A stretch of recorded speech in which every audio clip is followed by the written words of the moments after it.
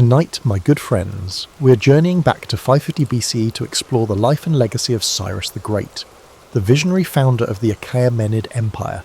Known for his enlightened leadership, military prowess, and respect for the cultures he conquered, Cyrus set the standard for kingship and left a lasting mark on the ancient world and beyond. So before you get comfortable, as always, take a moment to like the video and subscribe to the channel. Also, let us know where you're watching from and what time it is for you. It's time to keep powering through this week with healthy rest. So turn your lights down super low, grab a cold blanket, and let's cover what we have for today. Cyrus the Great came into a world teeming with mythic haze around 600 BCE in a corner of southwestern Iran known as Anshan. Later ages wove legends of how his destiny was prophesied before birth. Tradition says his mother, Mandane, was the daughter of Astyages, the Median king. Alarmed by a dream suggesting her child would topple him, Astyages ordered the infant Cyrus's death. Yet the official tasked with murder found the baby too innocent to slaughter. He handed him to a shepherd's family instead, so the story goes, ensuring Cyrus survived in obscurity. Whether or not these details ring strictly true, they reveal how, from the start, storytellers recognized an extraordinary quality in him, someone rising from peril to shape an empire. In early boyhood, it's said Cyrus displayed remarkable empathy, bridging differences among local tribes. The southwestern fringe of the Zagros Mountains was no calm territory. Petty warlords vied over water sources, trade routes, and farmland. Yet Cyrus reputedly navigated these tensions with an uncanny mix of kindness and resolve, forging friendships among shepherds and minor chieftains. Over time, the local talk was less about a hidden child saved from a king's wrath, and more about a charismatic youth unafraid to challenge older men's assumptions. Elders, though wary, found him unexpectedly persuasive. When Cyrus reached adolescence, his lineage demanded he connect with the court in Anshan. He discovered that his father, Cambyses I, was a vassal to the Medes. The Median suzerainty overshadowed the region, with Astyages reigning in Ecbatana, an older metropolis perched among mountains. That overshadowing rankled. The once proud kings of Anshan had accepted vassal status for decades. Cyrus gleaned quickly that many in the southwestern region chafed under Median taxes and arbitrary demands. Observing resentments carefully, he concluded that if he ever rose to power, he might galvanize these frustrations into a cohesive front. Though overshadowed by the Medes, Anshan maintained a distinct cultural identity. The realm's traditions traced back to Elamite and Persian roots, forging a tapestry of customs. Cyrus, open to absorbing knowledge, studied the region's older languages, gleaning lore from wise men versed in archaic myths. One result, a worldview that placed bridging cultural divides at the center of leadership. He recognized that stable rule demanded acknowledging local traditions rather than imposing a single rigid system. This concept would later manifest in how he governed a sprawling empire with myriad peoples. As a young man, Cyrus served briefly in the Median army, perhaps under the watchful eye of Astyages. Accounts differ on how cordial that relationship was. Some sources claim the older king ironically found Cyrus appealing, only belatedly realizing the youth's growing ambition. Others propose that Astyages kept him close precisely to forestall rebellion. In either case, Cyrus saw the Medes' weaknesses from within. They boasted strong cavalry and fortress, but corruption and complacency riddled Astyages' bureaucracy. The king's courtiers squabbled, indulging in luxurious feasts. Meanwhile, lesser vassal states seethed under burdensome tribute. The stage was set for a revolt if sparked by the right figure. Upon Cambyses I's death, Cyrus became the nominal ruler of Anshan. He faced immediate tension with Ecbatana. Sometime around 550 BCE, Cyrus launched an uprising, unifying Persians under his banner. The old stories depict him proclaiming that the time had come to cast off Median overlordship, forging a new order that recognized Persian leadership. He marched north, leveraging alliances with other disaffected tribes. Astyages roused his forces, but discovered many loyal officers had turned coat, enticed by Cyrus's promise of a fairer rule. In a surprising turn, Cyrus captured Ecbatana with minimal resistance. Cyrus seized Astyages, thereby ending his rule. With the Medes subdued, Cyrus did something unusual for a conqueror. He spared Astyages' life, absorbing the Median capital and aristocracy without mass slaughter. This approach hinted at the hallmark of his future empire, respect for local elites, provided they served under him. Some ancient kingdoms might have sacked Ecbatana to destroy it permanently. Cyrus recognised the value in co-opting the existing administration, forging a dual monarchy of sorts, Median and Persian. Already, onlookers noticed that Cyrus was no typical warlord driven solely by conquest. He had a cunning sense of policy. The newly minted king of the Persians and Medes reigned from Ecbatana, adopting Median structures while weaving in Persian influences. He reorganised the army, combining Median heavy cavalry with Persian infantry discipline. Within a few short years, news of a rising power in the Iranian plateau spread westward, reaching Lydia in Anatolia and the edges of Mesopotamia. Many scoffed that a newly minted Persian kingdom couldn't overshadow established powers like Lydia or Babylon. Cyrus, unperturbed, busied himself forging alliances, building supply lines, and reinforcing frontiers. He sensed that other horizons beckoned, lands ruled by kings who viewed him as a mere upstart. The next chapters would prove them wrong, as Cyrus's unstoppable expansions would reshape the entire region's political map. Securing the Median throne was but a first step. Cyrus turned his gaze west toward Lydia, ruled by the wealthy king Croesus, famed for controlling vast gold reserves and forging alliances with Greek city-states. Croesus had observed the Persian takeover of Media with alarm. He reasoned that a swiftly rising Cyrus might threaten Lydia's eastern border. Some counsels suggested forging an alliance with the new Persian king, but Croesus, proud of Lydia's riches and alliances, opted for confrontation. The impetus came when Cyrus advanced from the Zagros region to the Halys River boundary. Croesus marched out, anticipating the swift campaign to impart a lesson to Persia. However, after some inconclusive battles, winter approached, and Croesus retreated. Believing warfare would pause, he sent mercenaries home, planning to resume hostilities in spring. Cyrus, defying typical seasonal norms, pursued the Lydians relentlessly during winter. This bold move caught Croesus unprepared. A swirl of smaller engagements left Lydia's outposts reeling. By the time Croesus scrambled his allies again, Cyrus was at Lydia's doorstep. The culminating siege of Sardis, Lydia's capital, became legendary. The city's walls perched on steep cliffs. Cyrus, scanning the fortress, found a seeming weakness, one cliff face that looked unclimbable to defenders, thus less guarded. Under cover of night, his men scaled that near-vertical slope, surprising the watch. They gained entry, opening the gates for the main Persian force. Sardis fell, and Croesus was captured. Tradition says that Cyrus initially planned to execute Croesus on a funeral pyre, but he changed his mind. Some say it was after hearing Croesus's lament about the cruelty of fortune. Alternatively, an oracle or a retainer's council might have spurred Cyrus's clemency. Croesus was spared, however, and given an honorary position in his new government. The gesture signalled a pattern. Cyrus subdued rivals yet frequently integrated them, preserving local structures if they accepted his authority. With Lydia subdued, Cyrus effectively inherited its Anatolian possessions, including Greek city-states along the Aegean coast. Those Ionian Greeks had treaties with Croesus, but were uncertain about Persian rule. Some tried resisting. Cyrus assigned local satraps governors who demanded tribute but otherwise left local customs intact. Over time, these Ionian city-states realized Persian governance could be quite hands-off if tributes were paid. The approach partially eased tensions, though pockets of revolt remained. The Persians recognized that shipping was crucial for Aegean commerce, so Cyrus refrained from heavy-handed oppression that might stifle trade. In effect, Ionian city-states found themselves overshadowed by a more tolerant conqueror than they might have feared. Then came the inevitable confrontation with Babylon, the famed empire controlling Mesopotamia. Babylon's king, Nabonidus, was known for eccentric religious policies, alienating certain factions within the city. Many priests of Marduk disliked Nabonidus's focus on the moon god Sin. Meanwhile, outlying provinces of Babylon grew restive. Cyrus aimed to exploit these rifts.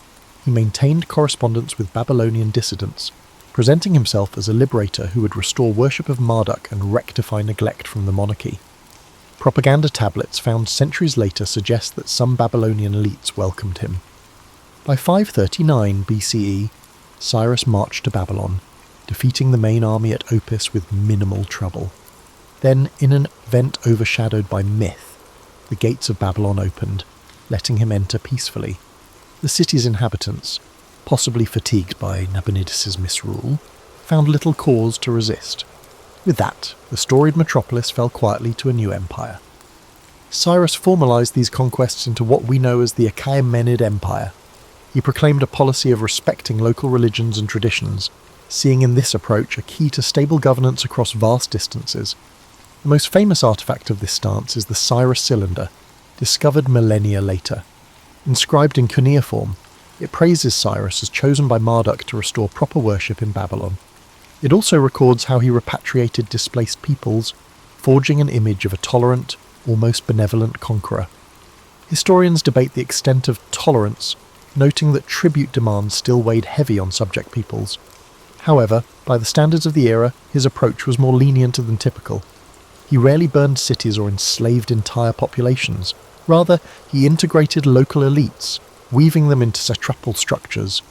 This policy extended to the Hebrews exiled in Babylon.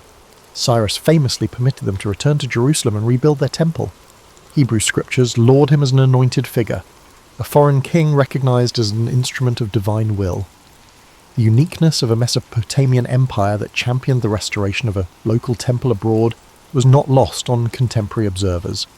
For Cyrus, this meant forging loyalty across a mosaic of cultures. He recognized that the empire's core lay not just in fear of Persian arms, but in a sense of prosperity and religious freedom under Persian oversight. By the mid-530s BCE, the empire sprawled from the fringes of Anatolia to the edge of the Iranian plateau, with Babylon as a second capital.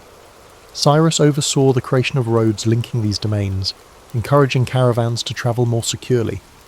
A new administrative pattern emerged. Each province, satrapy, had a satrap, typically local nobility loyal to the throne, balanced by roving inspectors and lines of communication direct to Cyrus. Freed from local wars, trade flourished. Western sources sometimes labelled him a lawgiver, though he never compiled a code akin to Hammurabi. Instead, he simply refrained from supplanting local codes unless necessary, letting them continue under a broader imperial canopy. In forging this empire, Cyrus overshadowed the older pattern of fractious city-kingdom. Now, a single rule united myriad tongues, from Ionian Greek to Aramaic, from Lydian to Elamite. For the moment, all seemed unstoppable. But an empire so vast inevitably brushed against fresh frontiers, beckoning the next wave of expansion. Or would caution counsel consolidation? The man who ascended from rumoured infancy in a shepherd's hut to commanding half the known region now faced the question: was the empire's thirst for growth ever sated, or did destiny push him onward, risking new hazards? With Babylon integrated into his empire, Cyrus contemplated the eastern frontier. The Iranian plateau merged into Central Asian steppes, home to nomadic or semi-nomadic tribes known for mobile warfare. Legends say that Cyrus's father, Cambyses I, once warned him that subduing such tribes required persistent vigilance, as they seldom recognized stable borders. But the new empire needed to anchor its eastern flank, especially if trade routes from the Indus Valley or Bactria, were to channel goods across Persian heartlands. Cyrus recognized the dual impetus: secure those routes and ensure no flank vulnerability. He dispatched armies along the Oxus River, Amu Darya, forging alliances with local chieftains. Some steppe tribes, intrigued by the prospect of stable trade and potential gifts from the great king, cooperated. Others resisted, leading to skirmishes in desert canyons. Cyrus accompanied part of the campaign, employing the same tolerance approach. Tribes that submitted maintained local leadership, paying tribute but enjoying relative autonomy. That method overshadowed the old practice of forced relocations or decimation. Yet his men found the environment harsh, with punishing heat by day and frigid nights, complicated by elusive tribal raiders adept at ambushes. In Bactria, Cyrus encountered a settled civilization older than many realized, an area with fortresses, irrigation, and a lineage of trade connections with India. He found skillful artisans and wise men with knowledge of local religions, some worshipping Ahura Mazda under variants of Zoroastrian practice. This encounter possibly reaffirmed his approach of letting each region keep its faith. Indeed, coins from that era show local imagery mixed with Persian inscriptions, reflecting a synergy rather than forced uniformity. Historians see in this pattern the seeds of an empire tolerant enough to last for centuries, overshadowing the ephemeral expansions of earlier conquerors who imposed uniform codes. Yet the East never fully bowed. Cyrus soon realized that beyond Bactria lay more formidable tribes. Surviving inscriptions mention a feared group referred to as the Massageti, dwelling across the Jaxartes River. They were skilled horse archers, famously led by a warrior queen named Tamiris. The problem was that direct conflict with them meant venturing into semi-desert lands where supply lines collapsed. But Cyrus's ambition, or necessity, drove him to attempt an incursion around 530 BCE. Some sources suggest he built a bridging strategy, possibly bridging the Jaxartes, or else luring the Massagetae into friendlier terrain. The outcome was tragic for him. Herodotus claims a pitched battle saw the Persian forces eventually outmaneuvered. Cyrus himself, refusing retreat, was either captured or killed in the melee.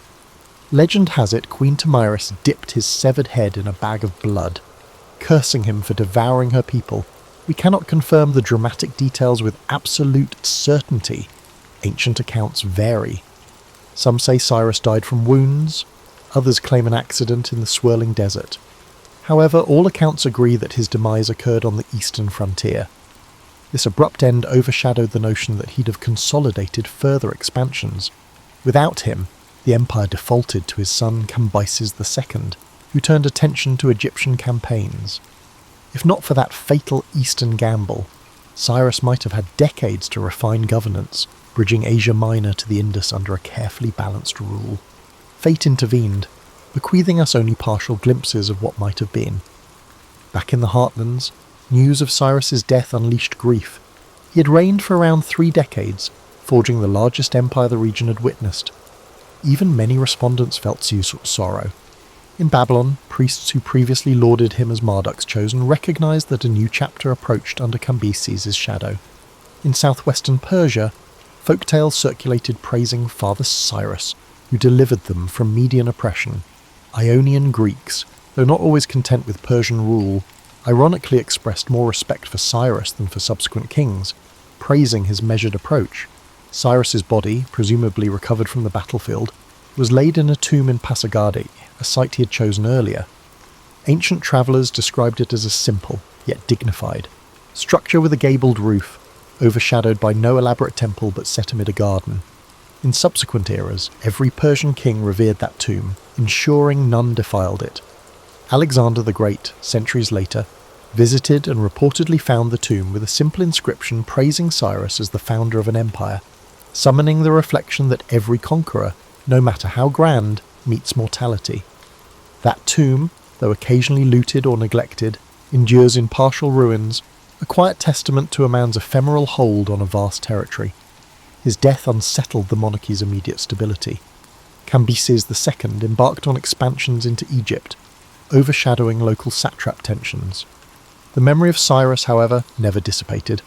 Each subsequent Persian ruler, from Cambyses to Darius, traced legitimacy to Cyrus's lineage. They credited him with forging a national identity that encompassed diverse languages, faiths, and social customs under a unified administrative framework. In every corner of the empire, from the Ionian shore to the Indus Valley, the idea of the King of Kings who protected local traditions while demanding loyalty remained a cornerstone of imperial ideology. Cyrus, even in absentia, overshadowed the realm with his moral-laced approach to rulership. The Achaemenid dynasty that Cyrus initiated endured for 2 centuries, overshadowed eventually by Alexander's conquest in the 4th century BCE. Yet even as Alexander marched across the Persian Empire, local memory of Cyrus spurred a measure of pride and unity. Some communities, upon Alexander's arrival, recounted how Cyrus had first liberated them from oppressive rule. Alexander, intrigued by these accounts, visited Cyrus's tomb at Pasargadae in 330 BCE. An eyewitness described the tomb as humble yet dignified, with a stone chamber and the remains resting on a golden bier. Alexander allegedly ordered repairs after discovering the tomb rifled by unscrupulous soldiers. This gesture signified how deeply Cyrus's reputation for magnanimous leadership struck even his empire's eventual conqueror. Greek sources, like Xenophon's Cyropaedia, further amplified Cyrus's legacy. Xenophon depicted him as an exemplary ruler, wise, just, and beloved by soldier and subject alike. Scholars debate how factual Xenophon's portrayal is. Some see it as half moral treatise, half historical novelle, but the Cyropaedia shaped Western ideas of kingship, overshadowing alternative narratives. Roman thinkers like Cicero or Machiavelli cited Cyrus as a model for wise monarchy. Indeed, the phrase benevolent conqueror found perhaps its earliest champion in how Greeks recast him. The reality of his campaigns, like forcibly subduing Lydia or merciless battles in the east, fell into the background in these moral sketches. Meanwhile, in later Persian tradition, Cyrus emerged almost as a cultural hero, overshadowing even Darius in terms of moral reverence. Some medieval Islamic scholars wrote of him as Du al-Qarnayn, the two-horned one, in certain interpretive traditions, linking him to a figure in the Quran who travelled widely and overcame great challenges. Though not universally accepted, that association underscored how widely his image ranged in cultural memory. People in West Asia recognised him as a champion of religious tolerance, referencing the famed cylinder in which he declared Marduk's blessing. Others found in him an early blueprint for empire building balanced by moral codes. During the Renaissance in Europe, renewed interest in classical text revived Cyrus's story again, overshadowed though it was by more immediate local concerns. Princes might glance at Xenophon's treatise as an allegory for how to rule with both justice and might. In the 18th century, Enlightenment and thinkers, too, referenced him while discussing universal monarchy or the philosophy of tolerance. Voltaire, for instance, occasionally invoked Cyrus as an example of a more enlightened conqueror compared to the brutal expansions of certain European empires. Yet ironically, the earliest archaeological revelations about Cyrus, such as the unearthing of the Cyrus cylinder in 1879, reaffirmed that the Persian king's claims of tolerance weren't purely myth. That artifact, discovered in the ruins of Babylon, inscribed in Akkadian cuneiform, outlines how Cyrus restored shrines and returned displaced peoples to their homelands. The cylinder stands as one of history's earliest known declarations of religious freedom, overshadowing older examples that typically validated conquests with deities, but rarely promised oppressed peoples new liberties. Historians debate the precise context. Maybe it was partly propaganda to legitimize his new rule, but it remains a striking departure from the standard forced assimilation typical of the era. Modern Iranians view Cyrus with a blend of national pride and fascination. Some see him as a unifying father figure of the Iranian identity, overshadowing the fractiousness of medieval and modern periods. Even secular nationalists in the 20th century embraced him as a symbol of a culturally rich, tolerant heritage. For instance, the Shah of Iran in 1971 staged a massive ceremonial event at Persepolis, referencing Cyrus as the empire's founder. This extravaganza, ironically overshadowed by a modern discontent, showed how deeply his memory resonated. Revolutionaries later disdained the monarchy's appropriation of ancient glories, but not necessarily disclaiming Cyrus's historical significance. One underexplored angle is the possibility that Cyrus's style of leadership strongly influenced how subsequent Middle Eastern powers approached empire. The notion that subjugated peoples might keep their local laws, worship, and aristocracies in exchange for paying tribute and remaining loyal established a precedent. The Ottoman Empire, centuries later, had a millet system that rang with echoes of Cyrus's approach. This overshadowing legacy remains subtle yet persistent. Thus, Cyrus's story flows across epochs, from a child rumoured to have escaped an execution order, to a cunning statesman uniting Persians and Medes, to a conqueror forging an empire that overshadowed old regional polities, culminating in a cultural hero for multiple civilizations. Each era reinterprets him, some extolling him as the ultimate wise king, others cautioning that the realities of conquest always bear a darker side. But no matter how the narrative shifts, the essential thread is that of a man forging a novel empire with broad tolerance, overshadowing the archaic tyranny or petty squabbling that preceded him, and leaving a blueprint that outlived the ephemeral politics of the day. When we examine how Cyrus governed, the structure of his empire stands out. Instead of imposing Persian officials everywhere, he created satrapies, granting local elites some autonomy so long as they pledged allegiance and taxes to the great king. Each satrap managed daily affairs, overshadowed only by the king's authority and roving inspectors called the eyes and ears of the king. This system reduced rebellion likelihood, as local customs largely stayed intact. The difference from older empires, like the Assyrians, who often deported populations or used terror tactics, was striking. People recognized a new brand of rule, where assimilation demanded fewer forced migrations and more recognition of local identity. Cyrus's approach to water management tells a compelling story. In certain arid provinces, older feuds erupted over irrigation ditches. The Persian administration introduced consistent oversight, ensuring farmland disputes were arbitrated by official judges. This reduced local clan violence, boosting agricultural output. Some speculate that the reason the empire thrived economically was precisely these micro-level reforms, overshadowing the simpler, older pattern of a warlord, merely collecting tribute through intimidation. Diplomatically, Cyrus engaged in inter-empire marriages. The melding of Persian and Median lines was the earliest example. But he also welcomed Lydian aristocrats into his court, forging alliances with families once loyal to Croesus. In rare cases, a princess or daughter from a subdued region might join the Persian court. These events overshadowed the typical scenario of forcibly taking hostages. Instead, Cyrus wanted them to partake in the empire's splendour, weaving them into a social fabric that dissuaded rebellion. The old hostage system became more subtle, shading into an inclusive aristocracy where local leaders found new status as part of the Achaemenid nobility. Spiritually, Cyrus's personal faith remains debated. Some modern Iranians claim him as a Zoroastrian, but direct evidence is scarce. The extant sources suggest he revered Ahura Mazda, reflecting Zoroastrian influence, but never forced that worship on diverse realms. The Cyrus cylinder emphasizes Marduk's acceptance into Babylon, while Greek accounts mention that among Persian elites, certain rights to the elements, like the sky and fire, were honoured. He overshadowed earlier warlords by not imposing a single religious identity. Indeed, many credit him with forging an empire that for centuries maintained a measure of tolerance for local temples, overshadowing the simpler approach of idol smashing or forced conversions. Cyrus's persona in the eyes of Greek contemporaries varied. Some depicted him as a gentle father figure, others found him cunning, exploiting tolerance only to keep rebellious hearts subdued. In Ionian Greek city-states, certain segments admired him for toppling Lydia's Croesus, who had overshadowed them, ironically forging a liberator narrative. But Ionian elites soon realised Persian suzerainty had its demands: tribute, garrisons, and complicated negotiations if they wanted to maintain local autonomy. Despite celebrating their commercial expansions under Persian rule, the Ionian elites were vigilant for potential changes in the imperial stance.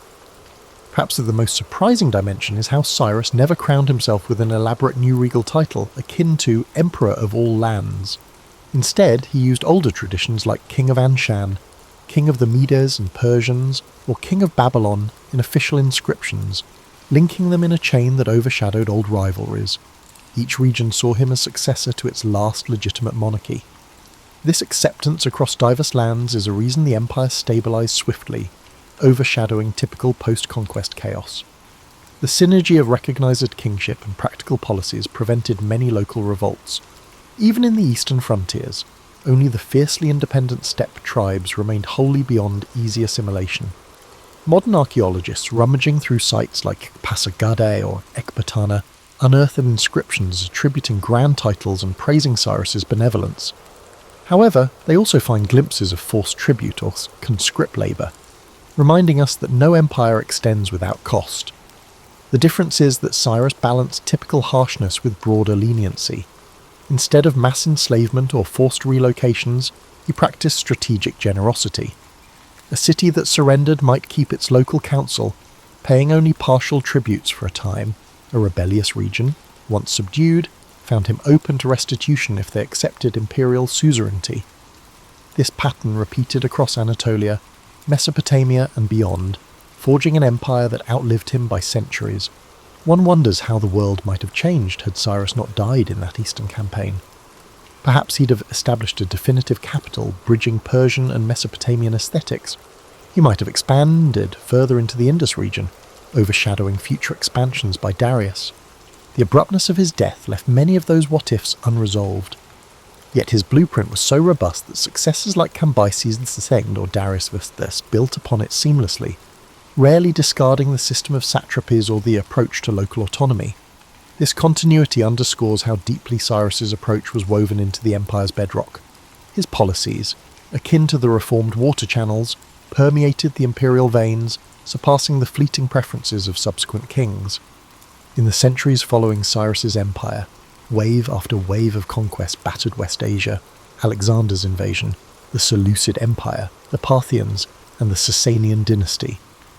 Each new regime staked claims over the old heartlands, yet repeated references to the old ways of Cyrus appear in local legends, overshadowing short-term rule. Cyrus's system became a benchmark for managing a multi-ethnic domain. Even the storied House of Sazan, centuries later, argued they recaptured the spirit of a Achaemenid monarchy. Their coinage or rock reliefs sometimes invoked motifs reminiscent of Cyrus's era, overshadowed by a new version of Persian identity. That cyclical pattern of referencing Cyrus indicates he was not just a fleeting conqueror, but a permanent archetype. Outside the Middle East, Greek authors transmitted an idealized account, culminating in Xenophon's Chiropedia, which painted Cyrus as a paragon of kingly virtue. Over the next 2 millennia, that text influenced statesmen from Machiavelli to the founding fathers of the United States. They gleaned from it lessons on balancing fear and love, forging alliances, and uniting diverse peoples. Ironically, the real Cyrus might have been more pragmatic and occasionally ruthless than Xenophon's moral hero, but the overshadowing effect of the text shaped Western political thought. Early modern Europe's fascination with enlightened absolutism found in Cyrus a distant model, someone who overcame fractious petty lords by imposing a central authority tempered by tolerance. Back in his homeland, Tomb at Pasargadae endured storms and conquests, overshadowing ephemeral shrines. When Alexander visited, he left it intact. Later Parthian or Sasanian kings, though not worshippers of Cyrus, recognized the tomb's significance as a link to an illustrious Iranian heritage. Under the Muslim conquest, centuries later, legends persisted around the tomb, some calling it Kaber-e-Madar-e-Suleiman, Tomb of Solomon's mother, though the local population likely kept the memory that it was Cyrus's final resting place. Rare travellers, from Venetian merchants to Ottoman envoys, occasionally documented a solitary, tower-like structure in the Iranian plateau, overshadowed by no massive city. Inside lay inscriptions or faint carvings referencing a king who once bestrode the region like a colossus. In the 20th century, as modern Iranian nationalism stirred, Cyrus's memory was rehabilitated as an emblem of national unity and historical grandeur. Reza Shah Pahlavi visited Pasargadae, staging ceremonies that overshadowed the site's archaeological hush.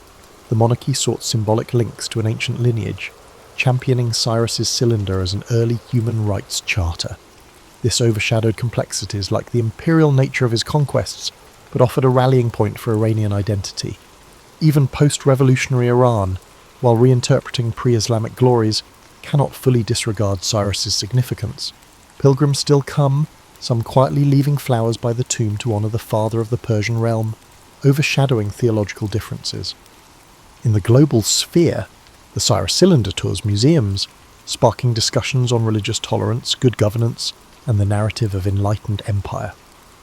Some critics caution that while the cylinder reveals a progressive tone for its era, we shouldn't anachronistically label Cyrus a modern democrat. He was, after all, an absolute monarch. Nonetheless, the overshadowing message of leniency and returning exiles stands out in a time when many ancient conquerors pillaged and enslaved. Indeed, the notion of a state respecting local gods and temples was radical for the period. Yet it's not as if Cyrus overcame all cruelty. In certain provinces that resisted, the Persian armies could be ruthless, using siege tactics to starve city populations. But once victory was secured, the mercy or acceptance of local practices overshadowed total subjugation. Scholars highlight that such a measured approach likely prevented constant revolts. People under Persian rule might pay taxes and serve in the army, but they kept shrines, local councils, and a measure of cultural autonomy. This delicate interplay formed the empire's core strength. overshadowing older Mesopotamian or Neo-Assyrian methods reliant on sheer terror. As we revisit Cyrus's life in total, we see an interplay of epic achievements and ephemeral mortality. He rose from a rumoured near infanticide to forging a realm from the Aegean to eastern Iran, overshadowing kings who once boasted unassailable might. Yet he too succumbed to the hazards of frontier warfare.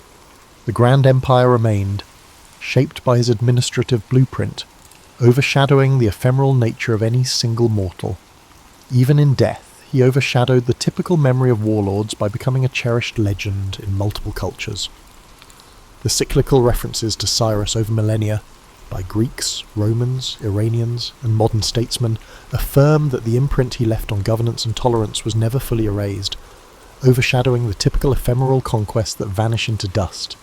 Reflecting on Cyrus the Great's journey, a picture emerges of a ruler who both embodies the archetype of ancient conqueror and subverts it. His life, bridging the mid-6th century BCE, shaped an enduring empire that overshadowed ephemeral local kingdoms. He fused compassion with power, forging a blueprint of rule that soared beyond typical tyranny. He used violence to conquer and wove a multi-ethnic fabric under the Achaemenid banner. In the swirl of centuries, intangible threads of his approach, satrapies, cultural respect, and integrated administration surface repeatedly in later states' governance. Take, for instance, the phenomenon of repatriating exiled peoples. The Hebrew text describing Cyrus's decree for the Judeans to rebuild their temple highlight a radical departure from norms. Empires often exiled populations to quell rebellion. Cyrus reversed that policy, overshadowing earlier cruelty with a stance that returning exiled groups might yield loyal gratitude. This perspective resonates in modern dialogues about religious freedom. Indeed, some interpret the cylinder's references to various shrines as an early charter of rights. Though historians caution about overstating it as a universal human rights document, the overshadowing principle remains. For the 6th century BCE, it was remarkably forward-thinking. Consider also the architecture of Pasargadae, Cyrus's capital. Known for its symmetrical gardens and a design-mixing median, Elamite, and local Persian styles, it overshadowed simplistic fortress cities of older times. Greek visitors centuries later found it distinctively airy and open, as if the city layout reflected Cyrus's inclusive policies. The tomb there, so unpretentious yet dignified, speaks volumes about how he conceptualized rulership, not as an aloof god-king, but as a caretaker bridging lands. While subsequent palaces like Persepolis overshadowed Pasargadae's scale, the latter's multi-ethnic decorative elements reveal a microcosm of the entire empire's synergy. A final puzzle is whether we can glean Cyrus's personal temperament behind the annals and legends. Greek sources paint him as kindly, though they were motivated to highlight the good Oriental king. The Babylonian Chronicle calls him the chosen of Marduk, overshadowing older conquerors who defiled the city. Persian lore emphasizes his cunning rise from near-death infancy. Different perspectives idealize him. Likely, the real Cyrus was at times ruthless, at times merciful, and always pragmatic. He overrode petty local customs when they hindered stable rule, but mostly let communities maintain their identity. He believed that an empire spanning from Lydia to Gandhara needed cohesive laws, but flexible local governance. That strategic approach overshadowed simpler warlord tyranny.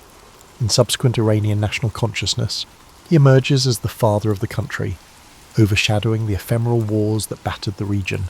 The cyclical invocation of his name in times of crisis or reform underscores how deeply he impacted the Iranian sense of historical continuity. Even diaspora communities scattered by centuries of migrations might refer to him as an emblem of tolerant monarchy, rare in an age typically remembered for despots. Meanwhile, as the West rediscovered antiquity outside the region, Cyrus eclipsed many lesser-known figures, emerging in classical references as a conqueror who maintained his moral integrity. From a modern viewpoint, we might weigh whether his expansions cause moral dissonance. Can one hail a conqueror as great who still inflicted bloodshed on resistors?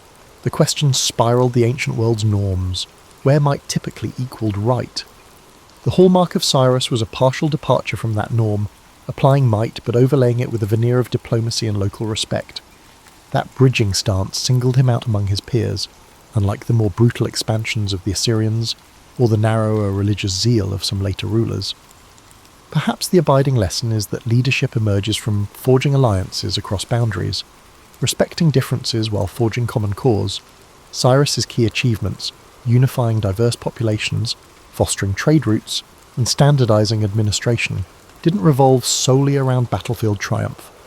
They also hinged on compromise, negotiation, and an awareness that conquering fractious divisions was essential to build an empire that endured beyond his lifetime. Indeed, though he died in a frontier skirmish, the empire's scaffolding carried on for centuries, the ephemeral nature of any single ruler's lifespan, and so, as we close the pages of Cyrus the Great, we glean an image of a man who both harnessed power and recognised that an empire's heartbeat lay in a bridging cultural mosaic. He overcame the swirl of petty wars and archaic tyrannies, setting an example of pragmatic tolerance. In the tapestry of world conquerors, some savage, some cunning, he stands out for weaving the threads of compassion into conquest, showcasing a purely brutal approach. The centuries that followed, from Alexander's awe to modern retellings, affirm that his memory remains luminous, an archetype of how unstoppable ambition can be tempered by a genuine concern for the governed, forging an empire that obliterated old patterns and set new standards for rulership. And just like that, we've reached the end of our awesome narration on Cyrus the Great for tonight. It might be time to cover more of the Persian Empire, because even I learnt something there. I'm sure you're all asleep by now, except my insomniacs, of course. If not, for our new friends joining us, we also throw in additional topics of different stories. Some may be new, some aren't. The goal is to ensure you have a topic of your choice that works for you. The best bridge between despair and hope is a good night's sleep. So, take it easy, my good friends. Good night, sleep tight, and don't let the bedbugs bite.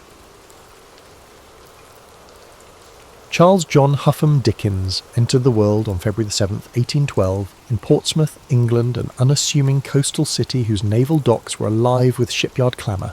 His father, John Dickens, was a clerk in the Navy Pay Office, and his mother, Elizabeth Barrow, juggled household duties with literary aspirations of her own. Though future readers might picture Dickens's early years brimming with quaint scenes, his youth was less storybook and more precarious. In many accounts, Dickens first emerges as a child forced to work in a bootblacking warehouse after his father's imprisonment. While that humiliating episode is well known, less noted is how Dickens' sense of betrayal took root during that time. He felt cast off by parents who placed him in a grimy riverside factory, scraping labels from bottles for hours on end. That sense of abandonment left scars. Years later, he'd disguised the trauma in comedic passages or heartbreak in novels, but the sting of childhood adversity was never fully exorcised. Before that warehouse ordeal, Dickens spent a short span in a school in Chatham. Teachers found him bright and observant. He devoured cheap adventure tales and occasionally wrote small sketches. If not for financial mismanagement, perhaps he would have continued this schooling unabated. Instead, money troubles spiralled. The father's easygoing nature plus a love of small luxuries spelled doom. When John Dickens fell behind on bills, local bailiffs eventually hauled him to Marshalsea debtors' prison in Southwark. Young Charles felt pride battered by this scandal. Imprisonment for debt carried a social stigma. Elizabeth Dickens, struggling outside the prison walls, insisted that Charles keep labouring at the blacking factory to support the family. This parental stance deepened his sense of injustice. Dickens found small consolation in nighttime strolls by the Thames, where he observed the chaos of London's underworld, including tavern brawls, children selling goods, and ragged porters carrying crates. Such experiences fueled the observational acuity that would one day saturate his novels with authenticity.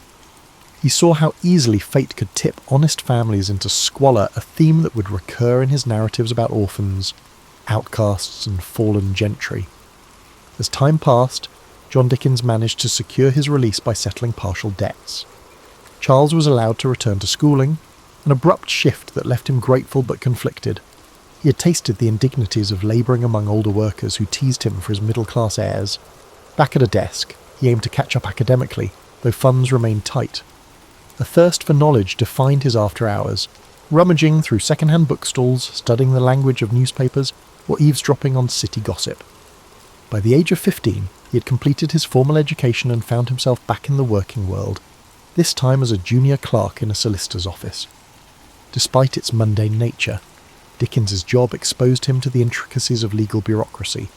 Dickens observed lawyers taking advantage of outdated processes, petty lawsuits lasting months, and fees draining families. It seemed a heartless machine. Meanwhile, Dickens itched to write.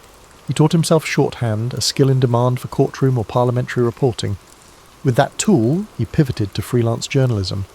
He roamed London's streets after his clerk hours, forging a double life as an amateur reporter, penning observations about social ills or comedic mishaps. Soon enough, he earned small commissions, capturing parliamentary debates for local papers. This exposure sharpened his sense of London's political theatric, a stage of pomp, cunning, and sweeping rhetoric that seldom solved the plight of the poor. In these formative years, Dickens rarely confided his deeper ambitions to family. He was polite, energetic, but also guarded. It's said that the warehouse humiliation bred secrecy. Publicly, he projected wit and warmth. Privately, he seethed at injustice. He began drafting sketches of everyday characters, bustling office messengers, crusty paralegals, street vendors with melodic cries. These glimpses shaped the core of his early style.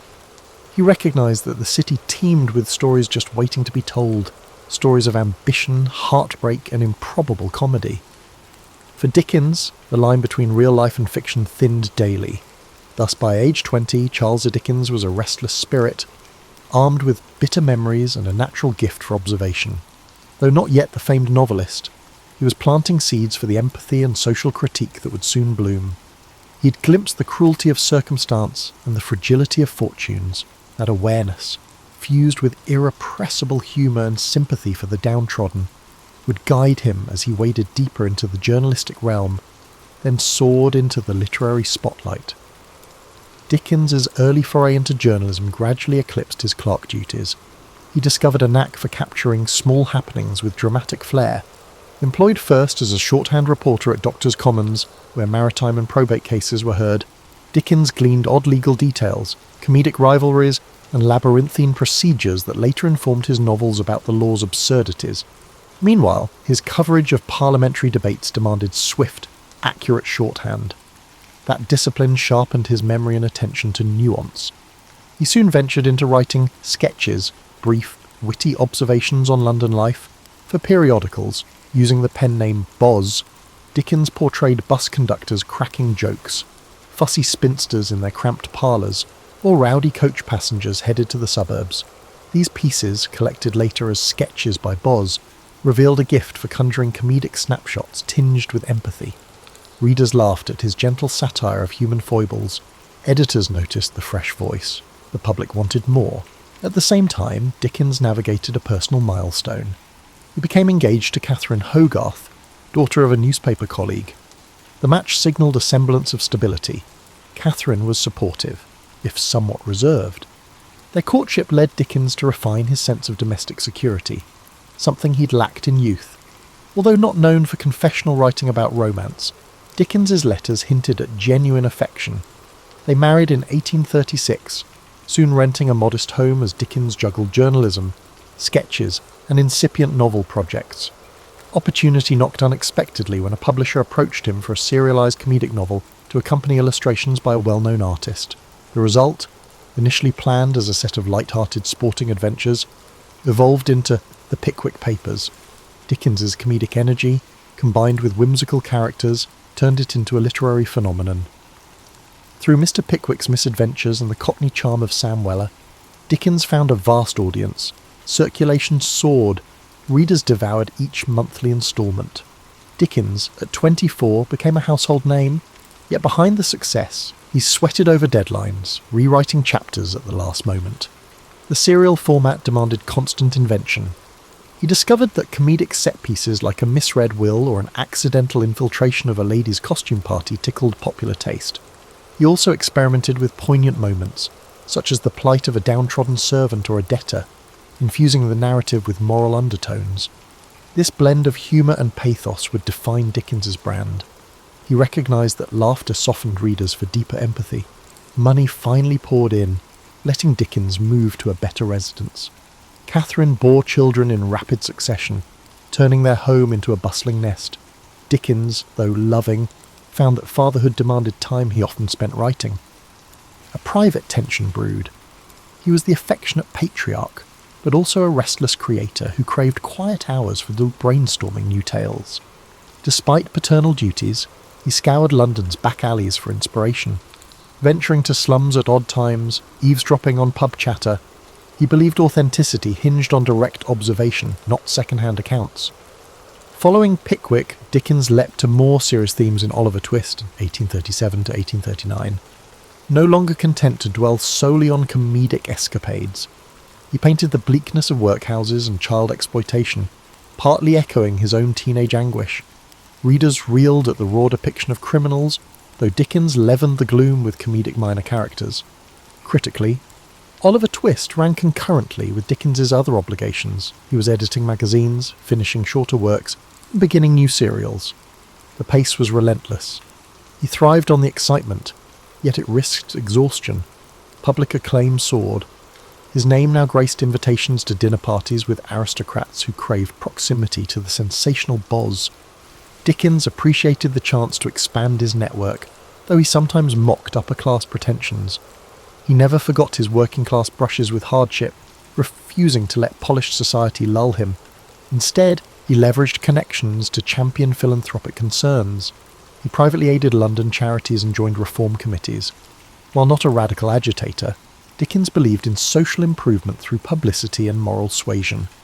His novels became a subtle force for that cause, exposing readers to the realities of orphanages, slums, and corrupt institutions. Around this time, Dickens also travelled to rural areas, gleaning stories from rickety stagecoaches or decrepit inns. These journeys reaffirmed that outside London's bustle lay entire pockets of tradition and superstition, fertile ground for future plots.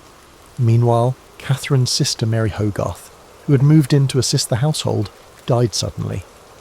Her death devastated Dickens, triggering a profound grief that coloured some subsequent chapters in his writing. The ephemeral nature of life became a quiet refrain in his novels, as he realised that personal tragedy was inseparable from comedic levity. The public continued to clamour for his narratives, hungry for that singular Dickens style, vibrant characters dancing between humour and sorrow.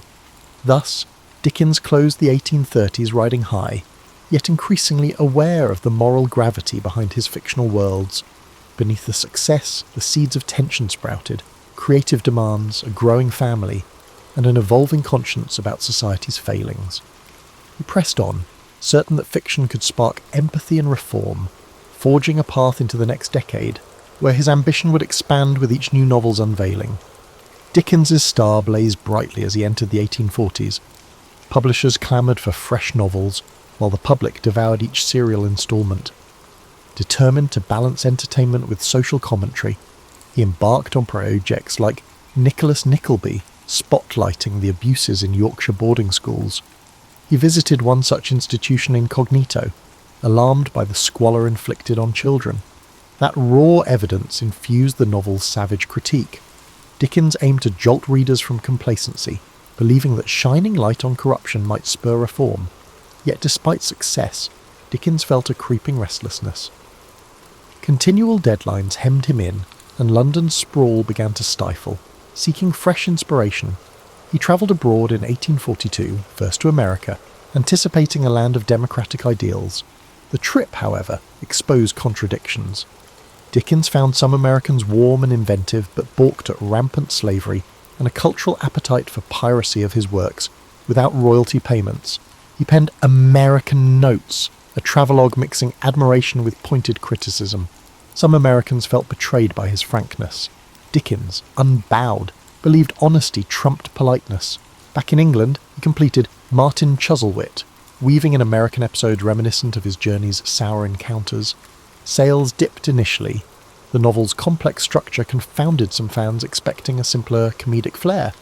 But Dickens pressed on, trusting in his evolving style. Privately, he wrestled with financial anxieties. Despite robust earnings, his lavish lifestyle, big houses, numerous children, constant entertaining, consumed funds. He dreaded the possibility of slipping back into the precarious economy of his youth. Amid these pressures, Dickens found solace in philanthropic efforts. He teamed with Angela Burdett Coutts to establish Urania Cottage, a refuge for homeless women and former prostitutes. There, they received training in practical skills and moral guidance. Dickens, involved in every detail, interviewed potential residents, planned daily schedules, and wrote them short moral stories. This hands-on approach underscored his sincere desire for personal involvement in charitable causes. He saw direct intervention as more potent than abstract philanthropic gestures. In the midst of editing magazines and writing novels, Dickens craved a side project more playful yet meaningful. That impulse birthed A Christmas Carol, 1843, a slender novella penned with fervour. Observing the plight of the urban poor amid festive spending, Dickens aimed to spark compassion through a ghostly redemption tale. He wrote it rapidly, spurred by both moral zeal and a need for fresh income. The result was a cultural phenomenon, stirring readers to reflect on generosity and social conscience. Dickens realised short, impactful works could amplify moral messages as powerfully as sprawling tomes. Despite public adoration, his personal life showed strains. Catherine bore more children, leaving her fatigued and less able to join Dickens on travels. He found himself forging deeper friendships with other women, some purely platonic, others rumoured to be more. Biographers still debate the emotional complexities swirling beneath his family's outward respectability. Dickens maintained an outwardly jovial persona, hosting boisterous parties where parlour games and comedic recitations thrived. But diaries hint at occasional rages triggered by minor frustrations, revealing an undercurrent of stress. On the professional front, Dickens launched a new weekly periodical, Master Humphrey's Clock, in 1840, intending to serialise stories, including The Old Curiosity Shop. This novel's tragic figure, Little Nell, captured the era's sentimentality. Readers wept over her fate, and the final chapters sold in a frenzy. Some critics called it manipulative, but Dickens dismissed such complaints. He believed emotional resonance was essential to galvanise moral empathy. The fervour surrounding the book's climax demonstrated how deeply he could move the masses. Yet Dickens couldn't rest on triumphs. He recognised the public's appetite was fickle. He had to top himself with each new release. That intensity weighed on him. At times, he toyed with the idea of drama. He loved the theatre, once even considering an acting career. He occasionally directed amateur theatrical productions, casting friends in comedic roles, or staging mesmerising readings from his works. These private stagings foreshadowed the public readings he'd eventually embark on later, enthralling audiences in full performance mode. As the 1840s advanced, Dickens's worldview deepened. He was no longer content with mere comedic social sketches. The continent's political upheavals, the 1848 revolutions, widespread poverty, unsettled him. He saw monarchy and aristocracy clinging to power while labourers toiled. Travelling through Europe, he'd note the crumbling palaces side by side with squalid tenements, fueling an ongoing quest to tackle deeper social and political themes. His novels began weaving heavier critiques of institutions, be they philanthropic boards, debtors' prisons, or unscrupulous factories, while still retaining the comedic flair that made him beloved. The stage was set for some of his most iconic works, culminating in a radical approach to criticising Victorian hypocrisy. Approaching the latter half of the 1840s, Dickens sought fresh experiences abroad, venturing to Italy and Switzerland. These travels coloured his imaginative palette. In Genoa, he marvelled at medieval alleyways, soaking in the city's layered history. He rented a villa overlooking the Mediterranean, drafting letters that rhapsodised about local customs, noisy festivals, ornate religious processions, the daily swirl of gossip. Yet even in idyllic settings, Dickens's pen could not rest. He sketched future storylines, weaving exotic vistas with homespun moral questions. Between travels, he developed Dombey and Son, 1846 to 1848, a novel dissecting mercantile pride and familial duty. Its portrait of industrial commerce and personal coldness signalled Dickens's evolving maturity. Critics lauded its carefully structured plot, though some lamented the typical bursts of sentiment. Regardless, the serial soared in sales. Meanwhile, Dickens fueled his creative energies by founding Daily News. In 1846, a liberal newspaper intended to champion progressive ideas.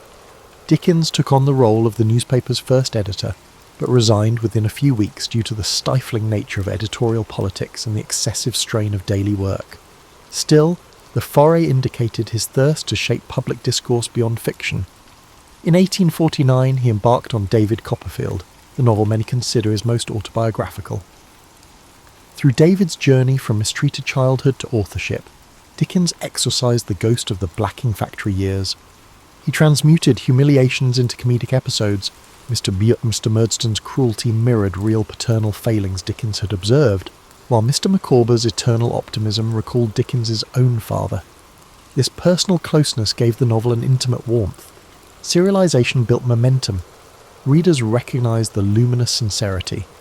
Dickens felt a special fondness for the project, referring to David as his favourite child.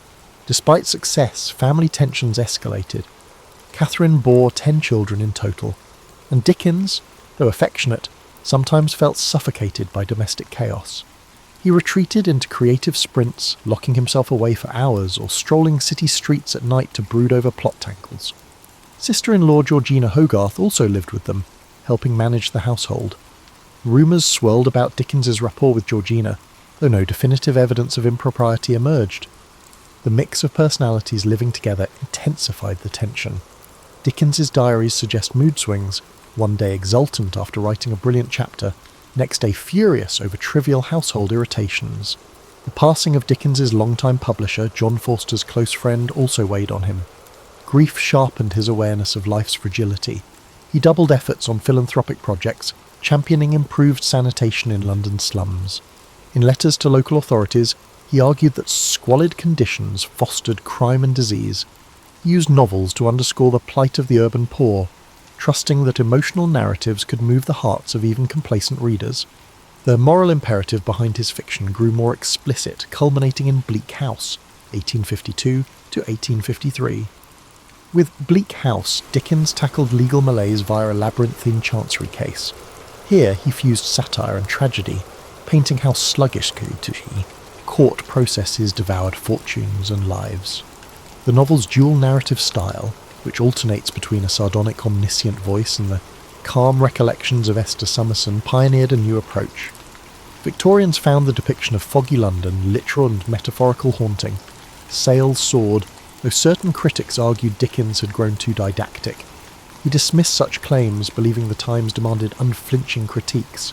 Indeed, Bleak House spurred public debate on legal reform.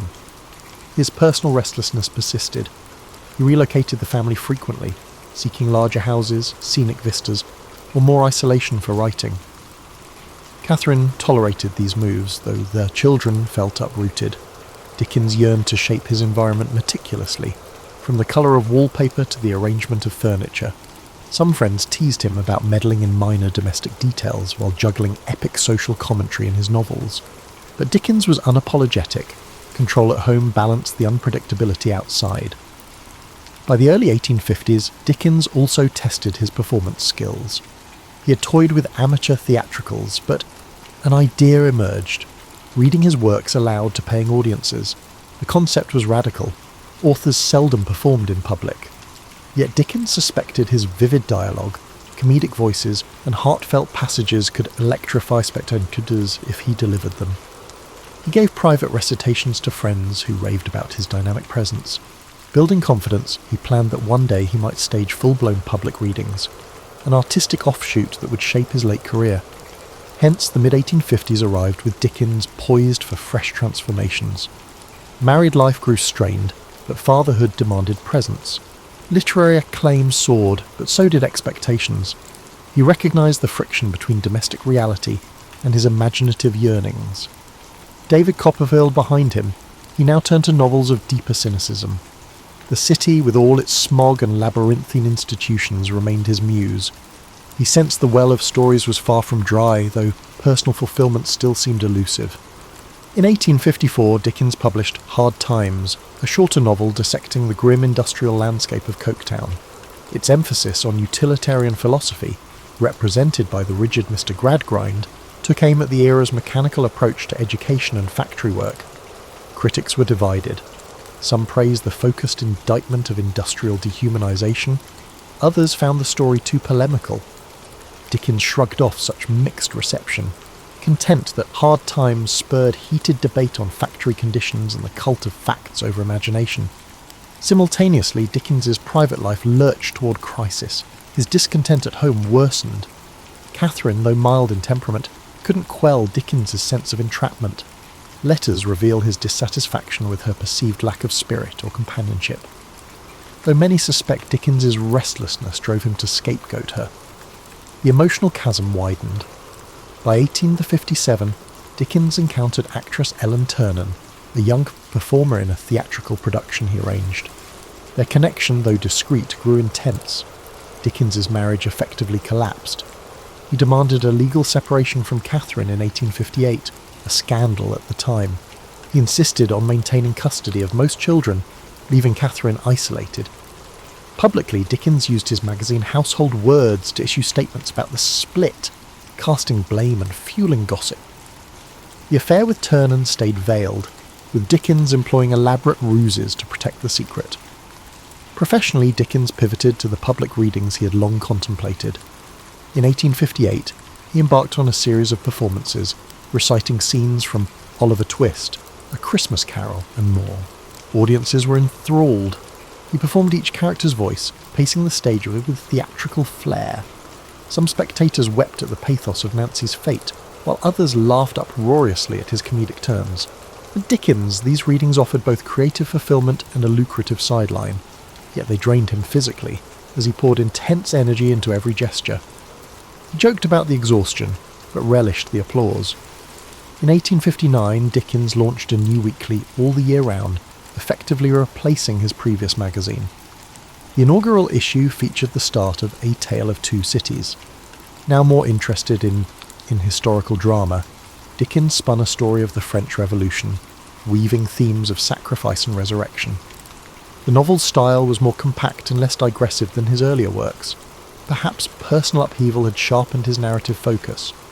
The opening lines about the best and worst of times entered the cultural lexicon, capturing a duality that resonated with Victorian anxieties.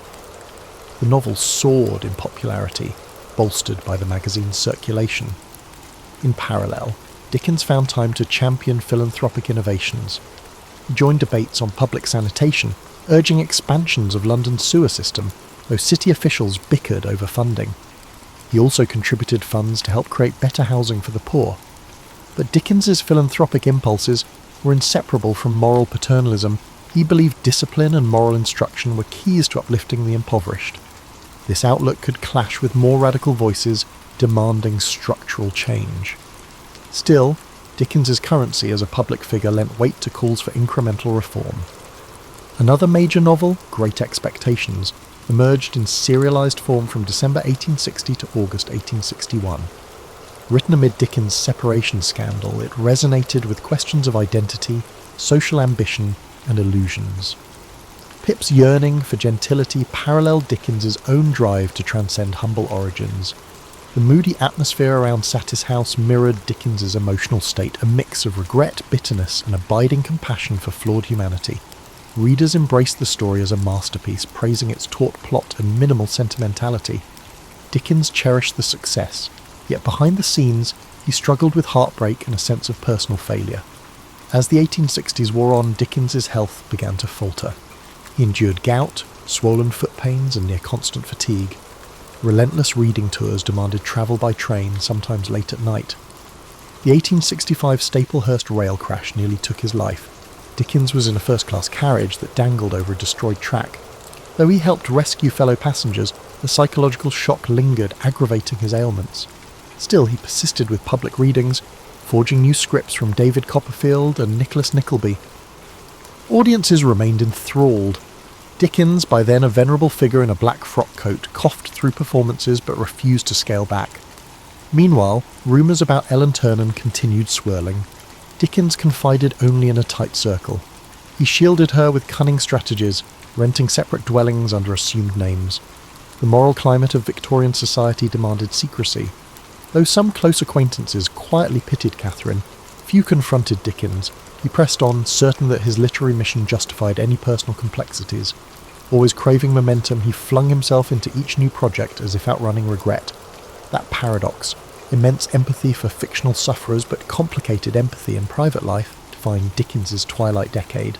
The public saw the champion of social justice, his family endured the strains of his single-minded devotion.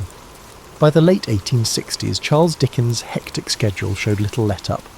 I'm still editing all the year round, still unveiling novels in serial format.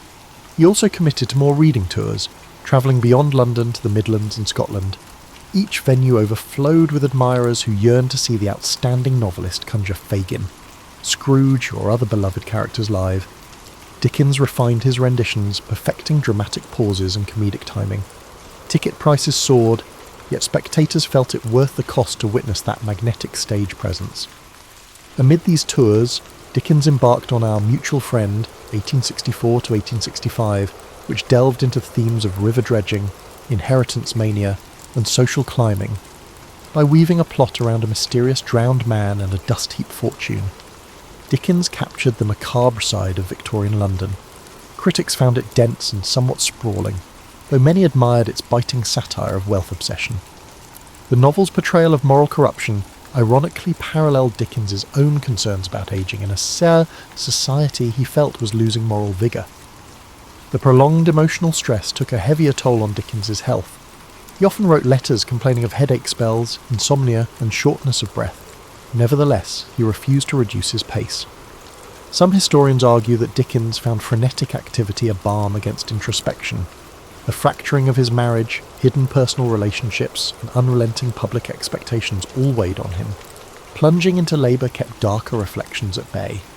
Meanwhile, Catherine lived quietly, seldom appearing in Dickens's social circles, resigned to the separate life Dickens had ordained. In 1867, Dickens accepted an invitation to revisit America for a major reading tour. Time had softened some American resentment from his earlier criticisms, and the appetite to see him on stage was massive. He landed in Boston to an exuberant welcome, complete with banquets and tributes. Dickens gave dozens of performances, each draining yet exhilarating. He earned substantial sums, helping him stabilise finances. However, he again encountered slavery's lingering scars in the post-Civil War landscape, along with the stark racial inequalities. Though Dickens seldom wrote extensively about American racial issues, he privately recognised the deep rifts that threatened the nation's reconstruction.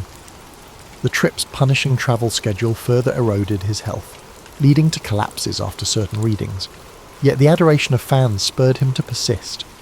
Upon returning to England in 1868, Dickens began what he called his farewell readings, touring provincial towns he had not yet visited. Some nights his voice faltered. He coughed violently, pressing a handkerchief to his lips, determined to complete each programme. Friends pleaded with him to rest. Still, Dickens believed his contract obligations, and the moral compulsion to connect with audiences, outweighed caution. Meanwhile, he launched a new novel, The Mystery of Edwin Drood, an unsettling murder mystery. Dickens considered it a fresh experiment, blending psychological undercurrents with the structure of a whodunit. He wrote notes about how the final solution would shock readers, enthralling them with hidden clues. But he never completed it. On June 9, 1870, Dickens suffered a stroke at his country home, Gad's Hill Place. He died the next day, aged 58, leaving Edwin Drood unfinished, a puzzle sealed into literary lore. The nation plunged into mourning. Queen Victoria noted her regret at never having met him. Memorials poured in, from everyday readers to luminaries. Against Dickens's personal wish for a simple funeral, he was interred in Poets' Corner at Westminster Abbey. Dickens's grand resting place symbolised the public's esteem for him, a stark contrast to the lonely hush of Marshalsea Prison, where his father had once languished. In the aftermath, speculation erupted about Edwin Drood, fans scrambling for rumoured outlines or concluding pages. None definitive surfaced, fueling a realm of Dickensian scholarship dedicated to solving that last riddle. More broadly, critics reappraised Dickens's oeuvre. Some pointed out his sentimentality, others praised his comedic genius, while reformers lauded his crusading lens on poverty. Over time, that kaleidoscopic legacy only broadened. His flair for unforgettable characters, be they cunning or saintly, shaped the global concept of the Victorian novel. Dickens left behind a tangle of personal contradictions, A champion of empathy who was sometimes harsh with intimates, a moral voice who concealed his private entanglements. Yet no one disputed his capacity to conjure life from the page, melding tragic undercurrents with comedic levity in a manner few have replicated. The muddy streets of Victorian London will forever carry his echo, a man whose childhood humiliations birthed compassion for the neglected, whose comedic brilliance coated savage indictments of social inequality, and whose busy pen never ceased describing the complicated labyrinth of the human heart. In the decades following Charles Dickens's death, his stature as a literary titan only grew. Biographers scrambled to gather letters, diaries, and reminiscences, yet they stumbled upon inconsistencies. Dickens had destroyed swathes of correspondence, anxious to mask certain personal affairs. Even his children offered varied perspectives on his moods, praising his creativity but recalling unpredictability at home. Over time, critics assembled a portrait that balanced the beloved national icon with a flawed, restless man. Dickens's cultural influence radiated across continents. Translations of his novels proliferated, from Russian to Japanese. Tolstoy admired how Dickens's pathos uncovered moral truths within daily existence.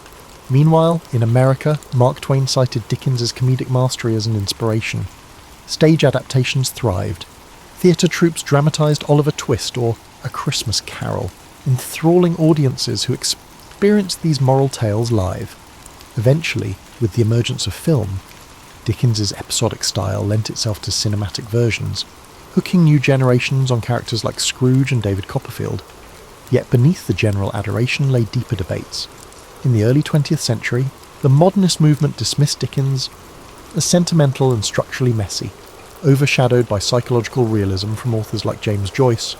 They disdained Dickens's improbable coincidences and stark moral polarities.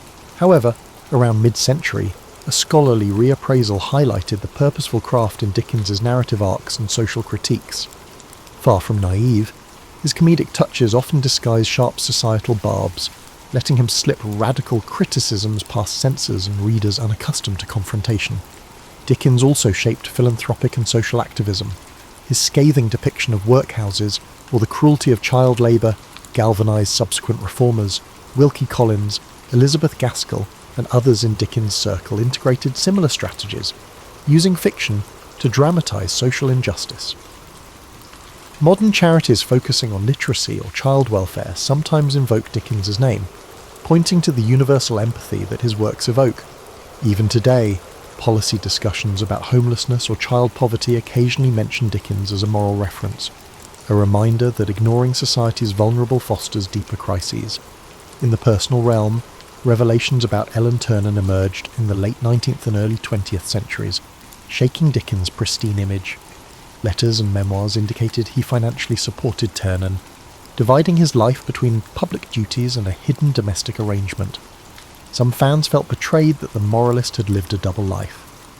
Others argued that Dickens' private complexities underscored the raw human contradictions fueling his fiction. The debate paralleled broader shifts in how Victorian icons were reassessed under modern scrutiny. Dickens's method of serial publication also influenced subsequent generations of writers. The concept of releasing stories in weekly or monthly segments, maintaining suspense, and forging a close bond with readers found echoes in everything from 20th century pulp magazines to today's online web serials.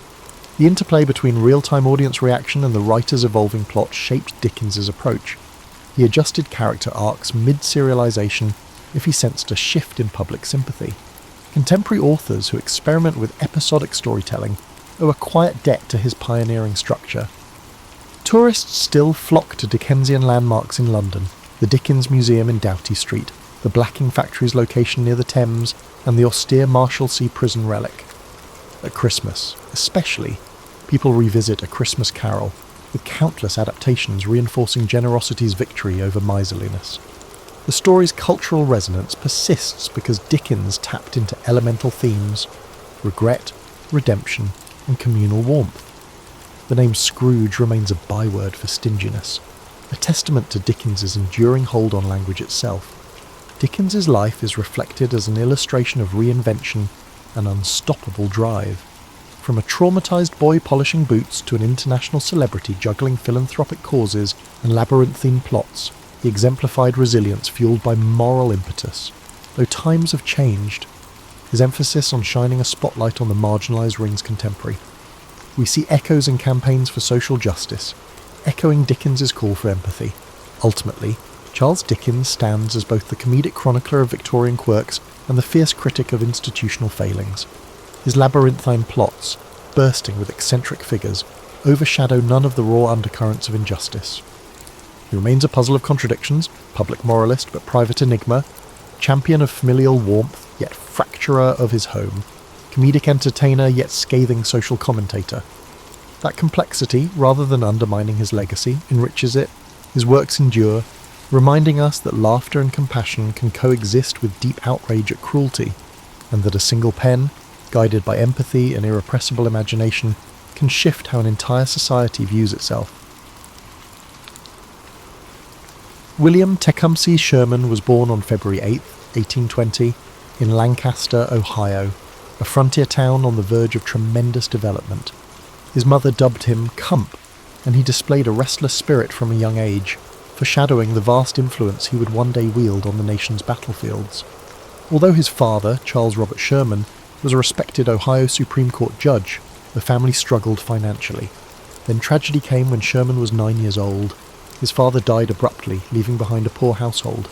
The boy's future, while uncertain, found a guiding influence in the form of his father's close friend, Thomas Ewing, who welcomed him into his own lively home. Growing up in the Ewing household exposed Sherman to a more privileged society, but it was not carefree. Ewing was politically connected, having worked in government positions that exposed Sherman to the complexity of national policy and political squabbling. Something about those encounters prepared him to see the country as a web of dynamic forces, law, commerce, and ambition interacting in ways that altered entire neighbourhoods. Despite his academic abilities, he was never a standout student in the traditional sense.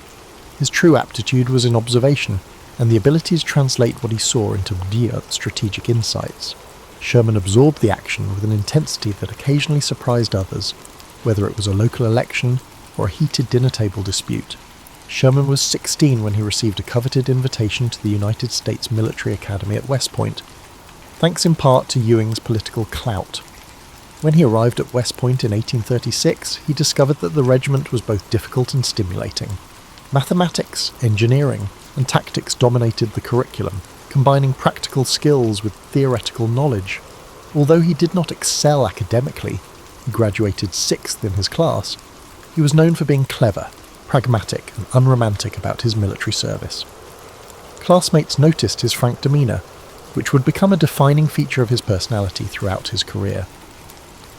Sherman enlisted in the army as a second lieutenant in the 3rd US Artillery after graduating in 1840. He served in many outposts, from Florida to the distant frontiers, dealing with the problems of a rising nation. The Florida job embroiled him in the Seminole Wars, a brutal milieu of swamp warfare and uncertain goals. Sherman quietly recorded the lessons. Combat was chaotic, objectives shifted quickly, and success required a combination of planning and sheer tenacity. He also developed a dislike for half-hearted confrontations, believing that if a battle was unavoidable, it must be pursued with utmost determination. Despite periodic promotions and the allure of new assignments, Sherman never felt completely at ease in the peacetime army. Bureaucratic red tape, restricted chances for growth, and a desire for new experiences gnawed at him. His restlessness prompted him to quit from the army in 1853. In the decade that followed, he dabbled in various endeavours, including banking in San Francisco, law practice, and company management in New York. Each position deepened his understanding of the fundamental principles of American business, the importance of risk-taking, and the vulnerability of trust in a period marked by frequent booms and busts. The banking crisis of 1857 devastated him financially, demonstrating how rapidly riches might vanish when markets crashed. During his civilian years, Sherman made friends from both the North and the South, including plantation owners and entrepreneurs. He noticed the growing conflict over slavery, state rights, and economic disparities. While living in Louisiana, he was the superintendent of the Louisiana State Seminary of Learning and Military Academy, which would eventually become Louisiana State University. He was recognized for his organizational talents, but he treaded carefully when discussions became political. Despite not being a passionate abolitionist, he did not take to the concept of secession. For Sherman, Unity was America's best hope for success. Nonetheless, he saw worrisome signals of discord and concluded that the country was on the verge of war.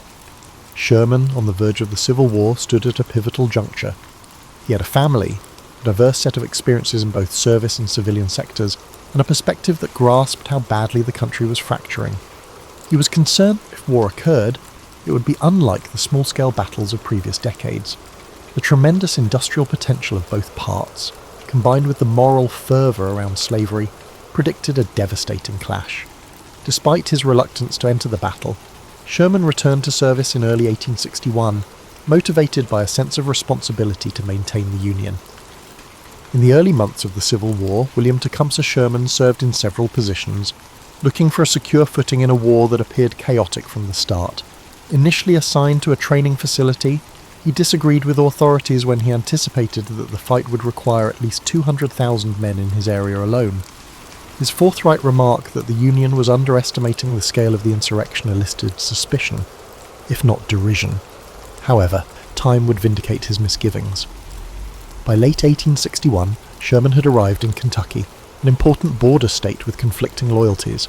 He was responsible for the Cumberland Department there, but he quickly became overwhelmed. Reports of Confederate military movements, arms shortages, and conflicting orders from Washington left him tired.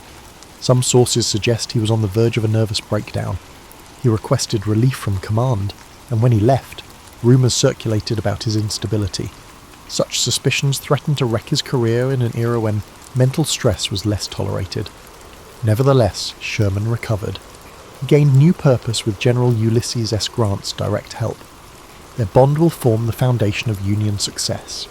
Grant was calm, silent, and unyielding under duress, whereas Sherman was more combustible, publicly expressing concerns or complaints. Their mutual regard, however, was established through shared battlefield experiences. In early 1862, Grant's daring manoeuvres at Fort Henry and Fort Donelson secured critical Confederate outposts, and Sherman's role, though subordinate, displayed dependability in the face of fire. The Battle of Schuyler in April 1862 would be Sherman's true baptism into large-scale fighting. Confederate surprise strike near Pittsburgh upon landing in Tennessee. Waves of enemy soldiers smashed the Union defences. Sherman's division took the brunt of the early fighting. Despite being taken by surprise, he rallied his troops, riding along the front lines, ignoring personal danger and encouraging them to hold. Despite massive fatalities, the Union withstood the attack, and Grant's counterattack the following day forced the Confederates to retire. Sherman's leadership under duress gained him a promotion to Major General and, more crucially, strengthened his alliance with Grant. The two men came from Schuyler with a stronger determination to achieve total victory, acknowledging the Confederacy's tenacity. Sherman followed Schuyler with operations along the Mississippi River, ending in the Vicksburg Campaign. Vicksburg, a fortress stronghold, was essential to Confederate control of the Mississippi River. Union soldiers anticipated that seizing it would split the Confederacy in two, isolating the states west of the river. Grant's siege was long, with supply lines strained and morale shaky. Sherman's involvement included skirmishes, feints, and ensuring that Confederate reinforcements could not break through the siege. Vicksburg finally fell on July 4th, 1863, marking a watershed moment in the Western theatre. Sherman's fame soared, although he frequently downplayed personal responsibility, publicly praising Grant's strategic vision. Sherman did not take command of Union forces in the West until 1864, when Grant was ordered to the Eastern Theatre to confront Robert E. Lee. His primary aim is Atlanta. The city was a Confederate hub for railroads, manufacturing and supply. Taking it could jeopardize the Southern battle effort. Sherman launched the Atlanta campaign in May 1864, moving across northeastern Georgia. Confederate General Joseph E. Johnston utilized an effective defensive plan, but Sherman's numerical superiority and willingness to engage in flanking actions gradually pushed Johnston back. Johnston's replacement by the more aggressive John Bell Hood increased Confederate casualties.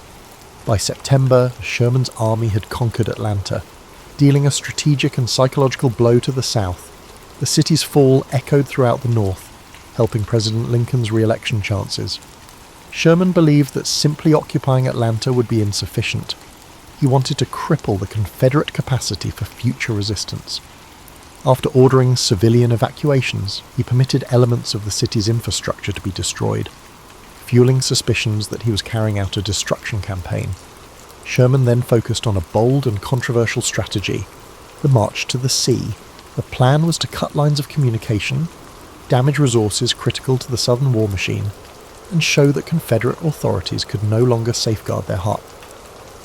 In mid-November 1864, he led 60,000 men from Atlanta to Savannah, cutting a path across Georgia. Unlike traditional movements tethered by supply lines, Sherman's columns would live off the land, foraging freely, demolishing railroads and targeting factories. This bold tactic, at the time, attempted to break the South's resolve to continue fighting.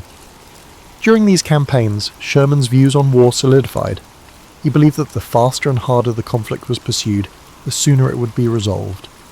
In his letters to subordinates, he emphasized a harsh logic.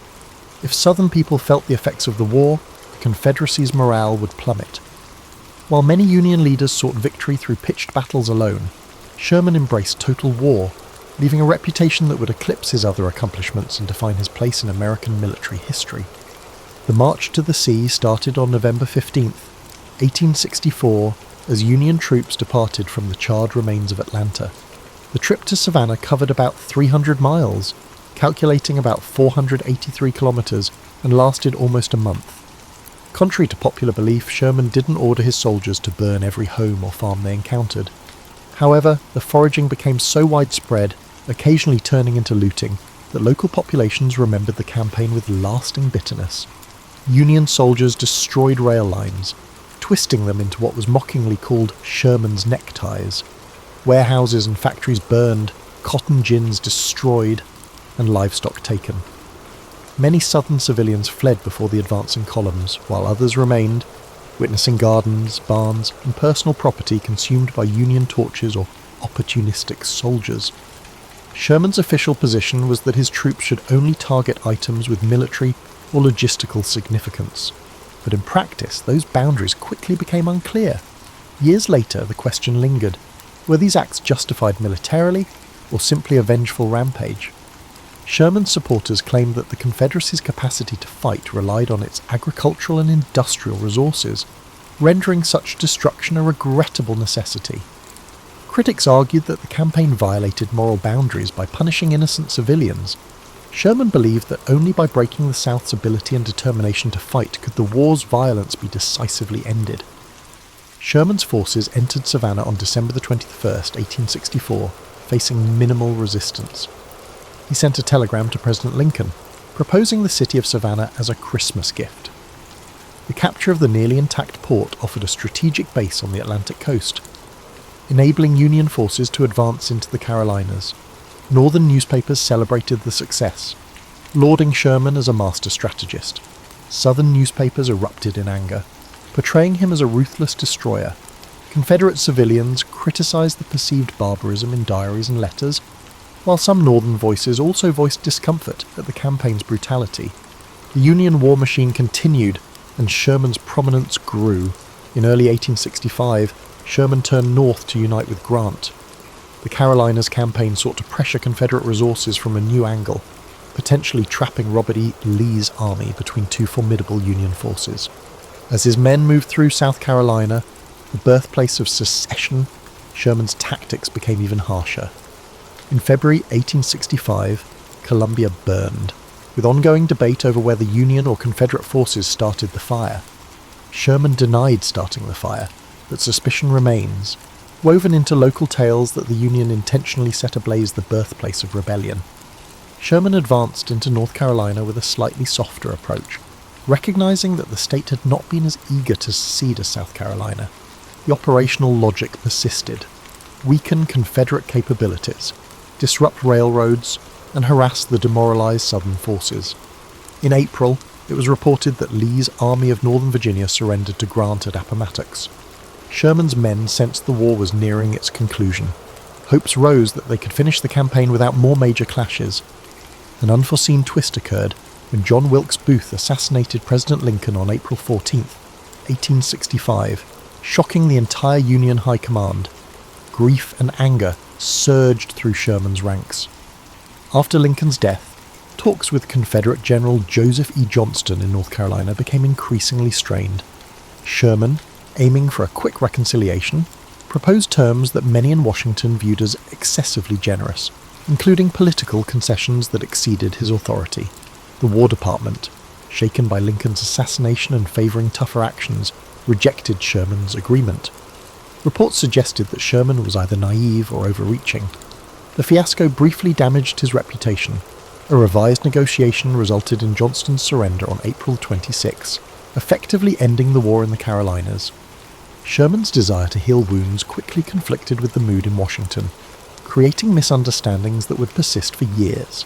Despite the friction points, the North celebrated Sherman as a hero. His soldiers admired him, referring to him as Uncle Billy, impressed by his relentless energy and talent for boosting morale. Southerners condemned him as the cause of devastation. He rarely attempted to soften that image, stating that war was cruelty and efforts to refine it were pointless. That straightforward view shaped his strategic approach. Sherman believed that war should be pursued with full commitment, or not at all. After the war, Sherman oversaw military districts in the South, attempting to maintain order during Reconstruction's tumult. He found the political squabbling exhausting, favouring direct military leadership over the complexities of civil policy. Sherman's legacy was solidified by his wartime campaigns, despite the post-war complexities that overshadowed it. The challenge for him, and for the nation, was how to address the resentment caused by total war, while also focusing on rebuilding a unified country. After hostilities concluded, William Tecumseh Sherman expected the clear structure of wartime command to translate into a simple post-war position. However, the aftermath of conflict rarely produces smooth transitions. In 1865, he was appointed commander of the Military Division of the Mississippi, covering most of the devastated South. During Reconstruction, conflicts arose between President Andrew Johnson's conciliatory approach and the severe demands of radical Republicans in Congress. Sherman proceeded gingerly in this climate, avoiding political disputes. He constantly differed with civil officials and politicians about how to best manage the emancipated African American population, former Confederates, and the region's destroyed infrastructure. Sherman believed the Army's job was to maintain order, not to influence the inevitable social upheaval. He questioned whether Union troops should remain in the South indefinitely, citing the lack of a quick way to heal grave wounds. His reluctance to fully embrace Reconstruction ideas frustrated radical reformers who wanted strong federal enforcement of civil rights. White Southerners, apprehensive of the Northern presence, frequently opposed even basic Army commands. Understanding that he was in a precarious situation, Sherman sought solace in his family life. In 1866, he relocated to St. Louis, Missouri, to oversee the Military Division of Missouri. The territory stretched from the Mississippi River to the Rockies. Conflict spread westward as American expansion collided with numerous indigenous groups. Sherman's orders required him to protect settlers and railroads, which frequently resulted in battles with tribes that opposed the invasion of their areas. This period of Sherman's career is not as well known as his Civil War achievements. Native people, beset with violated treaties and forced relocations, met Sherman, a military figure who advocated employing superior force to achieve federal objectives. Sherman's perspective on the Indian Wars mirrored his entire war philosophy: decisively smash resistance to minimize prolonged carnage. He ordered campaigns that destroyed communities, decimated buffalo herds, and pushed people onto reserves. Historians decried his measures, likening them to his previous scorched earth policies. Sherman's strategy was straightforward: smash any opposition as quickly and decisively as possible. He perceived no ethical dilemma in forcefully displacing indigenous peoples in pursuit of the nation's ultimate goal. This unwavering stance cemented his reputation as a source of strong answers. Changes in Washington impacted Sherman's career path. Ulysses S. Grant became president in 1869, and Sherman was appointed commanding general of the United States Army. His new position allowed wide oversight of military operations, but disagreements with the War Department arose fast. Sherman believed that the line of command was harmed by civilian authorities' desire for greater control over Army matters. The tension rose under Secretary of War William W. Belknap, who resigned under scandal. Sherman's private letters indicated his displeasure with the political milieu and a desire for the disciplined cooperation of wartime, Sherman suffered family issues. Ellen hailed from a devout Catholic household, whereas Sherman had no interest in organised religion. Their opposing viewpoints occasionally produced tension. One son, Willie, died tragically during the war, leaving an emotional scar on the family. Another son, Thomas Ewing Sherman, became a Jesuit priest, which Sherman reluctantly accepted. Sherman composed his memoirs during these changes, and they were first published in 1875. This 2-volume book, Memoirs of General William T. Sherman, gives a plain account of his life, from birth until the Civil War. Critics praised its readability and honesty, while several expressed concern about omissions and biases. He openly said at the outset that he would report events as he saw them, regardless of whether they disturbed anyone. The memoirs shaped the public's perception of him as a general who believed in direct action and open communication. Sherman headed an army that was struggling to find its place in a changing country in the 1870s. Industrialization accelerated, questions about global development arose, and the frontier vanished. The army shrank, overshadowed by new millionaires and the volatile politics of the Gilded Age. Sherman frequently bemoaned that the populace had grown complacent about national defence, ignoring the painful lessons of the Civil War. In quieter moments, he realised that a diminished army presence was precisely what a reunited country needed, even if it left him feeling a little lost. The Great Railroad Strike of 1877, which saw federal troops dispatched to quell labour unrest, was the final major dispute of his tenure. Sherman struck a compromise between compassion for workers' concerns and the necessity for order, directing a reaction that sought to minimise bloodshed. The incident pointed at a new sort of internal conflict, industrial turmoil supplanting sectional conflicts. Sherman, noted for his directness and rigidity, was reminded that war is never static, it changes with the intricacies of civilization.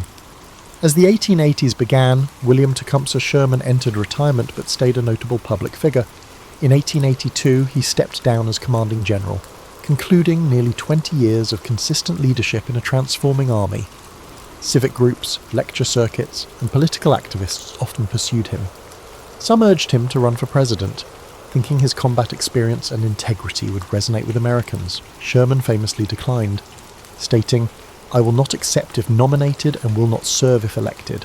The statement reflected his post-war identity as someone who had witnessed the harsh realities of politics, leading him to avoid more profound involvement.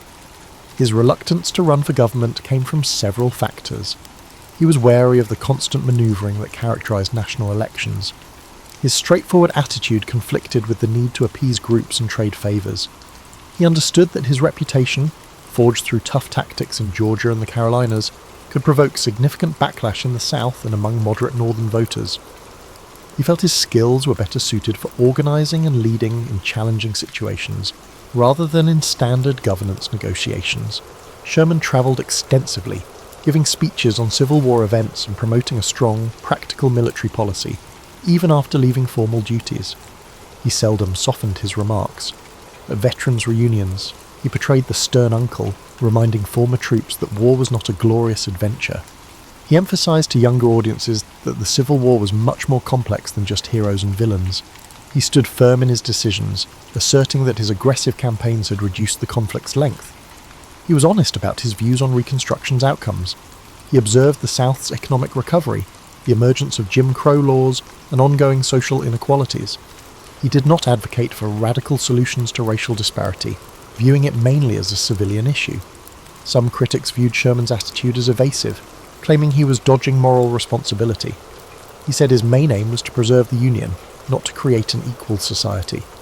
Although Sherman was strategically skilled, his limited view on social fairness reflects the shortcomings of his era, which is clear in hindsight.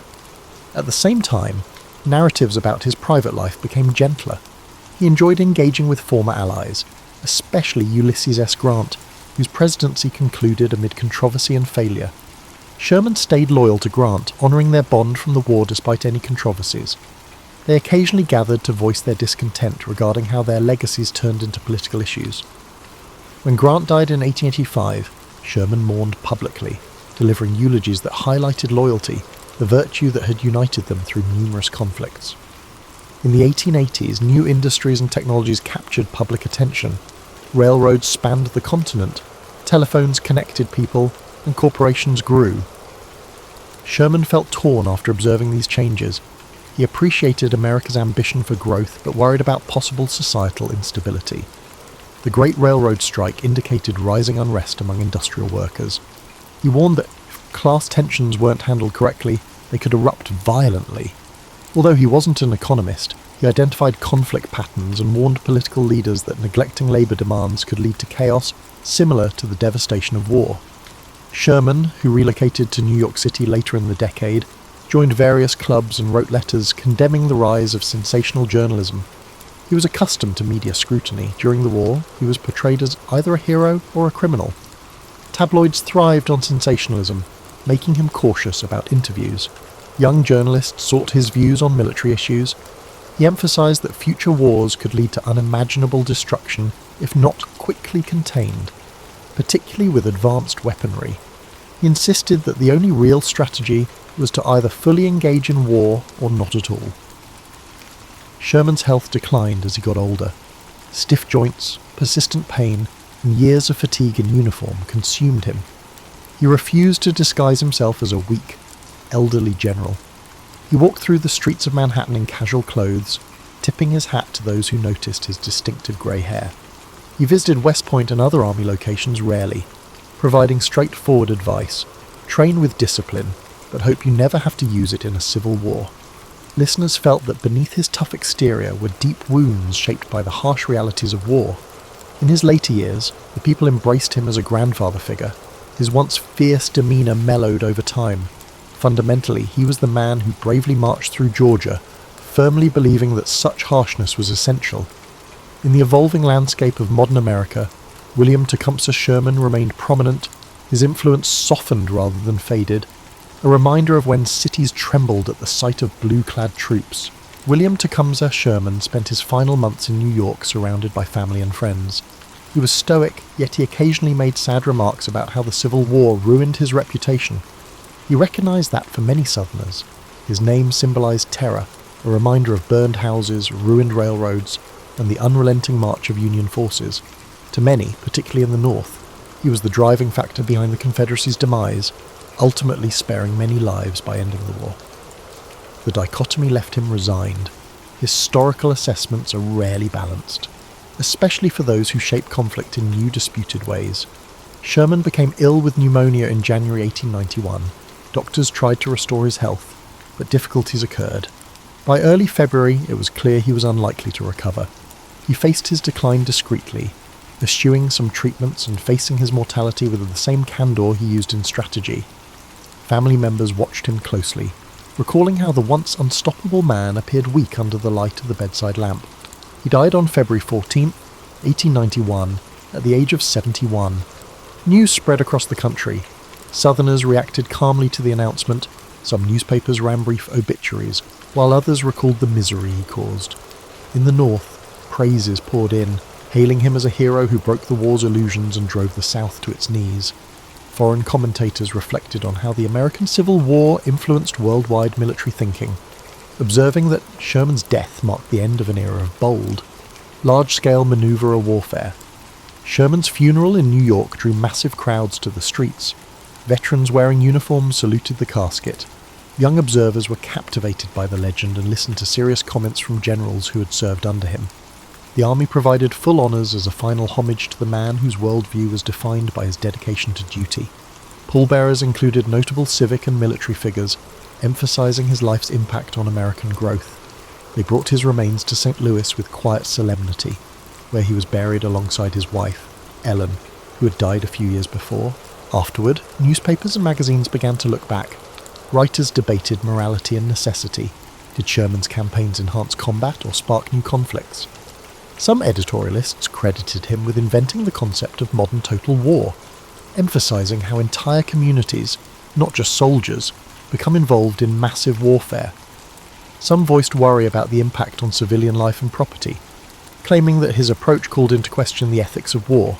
Military academies around the world evaluated his manoeuvres, adopting or criticising his ideas. Before World War I, German officers thoroughly researched the march to the sea to establish their philosophy. Sherman's notion that war should be conducted decisively, eliminating illusions and safe havens, has far-reaching consequences beyond American borders. Many nations' romanticized notions of combat would conflict with the brutal realities he highlighted. Decades later, European nations would participate in even more devastating wars, prompting the question, was Sherman a visionary, a prophet of mechanized destruction? Personal stories about Uncle Billy were well known among aging Union veterans. Anecdotes show him pausing to speak with a terrified child or having a humble lunch with a rural household. These pieces attempted to portray the man, who was frequently despised by many Southerners. Historians who read his letters discovered that he had a comic side, frequently calming tense situations with dry humour. Contradictions abound, a kind father figure to his men, an unrelenting terror to his adversaries, and a scathing critic of half measures in combat. Sherman, along with Grant, Lee, and Jackson, was recognised as pivotal figures in the Civil War over time. Statues appeared, some in the north, depicting him on horseback with a determined expression, and fewer in the south, where he was frequently overshadowed by local heroes. The older generation that lived through the conflict has died away, leaving a legacy characterised by textbooks, speeches, and battlefield tours. Sherman's historical significance was substantial but challenging for a nascent nation. Historians developed fresh perspectives over time. Some have investigated the psychological impact of the Florida wetlands on the young lieutenant. Some have suggested that his family's links to Thomas Ewing had an important impact on his early success. Many questioned his performance during the Indian Wars, questioning how a commander known for defending the Union could advocate harsh measures against indigenous tribes.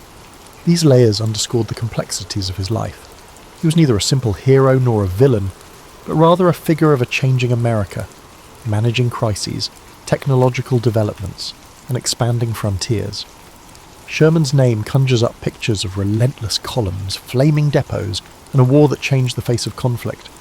William Tecumseh Sherman is still regarded as a key character in the Civil War pantheon, yet views of his actions continue to shift.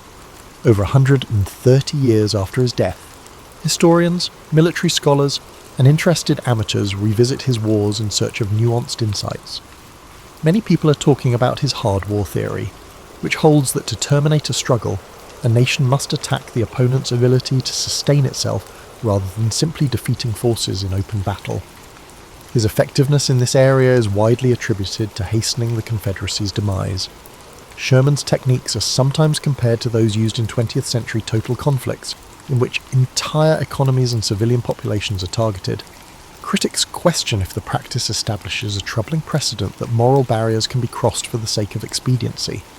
Others argue that Sherman's tough attitude undoubtedly shortened the war's duration, preventing thousands of further battlefield casualties. When military doctrines develop beyond frontline engagements, the tension between practicality and morality becomes increasingly essential. In the South, memories of Sherman are still shaped by generational stories. Families carry down stories about ancestors who lost houses, animals or enterprises along his path. Museums in Georgia, South Carolina, and other states periodically display exhibitions about the march to the sea's local influence. Some historians work to differentiate myth from reality. Not every fire was started by a Union soldier, nor was every structure torched. However, the psychological toll of an unstoppable army marching across the countryside was evident. Meanwhile, northern cities that formally supported him attempt to analyse his full legacy. War memorials in areas like New York and Ohio depict him as a pivotal figure in the Union's deliverance. School textbooks stress his devotion to Grant, his operational genius, and the conclusion he helped bring to a war that threatened to fracture the country irrevocably. A few paragraphs might describe how he disliked political power and preferred clear command. Younger generations perceive a nearly cinematic figure, brazen, unstoppable, a contradiction of savagery and compassion, who altered Americans' perceptions of battle. Sherman's personal documents, which are preserved in libraries, illustrate the intricacies of his relationships. Letters to his wife Ellen express love and parental care, particularly when they lost their son Willie in Memphis. Correspondence with fellow officers illustrates the stress that weighed on him, particularly in the dark nights preceding important operations.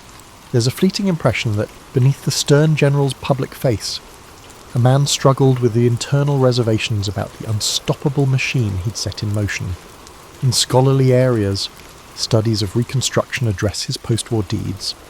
Some argue that, despite his ability to effect southern reintegration, he mostly deferred to civil authorities and focused on limited army duties. Did he demonstrate smart statesmanship, or did he allow systemic injustices to continue? The discussion continues. According to the record, Sherman considered himself first and foremost a soldier, and he rarely saw the army as an instrument for sweeping social engineering. This perspective, aligning with his pragmatic approach, significantly shaped the course of Reconstruction, both positively and negatively. Sherman's image appears in novels, documentaries, and historical dramas that aim to capture the passion of the Civil War. Filmmakers show him poised on horseback, watching a horizon tinged orange by fires, or in frenetic staff meetings with maps strewn out over rickety tables. These portrayals frequently exaggerate for dramatic effect, but they reflect a long-standing fascination with the man who accepted the brutal facts of war and forced the South to taste the bitter fruit of defeat. The conflict between actuality and myth is rarely fully resolved, expressing the essence of a character who thrived on contradiction. Finally, Sherman's story is a microcosm of American history in the mid-19th century, a country stumbling from compromise to confrontation, debating whether to remain a single political unit or split irreparably. Sherman's life followed that trajectory, from frontier boyhood to the pinnacle of military leadership, from the sorrow of personal loss to the moulding of an unwavering approach in the crucible of battle. His traces are still visible not only on Georgian territory, but also in how America deals with the duties and costs of military conflict. For those looking for simple labels, hero or villain, visionary or brute, Sherman defies them all, reminding us that history is woven from the threads of both success and the tragedy, sculpted by the steely will of individuals who once marched across the stage of an evolving national drama. Elizabeth Schuyler came into the world on August 9th, 1757, cradled by the rolling vistas of the Hudson River. Her father, Philip Schuyler, was a respected military leader and landowner in the colony of New York, and her mother, Catherine Van Rensselaer, hailed from one of the most influential families in the region. Growing up amid such privilege might have nurtured a sense of arrogance in some, but Eliza, as she was often called, had a natural warmth that set her apart from many of her peers. Nestled in the Schuyler mansion in Albany, Eliza spent her earliest years as part of a large clan that valued public service, hospitality, and the quiet force of tradition. The estate hummed with activity. Soldiers sometimes shared camp stories by the hearth. Travelling merchants arrived to do business, and politicians stopped by on their way to legislative sessions. In this swirl of visitors, Eliza learned to mingle with all sorts, haughty aristocrats, weary militia officers, and even the occasional foreign envoy. Yet her home life had its share of complexities. The Schuyler family, though wealthy, carried the anxieties of living in a colony hovering on the brink of conflict. The tensions between Britain and its American subjects simmered. As a child, Eliza observed how her father weighed the possibility of war. General Philip Schuyler eventually became a key figure in the Continental Army, and dinner-table conversations often circled back to strategy, logistics, and the moral burden of rebellion. These discussions shaped Eliza's understanding of politics as something more than an abstract game. It was about forging a future from uncertain times. Despite such concerns, her childhood retained a sense of magic. She roamed the gardens overlooking the Hudson, daydreaming about distant places she only knew from travellers' tales. She and her sisters, Angelica and Peggy, shared a bond forged by laughter and mischief, pranks on unsuspecting cousins, midnight raids on the kitchen to pilfer sugar biscuits. Eliza was neither the bookish child Angelica was, nor as vivacious as Peggy, but she combined a quiet determination with a thoughtful curiosity. As she approached her teenage years, Eliza's mother introduced her to the more formal aspects of womanhood. Sewing circles, polite dances, and lessons in hospitality were considered essential to any young lady's future. For some, these rituals were rote, but Eliza took to them with a sense of genuine kindness. She discovered she could put people at ease, a smile here, a well-timed joke there. It was less about social climbing and more about forging a real connection. Sometime around her adolescence, the American Revolution moved from hushed speculation to living reality.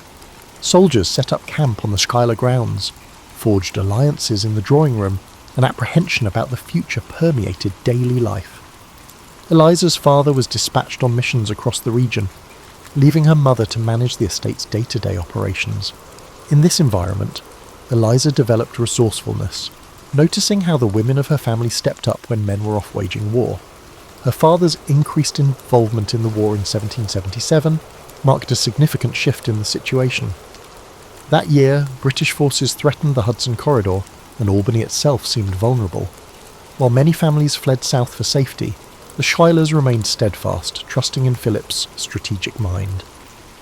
Eliza watched as her once calm household transformed into a nerve centre of patriot supporters. Maps on tables, correspondences carried in and out by exhausted couriers, and the muffled clang of armaments stacked in the yard.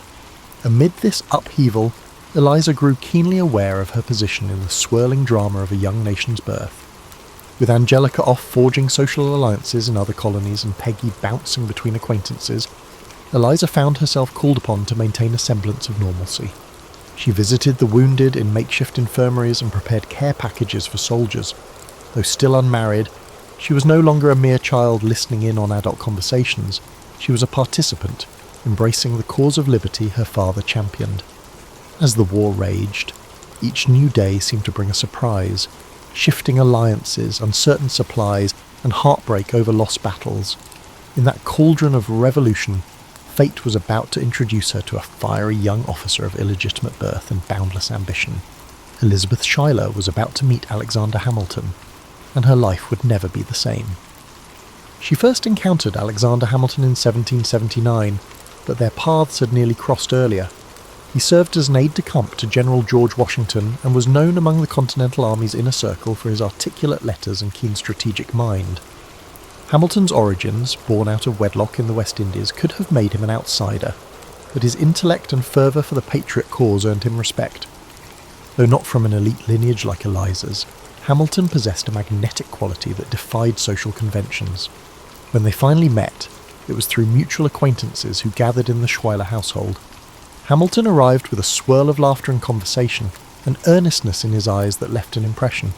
He was no tall, gallant figure. Instead, he was compact and brimming with restless energy.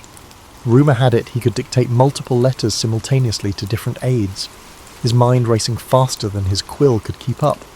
Eliza, conversely, was known for her measured confidence, quiet but unwavering. Their conversations, at first, centred on practicalities, the direction of the war, rumours of British troop movements, and the hardships faced by soldiers. But beneath these tactical topics, a personal connection sparked. Eliza found Hamilton's ambition refreshing rather than boastful. He, in turn, appreciated her sincerity and the intelligence she did not flaunt. They spent evenings strolling through the garden, forging a bond grounded in shared hope for America's future and a mutual sense of responsibility to their respective families. Still, Eliza harboured doubts. Courtships in wartime carried uncertainty. She saw how heartbreak could follow a letter announcing a casualty or a transfer to a distant front. But Hamilton's letters, penned during his absences, were tender, infused with more than just flattery. He spoke of unity, both for the nation and between two souls ready to face life's challenges together. When he addressed her as Eliza, it felt simultaneously intimate and reverent. They married on December 14th, 1780, in a ceremony that reflected the swirl of revolutionary fervour. The bride's father, though still weighed down by the complexities of war, offered a generous celebration at the Schuyler mansion. Guests included prominent military officers, local dignitaries, and friends from across the colonies. Candles flickered as violins played, and talk of independence mingled with toasts to love. For Eliza, that night felt like a bridge between her old life and a new horizon. In the early weeks of marriage, their world seemed to pulse with promise. Yet the realities of the war intruded almost immediately. Hamilton was pulled back to his post, drafting critical communications for Washington, orchestrating supply logistics, and occasionally heading into dangerous territory. Eliza, accustomed to supporting her father's campaigns, adapted swiftly. She learned to manage household finances, keep track of important documents, and serve as a confidant for Hamilton's anxieties about the fate of the Revolution. She first encountered Alexander Hamilton in 1779, but their paths had nearly crossed earlier.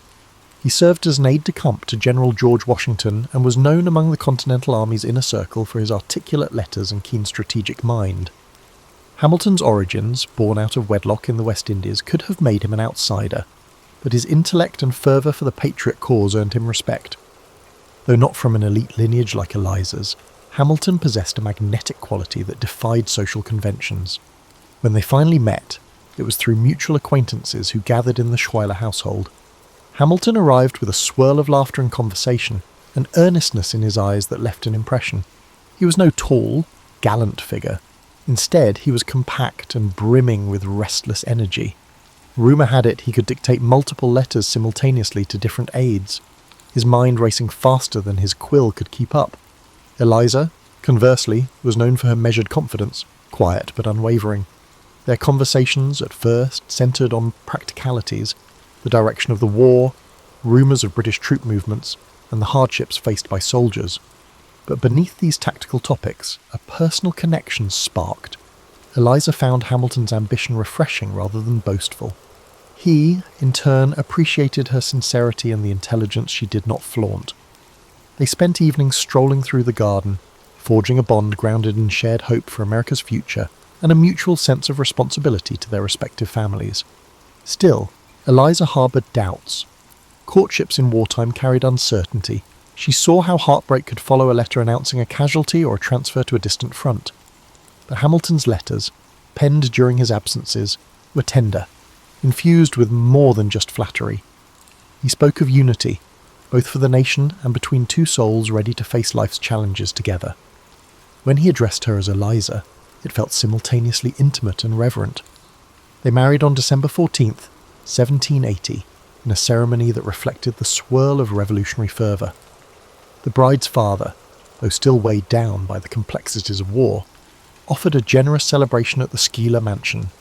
Guests included prominent military officers, local dignitaries, and friends from across the colonies. Candles flickered as violins played, and talk of independence mingled with toasts to love. For Eliza, that night felt like a bridge between her old life and a new horizon. In the early weeks of marriage, their world seemed to pulse with promise. Yet the realities of the war intruded almost immediately. Hamilton was pulled back to his post, drafting critical communications for Washington, orchestrating supply logistics, and occasionally heading into dangerous territory. Eliza, accustomed to supporting her father's campaigns, adapted swiftly. She learned to manage household finances, keep track of important documents, and serve as a confidant for Hamilton's anxieties about the fate of the Revolution. When the Treaty of Paris officially ended the Revolutionary War in 1783, Alexander Hamilton found himself in a position to help shape America's future. After his bar admission, he established a thriving legal practice in bustling New York City. Initially, he focused on property disputes left in the war's wake, yet bigger ambitions loomed. He sensed the new nation needed a stable financial structure, a strong central government, and a cohesive framework for unity. Eliza, meanwhile, adapted to city life with the same resilience she had shown amid military camps. The Hamiltons' household was never quiet for long. Their circle of acquaintances ballooned, including statesmen, merchants, and military comrades turned politicians. The Hamilton home became a hub of spirited discourse. Eliza served as both hostess and participant. Her hallmark was a welcoming presence, ensuring everyone felt at ease, from the most polished senator to the rough-hewn frontier representative. Despite sometimes intimidating conversation about economics or legislation, she never shied away from asking pointed questions. Alexander's participation in the Constitutional Convention in 1787 represented a progressive moment. While he was away in Philadelphia, Eliza managed affairs in New York, maintaining correspondence with him.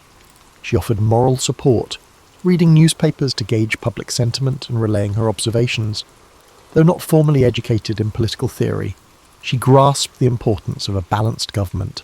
She often wrote that the promise of liberty would flounder without practical safeguards. When Hamilton returned with the proposed constitution, debates raged. Federalists championed a robust central government, while anti-federalists feared tyranny. Hamilton, a leading Federalist, penned the majority of the Federalist Papers, explaining the Constitution's merits. Late nights of writing blurred until dawn. Eliza recognized his fervour, doing what she could to ease his workload. She edited drafts lightly, made sure he ate, and even coordinated with his co-authors, John Jay and James Madison. Although her name never appeared on the pamphlets, her unseen labour and emotional support proved invaluable. As the Constitution was ratified, Hamilton stepped into a new role, the nation's first Secretary of the Treasury under President George Washington. He tackled the public debt, proposed a national bank, and laid out an economic blueprint that would stir controversy for years. Throughout this whirlwind, Eliza managed a rapidly expanding family. More children arrived, each named with care. She also tended to her father's affairs, as Philip Schuyler had joined the new US Senate. Eliza adeptly juggled her responsibilities, balancing the realms of motherhood, social diplomacy, and philanthropic engagements. One of her quieter achievements involved the creation of an orphanage. In the aftermath of war, many children roamed the streets bereft of parents. Eliza's heart went out to them. She tapped into her connections, rallying other women from prominent families to organise resources. Though Hamilton's name was more associated with financial policy, it was Eliza who championed charitable efforts, seeing in them a reflection of the new republic's moral obligations. She believed social welfare was not a luxury, but a fundamental sign of civilized values. Meanwhile, the couple's personal life was a tapestry of devotion, intense arguments, and fleeting reconciliations. Hamilton's political enemies targeted him relentlessly. He was accused of favouritism, monarchy-leaning sympathies, and financial improprieties. Eliza stood by him, convinced of his integrity. Yet stress loomed. Long hours at the Treasury, combined with the scorn of detractors, sometimes left Hamilton edgy. Family dinners occasionally turned into strategy sessions, with Eliza offering a calm perspective. At other times, he withdrew into brooding ruminations. Then came scandal. In 1791, Hamilton embarked on a disastrous affair with Maria Reynolds, eventually revealed in 1797. Eliza learned of it in disjointed pieces, the betrayal hitting hard. The affair was no trifling rumour. It was a reality that threatened to unmoor her marriage. And yet, in her heartbreak, she chose not to abandon him. Some historians interpret her reaction as moral fortitude. She believed in redemption, especially for the father of her children. Others see it as a pragmatic move, given her limited options in that era. Regardless, her decision underscored a resolve forged by adversity. She insisted that Hamilton come clean publicly, which he did through the infamous Reynolds pamphlet, revealing private matters in humiliating detail. The scandal tarnished Hamilton's reputation, but Eliza never wavered in supporting him. Their union, tested by the court of public opinion, emerged battered yet intact. She retreated from society's glare, focusing on her children and philanthropic ventures. In private, she and Hamilton worked toward mending the trust between them. Her stance was rooted in a belief that individuals and the young nation could be redeemed from failings, provided they confronted their missteps openly. By the end of the 1790s, Hamilton had resigned from the Treasury. Political battles consumed him. Federalists and Democratic Republicans fought bitterly. Eliza, quietly reflective, saw the shape of things to come. A new century beckoned, but personal storms had left scars. Still, she pressed on with her philanthropic dreams and unwavering commitment to her family, convinced that the American experiment and her marriage both warranted every ounce of perseverance she could muster. As the 1800s dawned, Alexander Hamilton's political career entered a contentious phase. He engaged in newspaper feuds, criticised John Adams' presidency, and tried to sway elections behind the scenes. Eliza watched, worried that his relentless ambition might alienate even his allies.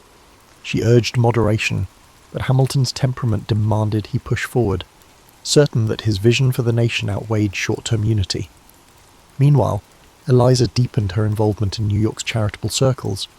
She helped organise relief for impoverished families, often visiting tenements with a small retinue to distribute necessities. Her presence in these rough neighbourhoods surprised many. Dressed modestly but unmistakably from a higher social sphere, she approached each household with empathy, inquiring about their hardships and connecting them with local artisans or job possibilities. In her mind, the spirit of the revolution hinged on ensuring that liberty was not purely for the privileged. At home, life was busy.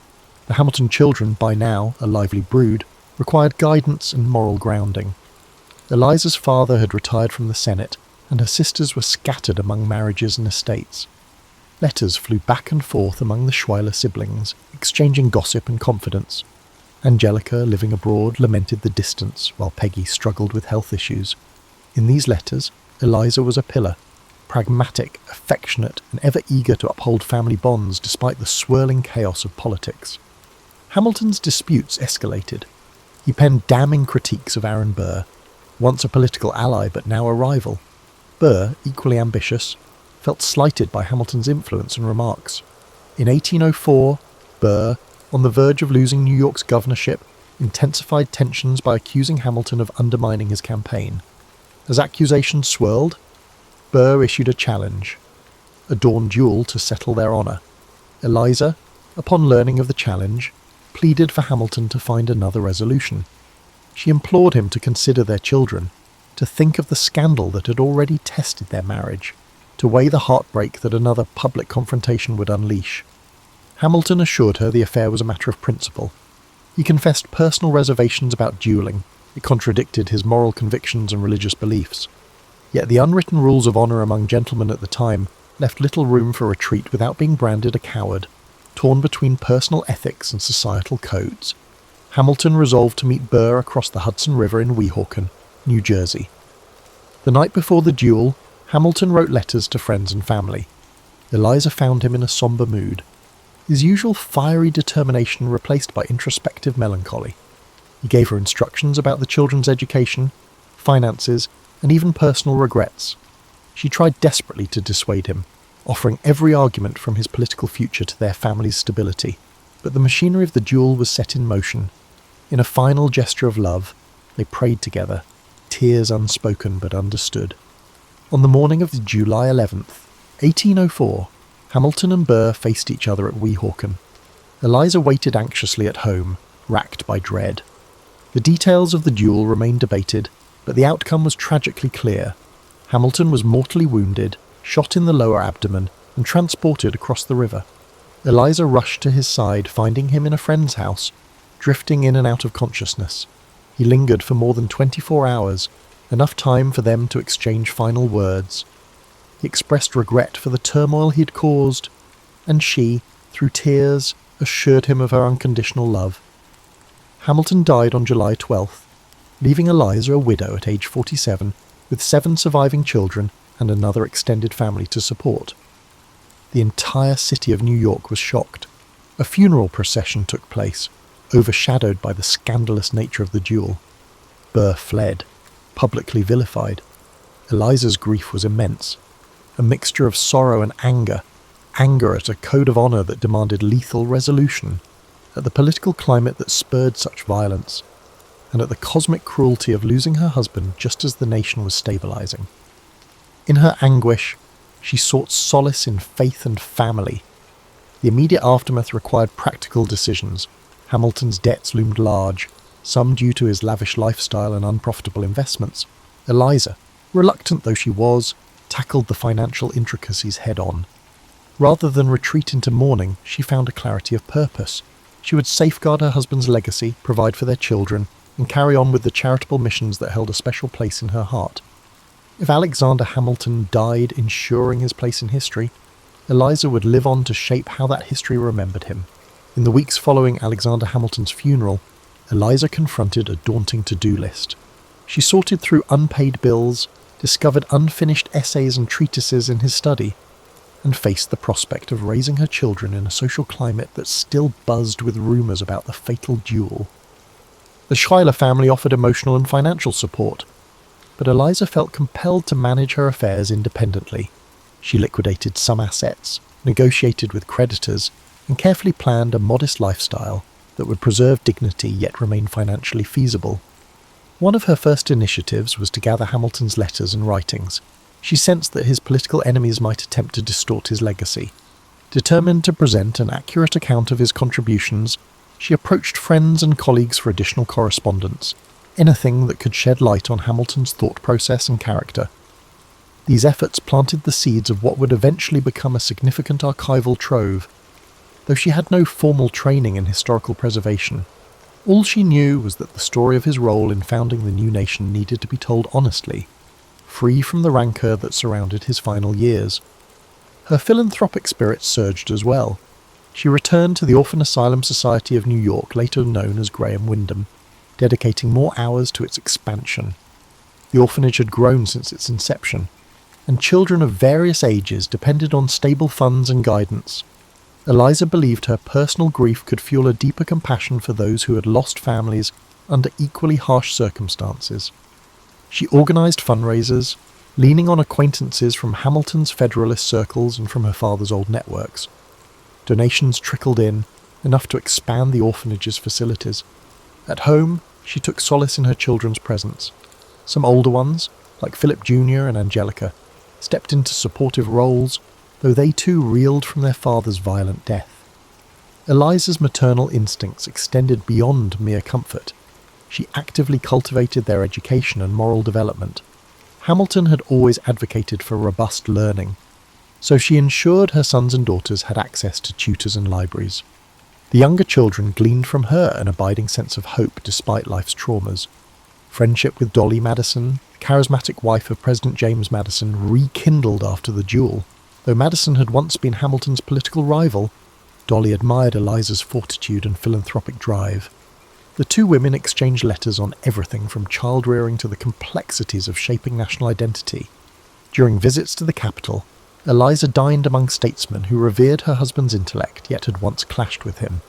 Her presence in these circles underscored that while Hamilton was gone, his ideals and family remained part of America's evolving story. Over time, Eliza found a measure of peace. She read extensively scripture, philosophy, and even Hamilton's essays on finance. She became a discreet mentor to young women, advising them that loss did not have to define one's entire existence. In that process, she uncovered an internal wellspring of power.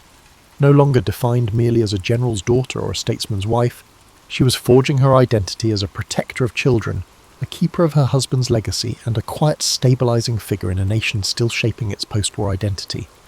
Yet she confronted constant reminders of the duel's aftermath.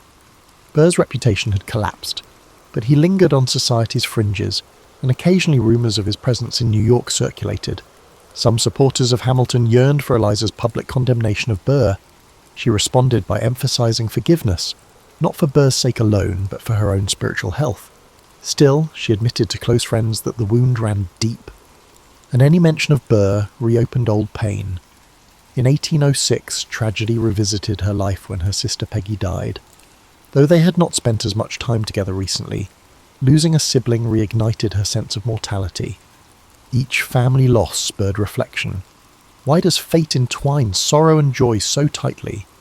She found partial answers in her faith, which had grown more earnest since Hamilton's death. Eliza turned to church communities for comfort, simultaneously offering her organisational skills to parish events. Slowly, the Hamilton household stabilised. Debts were gradually paid off. The children advanced in their studies or commenced livelihoods. Eliza's philanthropic projects flourished, earning her quiet admiration across class lines. Life was by no means carefree, money was tight. Social slights stung, but she navigated each challenge with calm determination. By middle age, she stood as a testament to endurance, weaving heartbreak, duty, and service into a tapestry that gave her a renewed sense of mission. As decades rolled on, Eliza entered a reflective phase of life. She remained in New York, though the city changed around her, evolving from a post-revolutionary port into a bustling metropolis. She occasionally visited her beloved Schuyler mansion in Albany, now quieter and steeped in nostalgia. Each time she walked the garden paths where she once courted Alexander, reminded of both the innocence of youth and the seismic shifts that had sculpted her fate. During the War of 1812, when the US again clashed with Britain, Eliza worried for her sons, some of whom served in the conflict. Memories of the revolution merged with fresh anxieties. She found the national mood reminiscent of her childhood: uncertainty, pride, and the determination to defend independence. Though she was no longer at the forefront of patriotic fervour, she contributed by donating to relief efforts for soldiers' families. The Orphan Asylum Society also expanded its reach, taking in children orphaned by this new war. Family events punctuated her life with both grief and celebration. Her father, Philip Schuyler, passed away in 1804, mere months after Hamilton's death. Her mother, Catherine, died in 1803. So Eliza found herself increasingly the matriarch of a sprawling clan. Grandchildren eventually came into the picture. She watched them with pride, telling stories of their heroic grandfather. These tales often alluded to Hamilton's intellectual prowess, omitting the specifics of his downfall. Eliza believed that preserving his better qualities would inspire younger generations. A notable shift occurred in the 1820s when John Church Hamilton, one of her sons, began collecting material for a biography of his father. Eliza became an essential collaborator, providing letters, anecdotes, and clarifications. Her memory was sharp despite advancing age.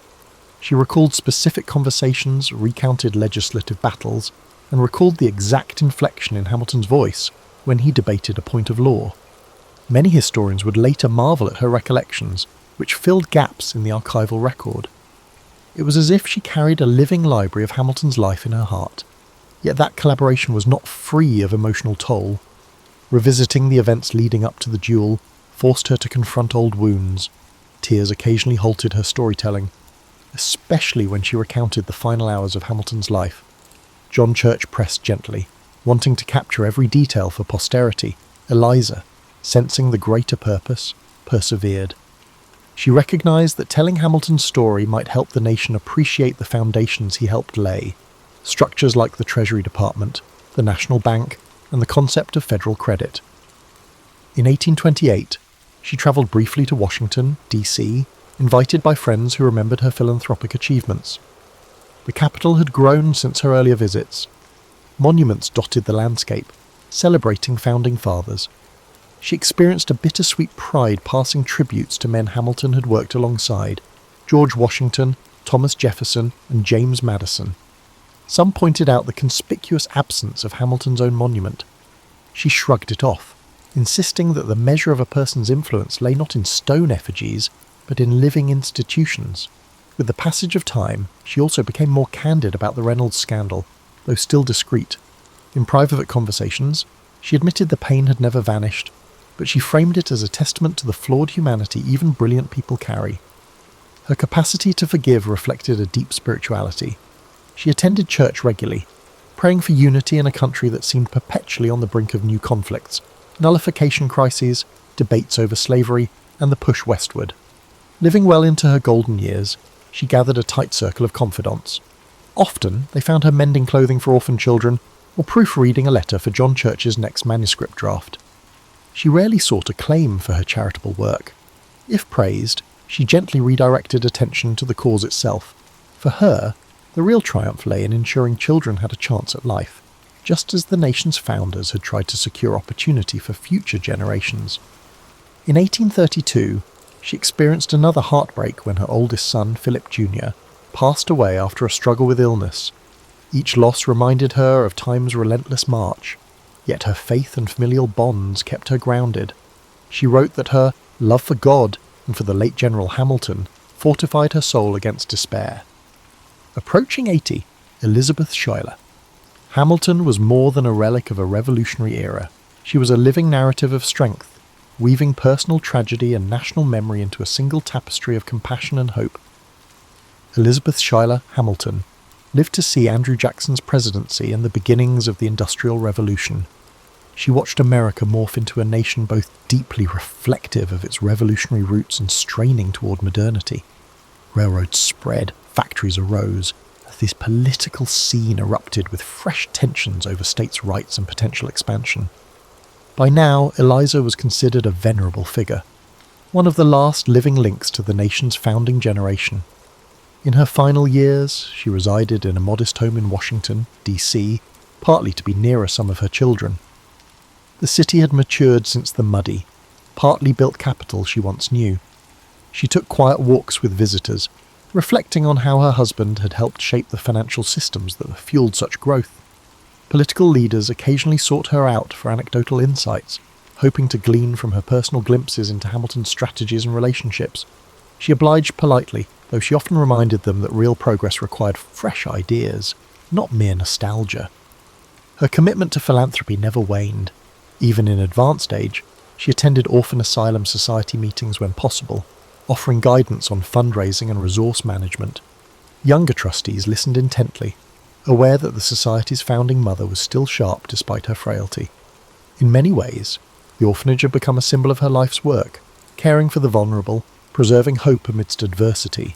Ensuring the completeness of John Church Hamilton's father's biography was one of her most cherished final projects. She reviewed the final drafts, contributing details she'd previously withheld or forgotten. She emphasized Hamilton's unwavering dedication to the Union, his progressive stances on federal power, and his unrelenting push for financial stability. Some editorial disagreements arose, particularly around the Reynolds affair, but Eliza insisted on honesty tempered by grace. The published volumes, though not immediate bestsellers, gradually shaped public understanding of Hamilton's legacy. As her health declined, her family closed ranks around her. Letters from grandchildren poured in, stories of their studies, their marriages, their small triumphs. Eliza's once robust figure had become frail, but her mind held firm. She reminisced about ballrooms in Albany, the swirling war councils at her childhood home, and the day she first locked eyes with a brash young officer in revolutionary garb.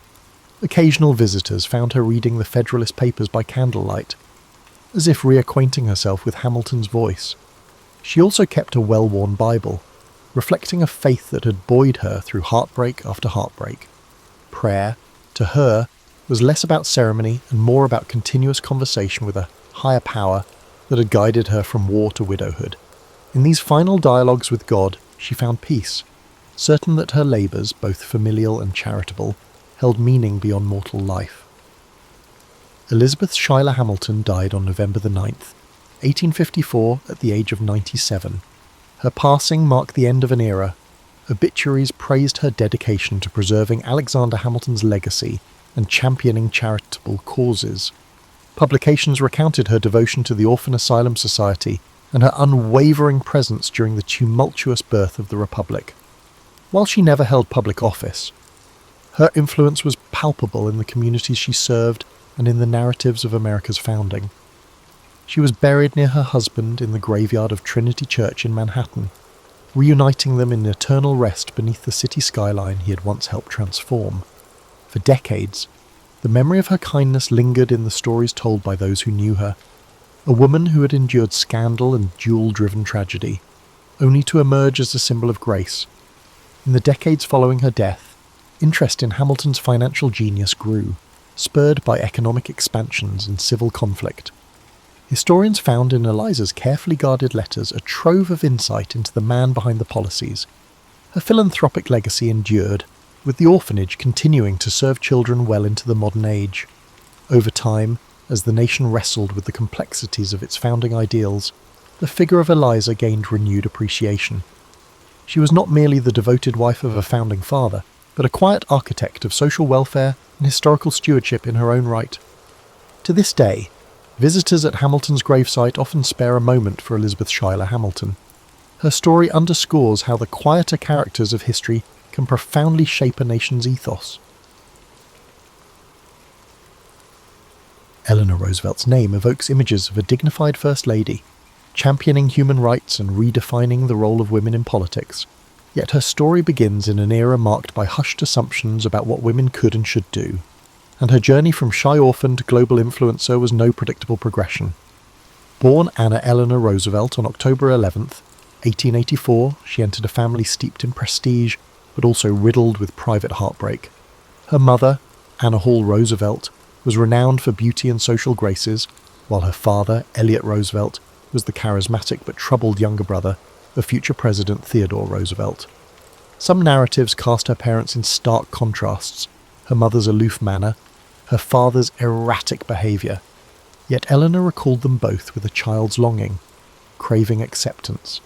Her mother's criticisms of her looks haunted her, and her father's struggles with alcohol often overshadowed his tender devotion. These paradoxes shaped Eleanor's earliest perceptions of self-worth. By age 10, she had lost both parents. Her mother died of diphtheria, and her father, long embroiled in personal turmoil, passed away 2 years later. Left without their protective presence, Eleanor moved in with relatives who maintained the typical decorum of New York high society. She was a timid child, overshadowed by cousins who found her seriousness perplexing. She found some solace in reading stories of daring heroines and moral dilemmas.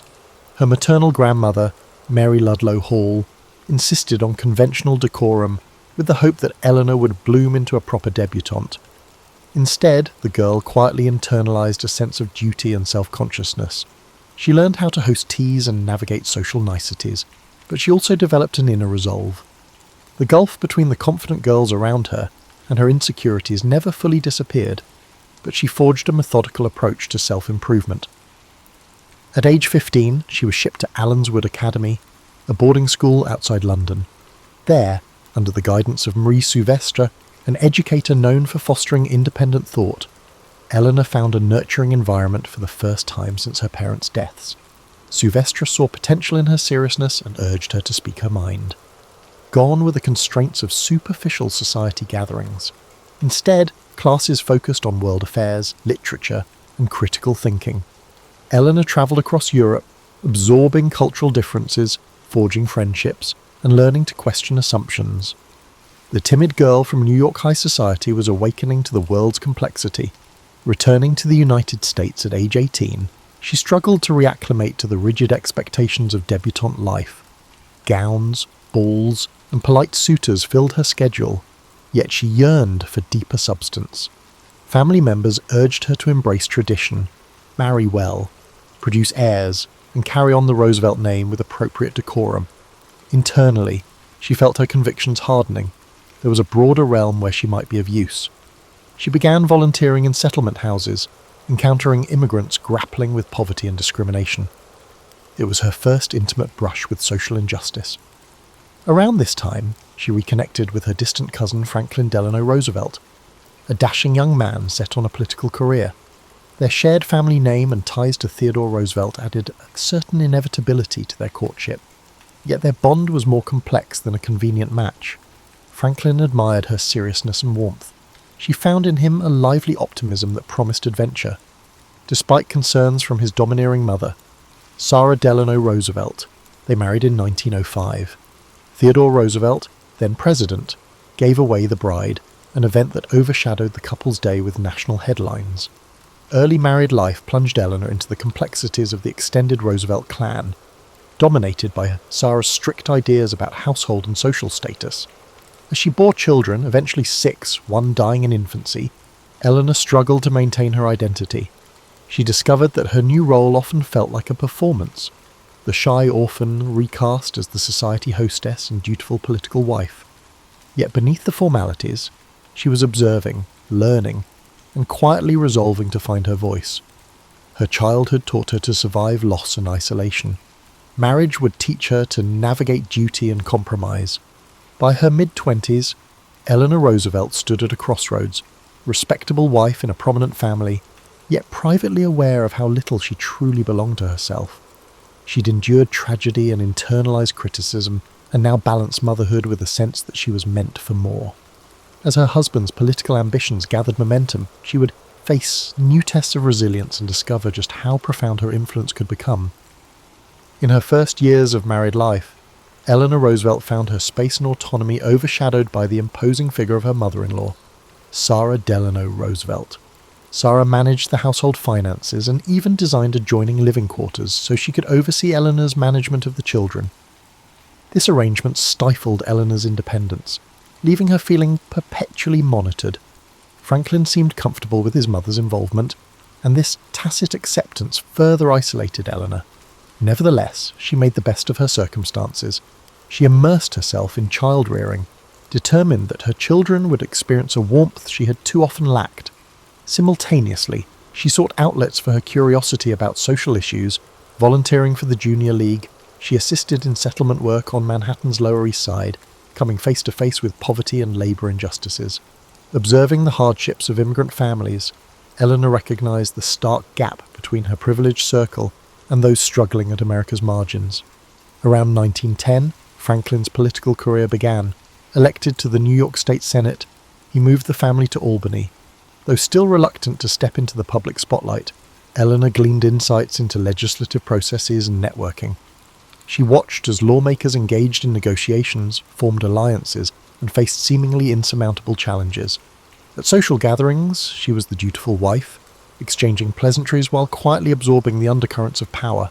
Her vantage point revealed a system in dire need of empathetic leadership. Tragedy soon intervened. In 1912, Eleanor's world was rocked when her eldest daughter, Anna, nearly died of illness. Shortly thereafter, she endured her health scares and a complicated birth. The precariousness of life, combined with the relentless swirl of political obligations, frayed her nerves. Sarah's hovering presence exacerbated tensions, yet adversity stirred in Eleanor a growing resolve. She ventured beyond polite tea-room talk, forging links with progressive women seeking to address glaring social inequities. She admired activists who battled for child labour laws and workplace safety reforms. By 1913, Franklin was appointed Assistant Secretary of the Navy by President Woodrow Wilson, prompting a move to Washington, D.C. The capital's elite social scene revolved around formal receptions and ranking protocols, neither of which thrilled Eleanor. Still, she recognised the city as a crucible of national decision-making. She developed friendships with progressive-minded officials and activists, exchanging ideas about wages, education, and women's suffrage. World War I broke out in 1914, drawing America in by 1917. Washington became a hive of wartime mobilization. Hospitals overflowed, and soldiers returned with devastating injuries. Eleanor volunteered at the Red Cross canteens and naval hospitals, an experience that brought her face to face with war's human toll. She found it impossible to return to trivial chatter at lavish parties after seeing wounded veterans struggle to rebuild their lives.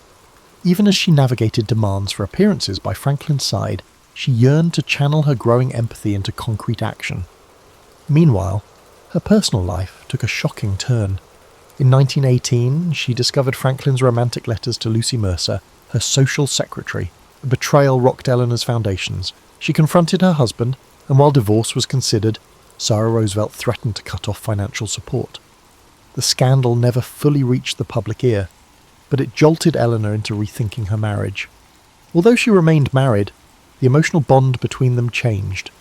She began cultivating her identity separate from him, forging alliances and friendships that didn't revolve solely around Franklin's ambitions. As the war ended, Washington shifted back to peacetime routines. The Roosevelts returned to New York, where Franklin resumed his political climb.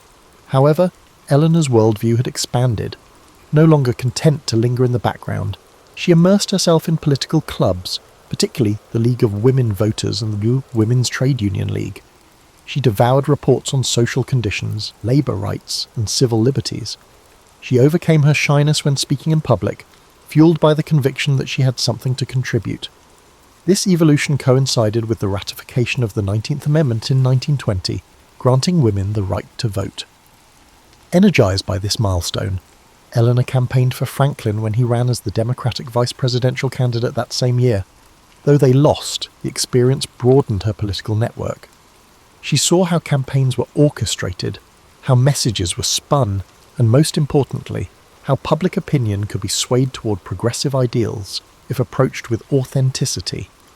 By the early 1920s, Eleanor Roosevelt had traversed heartbreak, war volunteerism, and political initiation. She had begun forging her path, shaped by the direct encounters with suffering and by her growing circle of reform-minded peers. Her marriage, once the axis of her existence, now became just one facet of a broader calling. As she discovered, adversity often planted the seeds of purpose. The once quiet, shy girl, now determined to stand on her own terms, guided by a conscience that refused to stay silent, was emerging. The 1920s brought both hardship and opportunity to Eleanor Roosevelt. Franklin's political career stalled when he lost the vice presidential race in 1920, but his future seemed boundless until polio struck him in 1921. That summer, during a vacation in Campobello, he suddenly found himself paralysed from the waist down. Doctors offered little hope for complete recovery. The family rallied, yet the crisis triggered another shift in Eleanor's life. Overnight, she transformed into Franklin's indispensable ally, juggling therapy regimens, household logistics, and public relations. Many within the Roosevelt clan believed Franklin's political days were over. Sarah Delano Roosevelt pressed him to retire quietly, but Eleanor discerned that relinquishing his ambitions would crush his spirit.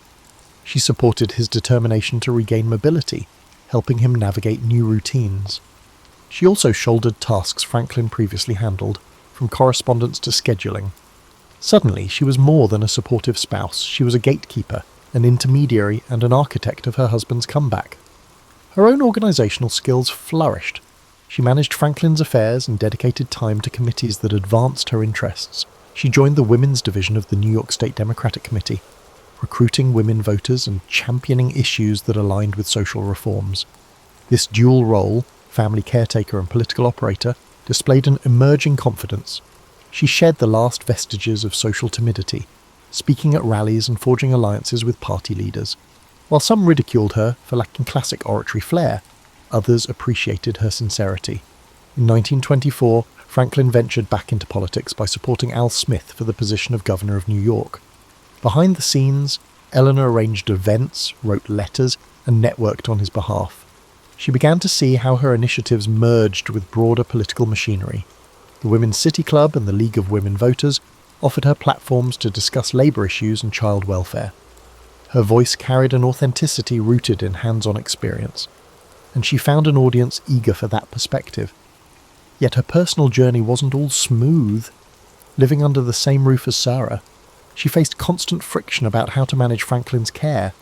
Moreover, echoes of the Lucy Mercer affair lingered, complicating the emotional bond with her husband. Their marriage, though stable in outward appearance, evolved into more of a partnership than a traditional romance. Trusted friends, such as journalist Lorena Hickok, entered her life, providing emotional support. Speculation about the nature of these friendships arose later, but at the time they served as lifelines, anchoring Eleanor's sense of self-worth.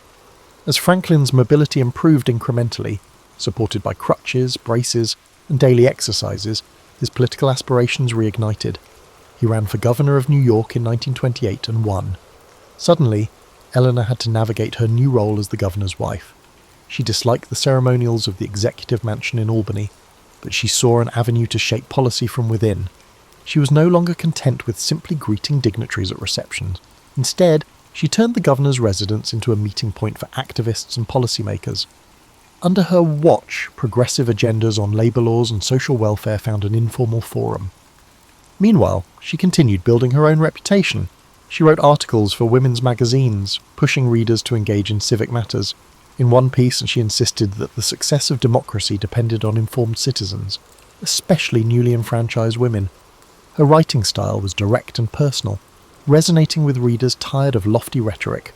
Critically, she believed that compassion and practical solutions, not empty slogans, made politics meaningful. By the close of the 1920s, the Roosevelts had become a formidable team. Franklin's charismatic optimism drew public admiration, while Eleanor's growing expertise on social issues injected substance into his political image. The 1929 stock market crash sent the nation reeling, intensifying scrutiny of leaders' efforts to alleviate economic despair. As governor, Franklin grappled with relief measures for the unemployed. Eleanor, for her part, travelled the state, visiting factories, tenements, and rural communities to assess problems firsthand. Her dispatches back to Albany shaped policy debates, ensuring that the voices of ordinary citizens didn't get lost in the shuffle of bureaucracy. It was during this period that Eleanor solidified her belief in the potential of government to uplift the vulnerable. While critics accused her of meddling in affairs beyond a spouse's domain, she brushed off the barbs. If democracy was to thrive, she reasoned, it needed more than figureheads. It needed informed advocates willing to engage directly with citizens' struggles. As the 1932 presidential election approached, Franklin emerged as the Democratic frontrunner. With the Great Depression tightening its grip, Americans craved leadership that promised hope and decisive action. Eleanor steeled herself for the next stage. Little did she know, the White House would offer an even broader platform, yet also test her capacity to balance public influence with private conviction. When Franklin D. Roosevelt won the 1932 presidential election, America was in the throes of the Great Depression. Lines for bread and soup stretched across city blocks, farms were foreclosed, and unemployment soared. Millions looked to the incoming president for salvation. Amid the frenzied national attention, Eleanor Roosevelt stepped into the role of First Lady with an approach that defied convention. Rather than focusing on high society receptions, she resolved to become the eyes and ears of the administration. travelling extensively to gauge people's realities. From the onset, she carved out an unprecedented public profile. She held weekly press conferences for female reporters, ensuring that women in journalism retained access to the political heart of the nation. This move sparked controversy. No First Lady had ever done something so openly proactive. Critics labelled her a meddler, but Eleanor persisted, explaining that women's voices deserved inclusion in national discourse. She believed that an administration ignoring half the population's perspective was doomed to fail. She also launched a syndicated newspaper column, My Day.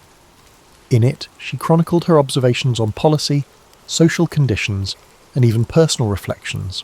While some columns offered daily glimpses into her travels or family life, others pushed readers to consider labour issues, civil rights, and youth programmes. The column garnered a massive following. Americans, especially women, found an advocate in the White House who spoke plainly about societal injustices. Detractors howled about an overstepping spouse. But she refused to cede the platform. Her pen became a conduit for the unheard. Meanwhile, the Roosevelt administration rolled out the New Deal, an array of programs aimed at relief, recovery, and reform. While Franklin handled the sweeping political maneuvers, Eleanor visited factories, slums, and rural backwaters, reporting her findings back to him and other officials. Her input influenced initiatives like the National Youth Administration, which provided jobs and education for young people. Eleanor believed that social welfare wasn't about handouts, but about giving people the tools to regain dignity. She pressed agencies to ensure these programs reached women, minorities, and rural families often sidelined in bureaucratic distribution. Her activism caught attention outside Washington. Labour leaders praised her empathy, while some conservatives accused her of championing socialism. Unions, especially the newly formed Congress of Industrial Organizations, CIO, saw her as an ally willing to bring workers' grievances to her husband's ear. Civil rights groups, led by African-American leaders like Mary McLeod Bethune, found in Eleanor a rare White House ally who would openly address racial injustice. She famously defied segregation norms in 1938 by sitting in the middle aisle between black and white delegates at a Southern conference. Critics deemed it a publicity stunt, but for many African Americans, it was a symbolic stand by someone in power. In private, though, she battled frustration and loneliness. Franklin's polio limited his mobility, and the relentless demands of the presidency deepened the emotional gulf between them. The White House brimmed with staff and visitors, leaving little time for introspection. She relied on friendships with women like Lorena Hickok, who provided an emotional outlet she rarely found in her marriage. Historians later scrutinized these relationships, but at the time they served as islands of understanding and affection in a sea of political chaos. Despite the strain, Eleanor recognized her unique influence. She championed the arts through projects under the Works Progress Administration. Believing creativity spurred hope. She publicly supported progressive women in office, including Secretary of Labour Frances Perkins, the first woman to hold a US cabinet position. In doing so, she advanced the notion that women could excel in governance. Skeptics sneered at the idea of female leadership, but Eleanor's calm assurance, backed by real accomplishments, countered their doubts. She also found herself entangled in controversies around housing reforms, rural electrification, and migrant labour camps. In each case, her approach was consistent: travel to the sites, talk to affected families, and push her husband's advisors to craft solutions. If she couldn't persuade through formal channels, she sometimes appealed directly to the public through her column or radio addresses. She skillfully balanced between being a supportive First Lady and being an independent political actor. By the late 1930s, the Roosevelt administration confronted new challenges: fascism rising in Europe and a still wobbly economy at home. Through it all, Eleanor's schedule remained relentless. She believed in direct engagement, convinced that a leader unaware of suffering had no moral right to shape policy. Though she never held official office, her council influenced decisions that altered millions of lives. With war clouds gathering overseas, she would soon discover that her role required not just empathy, but a steely resolve to face a global crisis poised to test America's ideals. As the 1930s ended and World War II loomed, Eleanor Roosevelt sensed a shifting global landscape. She saw fascism trampling human rights in Europe and Asia, while America debated isolation versus intervention. Though Franklin initially focused on domestic recovery by 1940, it was clear the nation couldn't ignore international turmoil. Eleanor, never shy about voicing her stance, argued that America's moral responsibility extended beyond its borders. She wrote passionately in My Day, warning readers that democratic values needed defending, lest they perish in the onslaught of tyranny. When Franklin won an unprecedented third term in 1940, the Roosevelts steeled themselves for a tumultuous period. Eleanor accelerated her advocacy for civil rights and women's involvement in war preparedness. With men joining the military, she championed female workers to fill industrial roles. Touring factories, she highlighted the contributions of Rosie the Riveter types, urging Americans to shed old prejudices about a woman's place. Her stance was pragmatic. The nation required every capable hand to beat looming threats. Yet Pearl Harbor's bombing in December 1941 brought war to US soil, igniting frantic mobilization. Eleanor plunged into morale-building efforts, visiting troops, meeting with families of servicemen, and pushing for improved conditions in military camps. Eleanor believed that even small actions like providing decent food, medical care, and pay could demonstrate the country's commitment to those who served. Despite the War Department having its structures, her personal visits frequently revealed areas of concern, such as segregated facilities, limited mental health services, or insufficient resources in remote training sites. She penned frank memos to generals and even her husband, demanding improvements. On the home front, war fever sometimes fueled racism. Japanese Americans were forced into internment camps, a policy Eleanor struggled to reconcile with her belief in democratic principles. She quietly lobbied behind the scenes, but her opposition to the policy never gained enough traction to reverse it. Critics later labelled her substance on internment as one of her greatest moral failures. Still, she strove to mitigate conditions by visiting camps and advocating for educational programs inside them, mindful that these efforts fell short of outright justice. Meanwhile, civil rights leaders urged the administration to address discrimination in defense industries. Eleanor became their conduit in the White House. Franklin issued Executive Order 8802, banning racial discrimination in defense contracts, partly due to her persistent urging. Though enforcement was patchy, it set a precedent. She continued her bold stands, like publicly supporting the Tuskegee Airmen and ensuring African American nurses were integrated into the Army Nurse Corps. Each symbolic action fanned controversy among segregationists, but to her, equality was non-negotiable, especially in a war purportedly fought for freedom. Abroad, Eleanor's reach extended through her goodwill tours. She travelled to Britain and the South Pacific, meeting soldiers and Allied leaders. Her presence was more than ceremonial. She asked probing questions about troop morale, supply lines and local tensions. Often, she cabled back suggestions for improvements. British Prime Minister Winston Churchill praised her empathy, even if some in his entourage found her activism unorthodox for a First Lady.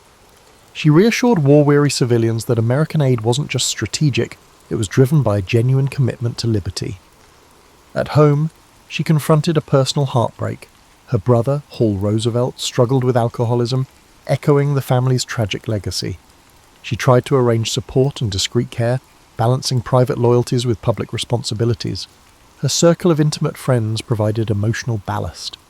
Lorena Hickok remained a confidant, though war logistics limited their time together. Through letters, Eleanor confided her exhaustion, admitting that the public's expectations often felt insurmountable. As the conflict raged on, Franklin's health waned. His blood pressure rose and stress weighed heavily. Eleanor stepped in more assertively, bridging gaps in his schedule. She delivered radio addresses championing war bonds, visited hospitals treating wounded veterans, and comforted grieving families. Some cynics dismissed her as Madame Do-Good, but many others found solace in a leader unafraid to see suffering firsthand. By 1944, the Allied forces were making significant progress, yet victory seemed a complicated prospect. The war's devastation would require not just triumph over Axis powers, but a blueprint for peace. Eleanor's mind buzzed with questions about refugees, post-war reconstruction, and a reimagined global framework that might prevent future catastrophes. She saw glimpses of a potential role for the United States as a moral leader, though she worried domestic politics might hamper that vision. In the final year of the war, she began hinting that the world needed a robust international body to maintain peace, foreshadowing her eventual pivotal role in the United Nations. Franklin D. Roosevelt died in April 1945, mere weeks before Germany's surrender. The nation mourned a 4-term president whose New Deal and wartime leadership had reshaped America. For Eleanor Roosevelt, the loss was both intimate and public. While she and Franklin had forged a practical partnership over the years, she grieved the passing of a companion who, despite all their marital complexities, had walked beside her through monumental transformations. When Harry Truman succeeded to the presidency, he recognized Eleanor's unique standing. At first, many assumed she would retreat from public life. Instead, she showed no sign of disappearing into widowhood. She considered her husband's death a passing of the baton, a moment demanding continued engagement. The war with Japan still raged, and global politics were in flux. She quietly rebuffed suggestions to retire, stating famously, "The story is over, but not the journey." In May 1945, VE Day, victory in Europe, arrived, overshadowed by the looming final battles against Japan. Eleanor immersed herself in relief efforts, focusing on wounded veterans returning from both theatres. She visited hospitals, consoled families, and championed bills aimed at their rehabilitation. While Truman's administration tackled the complexities of forming a post-war order, she used her platform to advocate for a strong, cooperative international community. One of Truman's defining acts was to appoint Eleanor to the first American delegation to the United Nations in 1945. Many in Washington questioned the choice. Could a former First Lady, albeit well-travelled, effectively navigate high-stakes diplomacy? Truman saw something others overlooked, her blend of empathy and pragmatism. The appointment signalled a fresh chapter for both the UN and Eleanor. She approached the role with disciplined study, brushing up on parliamentary rules, international law, and economic recovery proposals, attending the UN's early sessions in London and then at Lake Success, New York. She immersed herself in the complexities of post-war negotiations. Nations wrestled with forming stable governments in war-ravaged regions, setting up structures to prevent future conflicts. While seasoned diplomats haggled over boundaries and reparations, Eleanor centred her efforts on human rights. She found common cause with delegates from smaller nations, forging alliances that transcended Cold War lines just beginning to emerge. In 1946, she chaired the newly formed UN Commission on Human Rights. Initially, some delegates saw her as an American figurehead, polite but lacking intellectual heft. They swiftly learned otherwise. She steered discussions with firmness, ensuring smaller nations had their say. She insisted the Commission draft not just broad statements, but actionable principles. This laborious process required reconciling different cultural values, economic realities, and political ideologies. Hours of debate tested her resolve. She found an ally in French philosopher René Cassin, among others, who appreciated her unwavering focus on practical outcomes. The Commission's most famous product, the Universal Declaration of Human Rights, emerged as a collaborative masterpiece, though it bore Eleanor's imprint. She reminded delegates that lofty words meant little unless everyday people could understand them. She pushed for language that was clear, universal, and free from legalistic clutter. Late-night sessions often ended with her scribbling revisions by lamplight, fueled by an unshakable belief that each article mattered to someone's dignity. Her experience among the poor and marginalised during the Depression shaped her commitment to ensuring each clause addressed fundamental human needs. Throughout these intense negotiations, she maintained a public speaking schedule, travelling to universities and women's clubs to explain the UN's mission. Detractors at home accused her of naivete, suggesting the Soviet Union's looming power rendered human rights talk meaningless. She countered that precisely because of geopolitical tensions, a moral framework was indispensable. She refused to let cynicism overshadow the potential of collective action. By 1948, the Commission finalised the Universal Declaration of Human Rights. The UN General Assembly's adoption of it marked a significant milestone. Though not legally binding, it set a moral standard. Eleanor delivered speeches describing it as a Magna Carta for all mankind, ensuring the public understood it as a tool to uplift the disenfranchised. International media credited her leadership, albeit sometimes grudgingly, as she had shattered prior assumptions about a First Lady's capabilities. In the aftermath, she found little time for rest. The world was shifting into the Cold War era. Economic reconstruction, decolonisation, and ideological battles now defined global relations. Even as she stepped away from the Commission, she continued to serve as a roving ambassador of sorts, championing human rights across continents. Eleanor saw her late husband's passing as an opportunity to forge her own unique legacy, rooted not in being a president's wife, but in shaping international norms at a pivotal moment in history. In the final decade of her life, Eleanor Roosevelt continued as an indefatigable voice for social justice, human rights, and democratic ideals. The Universal Declaration of Human Rights, adopted in 1948, remained her crowning achievement. However, she refused to rest on her past achievements.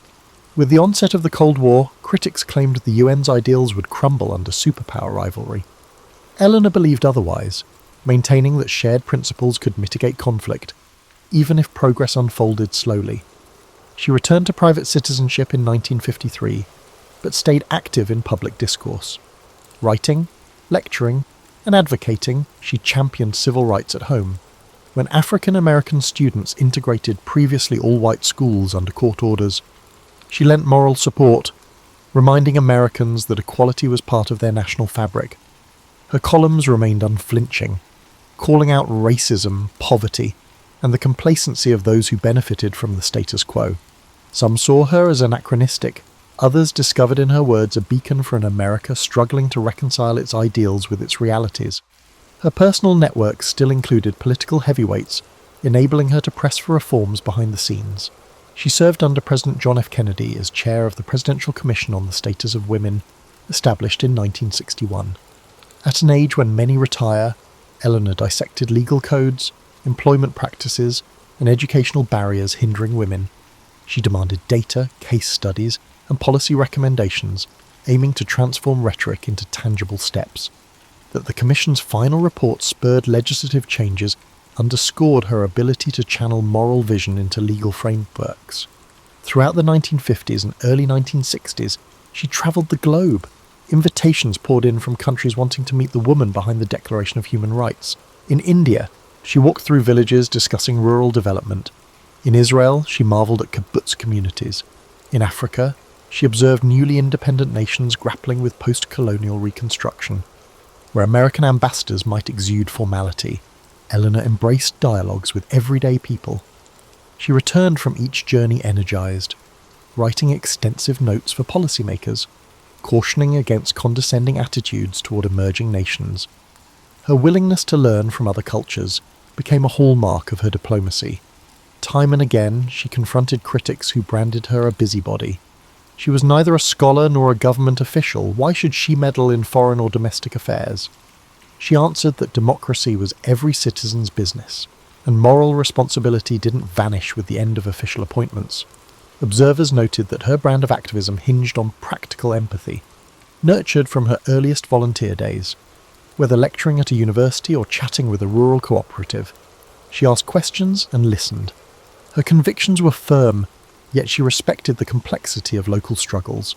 She also mentored rising figures, both men and women, urging them to wield compassion as a strength, not a weakness. From civil rights activists in the American South to young diplomats in the UN, she encouraged them to merge policy with humanity. People she mentored often recalled her direct manner, no idle flattery, just pointed questions that forced them to clarify their own beliefs. Rarely did she scold in public, but in private, she offered candid criticisms designed to sharpen strategies. As her health began to decline in the early 1960s, she scaled back her demanding itinerary, though not her convictions. President Kennedy valued her counsel on international relations and domestic policy. She remained a fixture in press interviews, her voice steady even if her physical stamina waned. She firmly believed in transferring the responsibility to the next generation. In one of her final interviews, she expressed hope that the seeds planted by the Universal Declaration would bear fruit, even if it took centuries for humanity to fully embrace the ideals of justice, liberty, and equality. Eleanor Roosevelt died on November 7th, 1962. Tributes poured in from heads of state and ordinary citizens alike. Many lauded her as the First Lady of the World, a title first coined in recognition of her global humanitarian work. Over the coming years, her legacy would be revisited by historians, feminists, diplomats, and human rights advocates. Unlike fleeting political personalities, she left a lasting moral imprint that transcended partisanship and geography. Today, her words still resonate. Where, after all, do universal human rights begin? in small places close to home. Her famous advocacy statement encapsulates the essence of her life. She believed real change took root in neighbourhoods, schools and local governments, only then scaling up to national and international levels. Born into privilege, she grew into a figure who championed the powerless. Overcoming shyness and heartbreak, she constructed a role for herself that few imagined possible. And in that process, she altered the global dialogue on rights, dignity and what it means to serve humanity. On September the 7th, 1533, Elizabeth Tudor was born at Greenwich Palace, amidst a flurry of anticipation and unease. Her father, King Henry VIII, had broken from the Catholic Church to marry her mother, Anne Boleyn, so Elizabeth's birth was charged with political tensions. The king, desperate for a male heir, found himself disappointed when the infant turned out to be a girl. Still, baby Elizabeth bore the weight of dynastic hopes. Her every coo or cry analysed for signs that the Tudor line might endure. The infant's earliest days unfolded in a court grappling with religious upheaval. Henry's new Church of England stood at odds with Rome. Courtiers whispered about the king's next move. The Queen, Anne, attempted to shield her daughter from the swirling environment, ensuring she received the best available wet nurses and comfort. However, the precariousness quickly became apparent. A few years later, Anne faced execution due to dubious charges of treason and adultery. Motherless at 2, Elizabeth was declared illegitimate by her father's decree, losing her title of princess. Raised in separate royal households, Elizabeth seldom saw Henry VIII. Various stepmothers came and went, with some offering brief maternal warmth. She formed a particularly close bond with Catherine Parr, Henry's 6th wife, who oversaw her education. Elizabeth's tutors recognised a remarkably bright mind. She excelled in languages by adolescence. She spoke fluent Latin, French and Italian, eventually picking up Spanish as well. She pored over classical texts, gleaning rhetorical finesse from Cicero and moral lessons from Greek philosophers. Even in childhood, she learned to keep her emotions cloaked, forging a calm exterior that masked inner tensions, an attribute that would prove crucial in her future reign.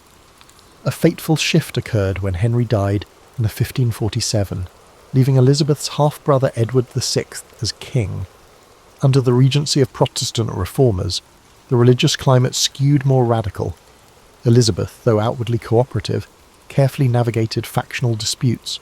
She relocated the household of Catherine Parr, who had remarried to Thomas Seymour. That arrangement sparked scandal. Seymour was rumoured to show Elizabeth overly familiar attention, fueling gossip that tarnished her reputation.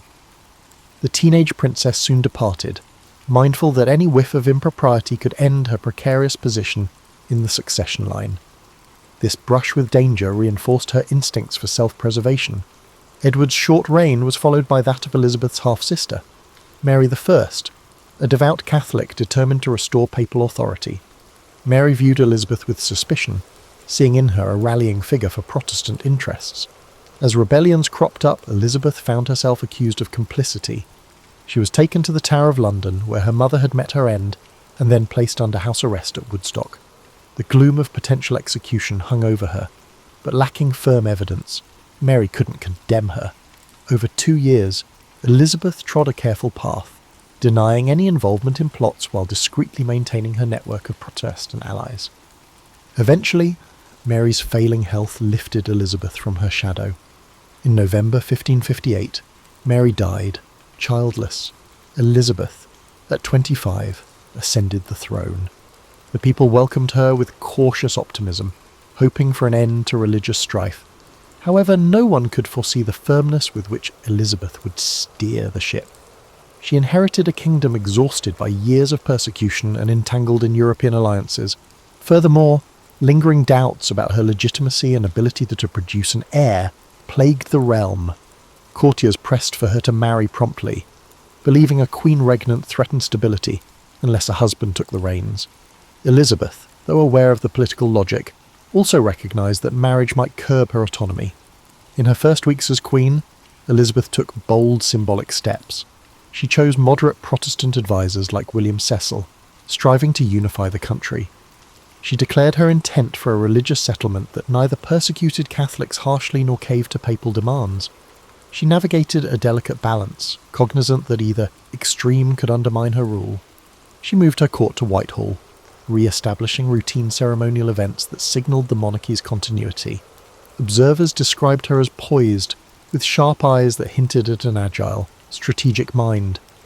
The once exiled princess stood now at the centre of power, forging a monarchy that would come to define an era. Thus, the stage was set for a pivotal chapter in English history. Elizabeth's early experiences, maternal execution, paternal neglect, complex family ties, had shaped a cautious, perceptive approach. She had learned to conceal personal feelings behind a stately demeanour, armed with intellectual acumen gleaned from classical texts. The realm now looked to her for stability, religious compromise, and a reassertion of national identity.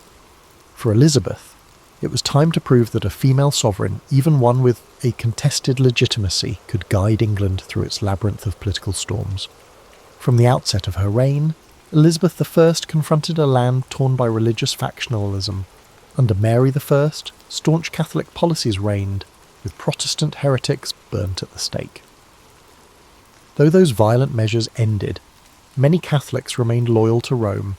Meanwhile, radical Protestants clamoured for more extreme reforms. Elizabeth recognised that a middle path was essential for national peace. The Elizabethan religious settlement of 1559 aimed for a broad church approach. The Act of Supremacy declared her supreme governor of the Church of England, and the Act of Uniformity prescribed a moderate Protestant liturgy. While it alienated hardliners on both sides, it established a stable framework that endured. This religious compromise had consequences. Catholics abroad questioned her legitimacy, urging Mary, Queen of Scots, Elizabeth's Catholic cousin, to claim England's throne. Mary, exiled from Scotland in 1568, ended up in England, effectively under house arrest. Elizabeth, wary of dethroning a fellow anointed queen, faced a quandary.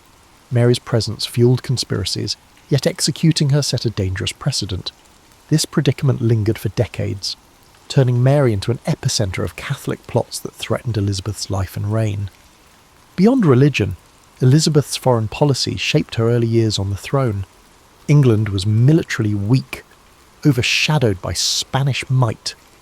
The Queen needed alliances, but hated entangling treaties that might compromise her independence. She courted suitors from across Europe, France's Duke of Anjou, Austria's Archduke Charles, using marriage negotiations as diplomatic chess moves. Each negotiation offered short-term benefits, but she consistently evaded an actual wedding. By keeping her hand in marriage available, Elizabeth dissuaded certain powers from aggression, hoping for eventual union. The saga of the Virgin Queen was as much political strategy as personal inclination. Economically, Elizabeth inherited a treasury battered by wars. Her ministers, notably William Cecil, Lord Burghley, instituted reforms, curbing inflation and streamlining revenue collection. They supported maritime ventures, encouraging sea captains like Francis Drake to harass Spanish shipping and seize treasure. Such semi-official privateering enriched royal coffers and stoked Spanish hostility, culminating in deeper rivalries. Meanwhile, domestic industry, woolen cloth, for instance, expanded, aided by the stable environment Elizabeth's government fostered. As for the Queen herself, the court recognised her keen intellect and formidable will. She cherished erudition, employing multiple secretaries to handle a constant influx of diplomatic dispatches. Fluent in French and adept in Latin, she occasionally scribbled notes in Italian or Spanish. She revelled in masques and pageants, endorsing the arts to glorify her monarchy. She made a point of progresses, travelling with her retinue through the countryside, letting her subjects glimpse the royal presence. This practice built loyalty, for seeing their queen in person, resplendent with pearls and embroidered gowns, stirred patriotic pride. A lesser-known aspect was her reliance on intelligence networks. Elizabeth, aware that conspiracies loomed, authorised spy masters like Sir Francis Walsingham to intercept letters, employ informants, and uncover plots. This clandestine apparatus uncovered multiple assassins or traitors financed by Spain or papal agents. By revealing such threats, the Queen justified harsher policies against recalcitrant Catholics. Some criticised these tactics as oppressive, but to Elizabeth, survival mandated vigilance. Another challenge: cultural expectations for queens. She faced jabs about her gender, with some male courtiers urging a kingly partner. She responded by forging a regal persona, insisting subjects see her as both king and queen, a line reflecting her dual role. She skillfully navigated male-dominated councils, awarding title carefully to ensure no single noble overshadowed her. She also used fashion as a political tool. Her elaborate gowns, iconic ruffs, and jewel-laden wardrobes signalled the monarchy's majesty. This cultivated image buttressed her authority in an era still grappling with a female sovereign. In parallel, Elizabeth's personal circle remained small. She could be witty and charming, dancing or joking with favourites like Robert Dudley. But letting affection over Schiedebod prudence risk scandal. Rumours flew about her closeness to Dudley, fueling suspicion that she might marry him. The potential controversy was immense, given Dudley's questionable reputation. In the end, Elizabeth never wed. She cherished her autonomy, well aware that a consort could overshadow or manipulate her. The choice drew bafflement from foreign courts, but domestically, it enhanced her mystique. The Virgin Queen identity solidified, spurring propaganda that cast her as wedded to the realm itself. Elizabeth's early reign involved balancing various tasks such as forging a delicate religious settlement, spurring economic growth, outmanoeuvring suitor entanglements, and stamping out plots. She skillfully used image and ceremony to unify the realm, though critics lurked. Her government's stability rested on an ongoing dance with foreign powers and internal factions. Despite the swirling tensions, Elizabeth projected calm confidence, forging a national identity that recognised the Queen's central role. Her mid-reign would bring graver trials, culminating in decisive conflicts that tested the mettle of both monarch and kingdom. By the mid-1580s, Elizabeth's realm faced a new wave of external threats. The ascendant Spanish Empire under King Philip II brimmed with zeal to reassert Catholic supremacy and avenge the raids on Spanish commerce by English privateers. Religious tensions spiked further after the Pope excommunicated Elizabeth, effectively urging Catholic monarchs to depose her. In response, the Queen's advisors realised that war with Spain was no longer a distant possibility but a near inevitability. They bolstered the navy, encouraging shipbuilders to refine vessels for speed and manoeuvrability. Commanders like Drake refined hit-and-run tactics designed to hamper Spain's massive, slower galleons. Additionally, the Mary, Queen of Scots dilemma reached a climactic stage.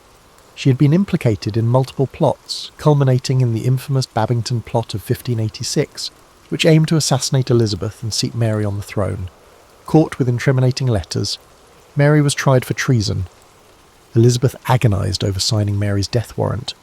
The thought of executing an anointed queen offended her sense of divine order, but counsel pressed her that Mary's continued survival endangered national security. Reluctantly, Elizabeth signed. Mary was beheaded in 1587, an act that scandalised Catholic Europe. Elizabeth feigned dismay at the news of Mary's actual execution, chastising ministers for carrying out the sentence too hastily. The sincerity of her regret remains debated. This event further incensed Spain, and soon word came that Philip II was assembling an invincible armada. In 1588, that formidable fleet sailed for the English Channel, intending to rendezvous with forces in the Low Countries and deliver an invasion. England braced for catastrophe. Elizabeth visited her troops at Tilbury, clad in armour, delivering a rousing speech about having the heart and stomach of a king. That rallying cry, though perhaps embroidered in subsequent retellings, captured the national mood. The English Navy engaged the Armada in a series of skirmishes, employing fireships to sow chaos. Stormy weather and miscalculation forced the Spanish to scatter around the northern coasts, suffering devastating losses. The triumph at sea became a cornerstone of Elizabeth's legend. Though historians note the fortune of unseasonable gales played as large a role as strategic brilliance, buoyed by victory, Elizabeth's popularity soared. Poets extolled her as a goddess presiding over a fortuitous age.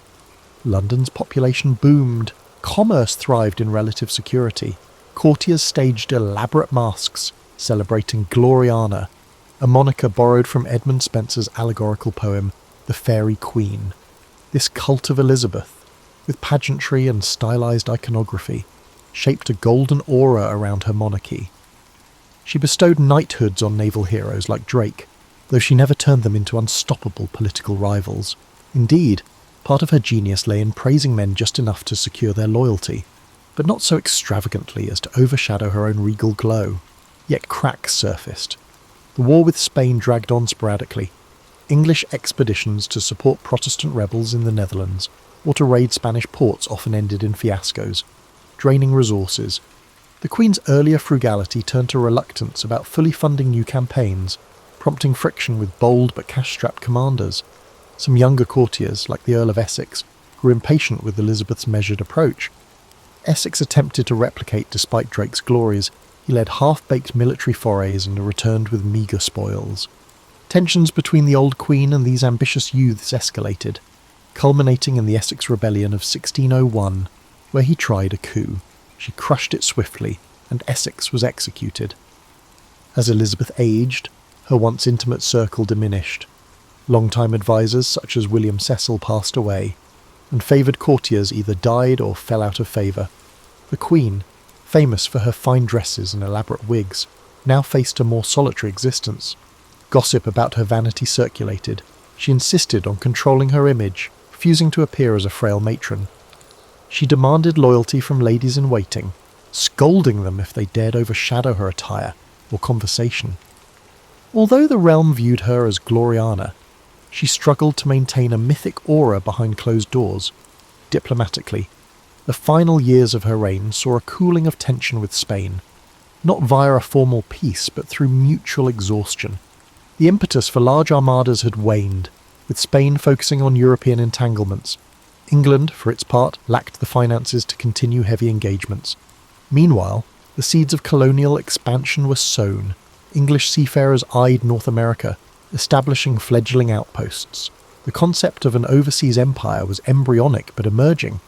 Thus, approaching the turn of the century, Elizabeth presided over a stable yet evolving monarchy. She had defied invasion, faced down conspiracies, and reigned as an iconic figure admired across Europe. But the question of succession remained, unmarried and childless. She had never named an heir. The matter loomed, spurring subtle negotiations as different claimants circled. This final stretch of her reign tested whether the Tudor line's magic could endure beyond her mortal presence, or if it would seamlessly transition to a new dynasty. By the twilight of her reign, Elizabeth I found herself contending with the question that had dogged her for decades. Who would follow her upon the throne? No official heir had been named, though many whispered that James VI of Scotland, a Protestant and son of the executed Mary, Queen of Scots, was the likely candidate. Elizabeth, ever cautious about naming a successor, understood that the moment she sanctioned an heir, her authority might wane. Yet the gentry and the powerful were anxious, fearing a resurgence of civil strife if the crown's transition lacked clarity. As the 1590s waned, the Queen's court saw fewer robust festivities. Elizabeth's health was not the best, and her mood darkened by the loss of cherished confidants. Once a favoured explorer, Sir Walter Raleigh fell from Elizabeth's favour. The Earl of Essex, her erstwhile golden boy, died a traitor. Meanwhile, the luminous circle that had celebrated her youth, Bess of Hardwicke, Countess of Leicester, and others, had scattered. England's population soared beyond 4 million, many living precariously in squalid conditions. Bread riots flickered in adverse harvest years, and the cost of warfare remained burdensome. Some critics murmured that the Queen's refusal to adapt to a new generation's demands indicated the monarchy was adrift. Yet Elizabeth never lost her political savvy. She carefully managed sessions of Parliament, deftly deflecting demands for certain policy changes. She employed subtle flattery, reminding them that as a mother to her people, she prized their well-being above all.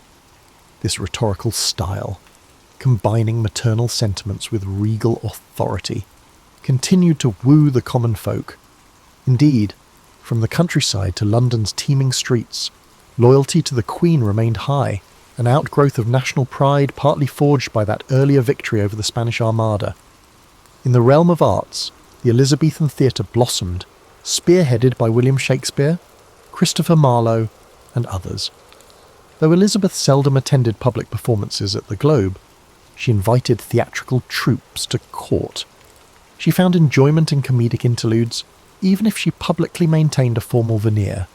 This cultural renaissance, ignited under her watch, was a point of national distinction, with travelling players bringing both dramatic flair and moral allegories to distant corners. The synergy of crowns and creativity underscored an epoch known as the Elizabethan Golden Age. Throughout, the religious settlement endured, though Puritan elements pressed for stricter reforms.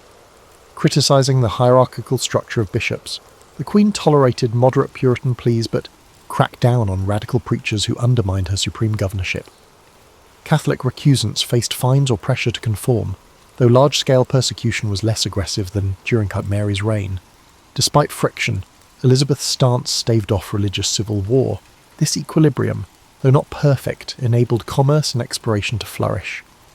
Merchants ventured to the Levant, the Baltic, and the Americas, sowing early seeds of a global maritime trade. In the final few months of her life, Elizabeth retreated to Richmond Palace.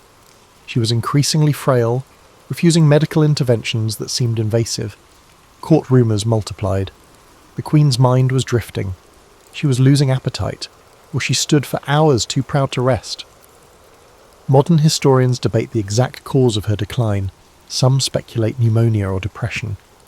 She dreaded naming James publicly, but subtle negotiations with his envoys paved the way for a smooth succession. Advisors like Robert Cecil quietly prepared the details. According to tradition, Elizabeth, too weak to speak in her last hours, made a vague gesture endorsing James as successor. She died on March 24, 1603, aged 69, after 44 years on the throne, a record at the time for an English monarch. Her coffin was carried from Whitehall to Westminster Abbey, the silent crowds reflecting on an era shaped by her image. That day closed the Tudor line, with James VI of Scotland becoming James I of England, inaugurating the Stuart dynasty. Yet the Tudor brand had not ended in chaos. Elizabeth's measured approach, for all her reluctances, ensured a relatively peaceful handover. In the wake of her passing, tributes soared. Pamphlets hailed her as the wisest princess, the mother of her people, and a near-legendary figure who steered the nation from the shadows of religious tyranny. The wave of national mourning overshadowed her shortcomings, which included excessive favouritism, suspicion of rivals, and stifling certain freedoms. Over the next centuries, historians would reinterpret her story, dissecting the illusions of the Virgin Queen narrative, acknowledging her harsh treatment of dissenters, yet marvelling at her capacity to wield authority in a fiercely patriarchal world. The stage was set for the transition from Tudor to Stuart, and though overshadowed by the next monarchy's own tensions, Elizabeth's reign retained a special glow in England's collective memory, an epoch where a single woman's will shaped destiny. Immediately after Elizabeth's death, a swirl of legacies confronted the English. James I, newly ascendant, inherited a stable realm, but also the burden of living up to the fabled Gloriana. Over the ensuing decades, the myth of Elizabeth would be embellished by dramatists, historians, and genealogists, forging a romantic image of a queen unblemished by error. Yet parallel undercurrents recognised her complexities. Among the common folk, stories abounded of her witty repartee, her skill in navigating suitors, and the spectacle of her court. In the Catholic diaspora, she was demonised as a heretic who had executed Mary, Queen of Scots. This ideological tug-of-war shaped how Europe at large recalled her reign. During the 17th century, English authors occasionally staged plays referencing Elizabethan glories to critique or praise current rulers. The Elizabethan Age label took hold, conjuring a golden past full of maritime exploits and cultural refinement. Meanwhile, Puritan writers viewed the Queen more critically, noting that her religious compromise left them yearning for a more thorough reformation. Some pamphleteers portrayed her as a cunning politician, adept at double-dealing among Europe's Catholic powers. Over time, these multiple vantage points consolidated into a layered portrait. In the 18th and 19th centuries, national pride soared, fueling revivalist interest in the Tudors. Elizabeth's image was moulded by Victorian taste, emphasising her unmarried status as a demonstration of moral fortitude. Painters depicted her in elaborate ruffs, overshadowing any mention of the day-to-day hardships endured by her subjects. She became an icon of English independence, especially when the British Empire sought parallels between the forging of a national identity under Elizabeth and contemporary empire building. The Armada triumph narrative overshadowed the fact that storms aided English success. Her issues with Mary, Queen of Scots, became fodder for tragic romanticism, focusing on courtly betrayals and heartbreak. This romanticisation sometimes neglected the Queen's shrewd, often ruthless governance. Scholars of the 20th century took a more critical lens. They delved into archival documents to unearth how Elizabeth's intelligence network operated, how her finances were managed, and how propaganda shaped public perception. They passed the famed Golden Speech of 1601, analysing the rhetorical strategies she used to quell a restless parliament. The more historians explored, the clearer it became that her success hinged on forging an image that balanced motherly affection with regal severity, ensuring subjects revered rather than resented her. Scholars recognise the notion of the cult of Elizabeth, with its orchestrated pageantry, as an early form of state PR. From the perspective of women's history, Elizabeth's significance soared. She defied the misogynistic assumptions of her era, refusing to cede authority to a husband or to male advisers. That independence, though hard-won, showcased the potency a female ruler could wield in a male-dominated society. Yet the same narrative acknowledges she was no radical feminist. She often leveraged stereotypes of female frailty or used her womanly nature strategically in negotiations. Thus, her complex relationship with gender roles remains a topic of ongoing debate. Archaeological digs at palaces and old estates uncovered physical traces of her travels, like ephemeral scaffolds for pageants or remains of feasting halls. These glimpses illustrate the vast logistical machine behind each royal progress. The Queen might arrive with hundreds of courtiers and servants, imposing a heavy burden on local nobility hosting the entourage. Yet, from a political standpoint, these visits effectively reaffirmed the monarchy's presence across the realm. Over and over, Elizabeth used personal displays to connect with communities. In cultural memory, items such as the Tudor Rose, elaborate state portraits by painters like Nicholas Hilliard, or references to the Virgin Queen remain in the public imagination. Filmmakers in the 20th and 21st centuries capitalised on this allure, producing adaptations that frame Elizabeth's story with romance and triumph. Some films portray her as near saintly, others highlight her paranoia or the brutality of her crackdown on perceived threats. The continuing fascination underscores how she embodies a transitional moment in Europe, where medieval structures gave way to early modern states, with new forms of diplomacy, espionage, and ideology all converging. Thus, centuries removed from her actual reign, Elizabeth I stands as both a symbol of national identity and a figure whose complexities resonate with present debates. The interplay of female leadership, religious diversity, personal freedom, and the power of constructed image. Re-evaluating her life reveals how skillful governance can stabilise a fractious kingdom, even if it requires navigating a delicate balance between tolerance and coercion.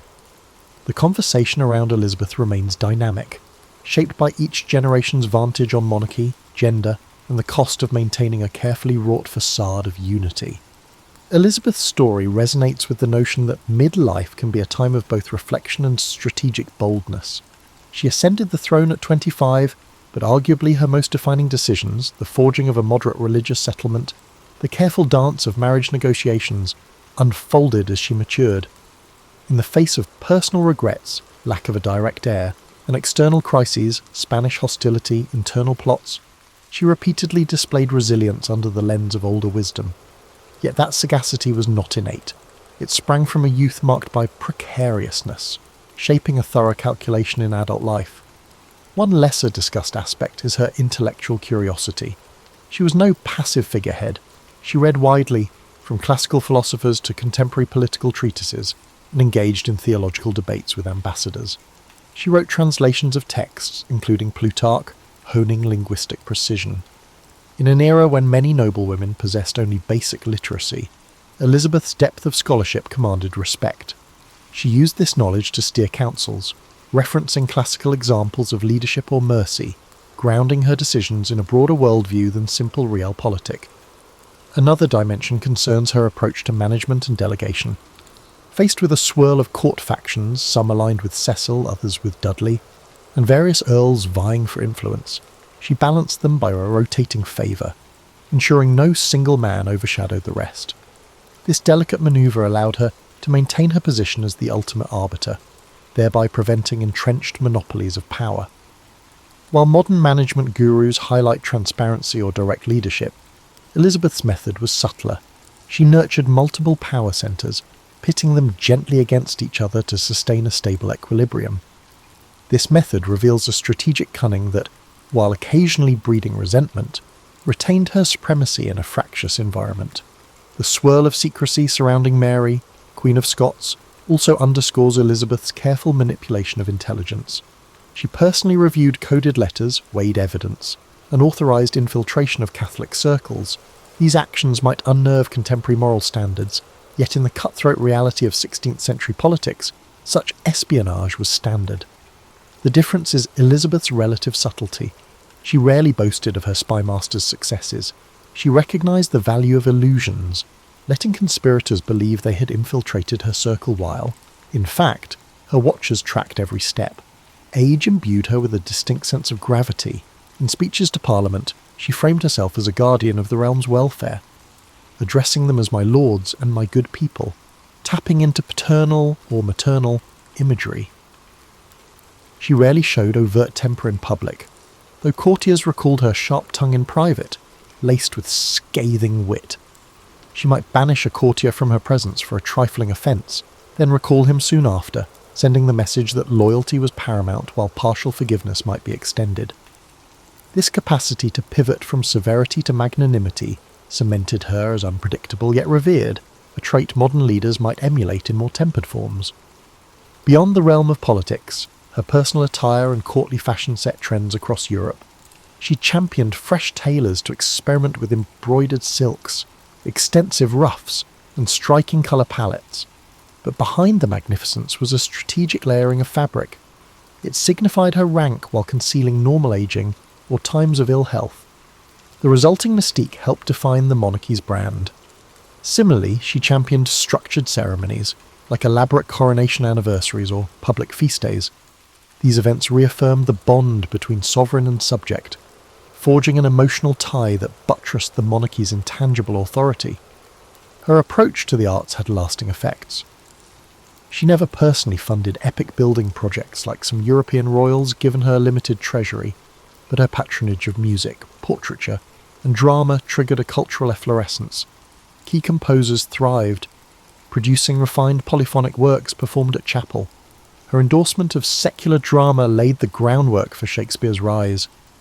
She recognised that cultural prestige elevated national pride, thus investing in intangible capital that would outlast her. This fosters an analogy to modern soft power, a concept in global relations. In sum, Elizabeth's mid to late reign exemplifies how a leader can orchestrate multi-layered strategies, leaning on intellectual depth, balancing internal factions, leveraging espionage, and forging cultural identity. Her longevity on the throne was no accident. It was an evolving mastery of monarchy in an era thick with risk. For those in midlife, her model suggests that the lessons gleaned from earlier turmoil, exile, precarious legitimacy, can blossom into confident leadership when harnessed with discipline. Even so, her story underscores that behind the regal facade lay real heartbreak and regrets, particularly on questions of family and moral contradictions. That humanness only deepens the fascination with this queen who navigated a world not designed for women in power, forging a golden age from the crucible of adversity.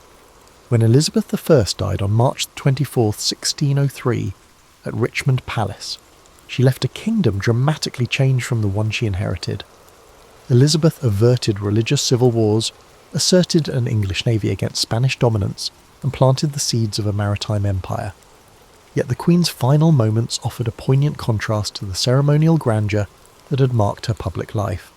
Accounts say she refused to rest, standing or sitting in pensive silence for hours, as if grappling with the knowledge that her story was nearly done.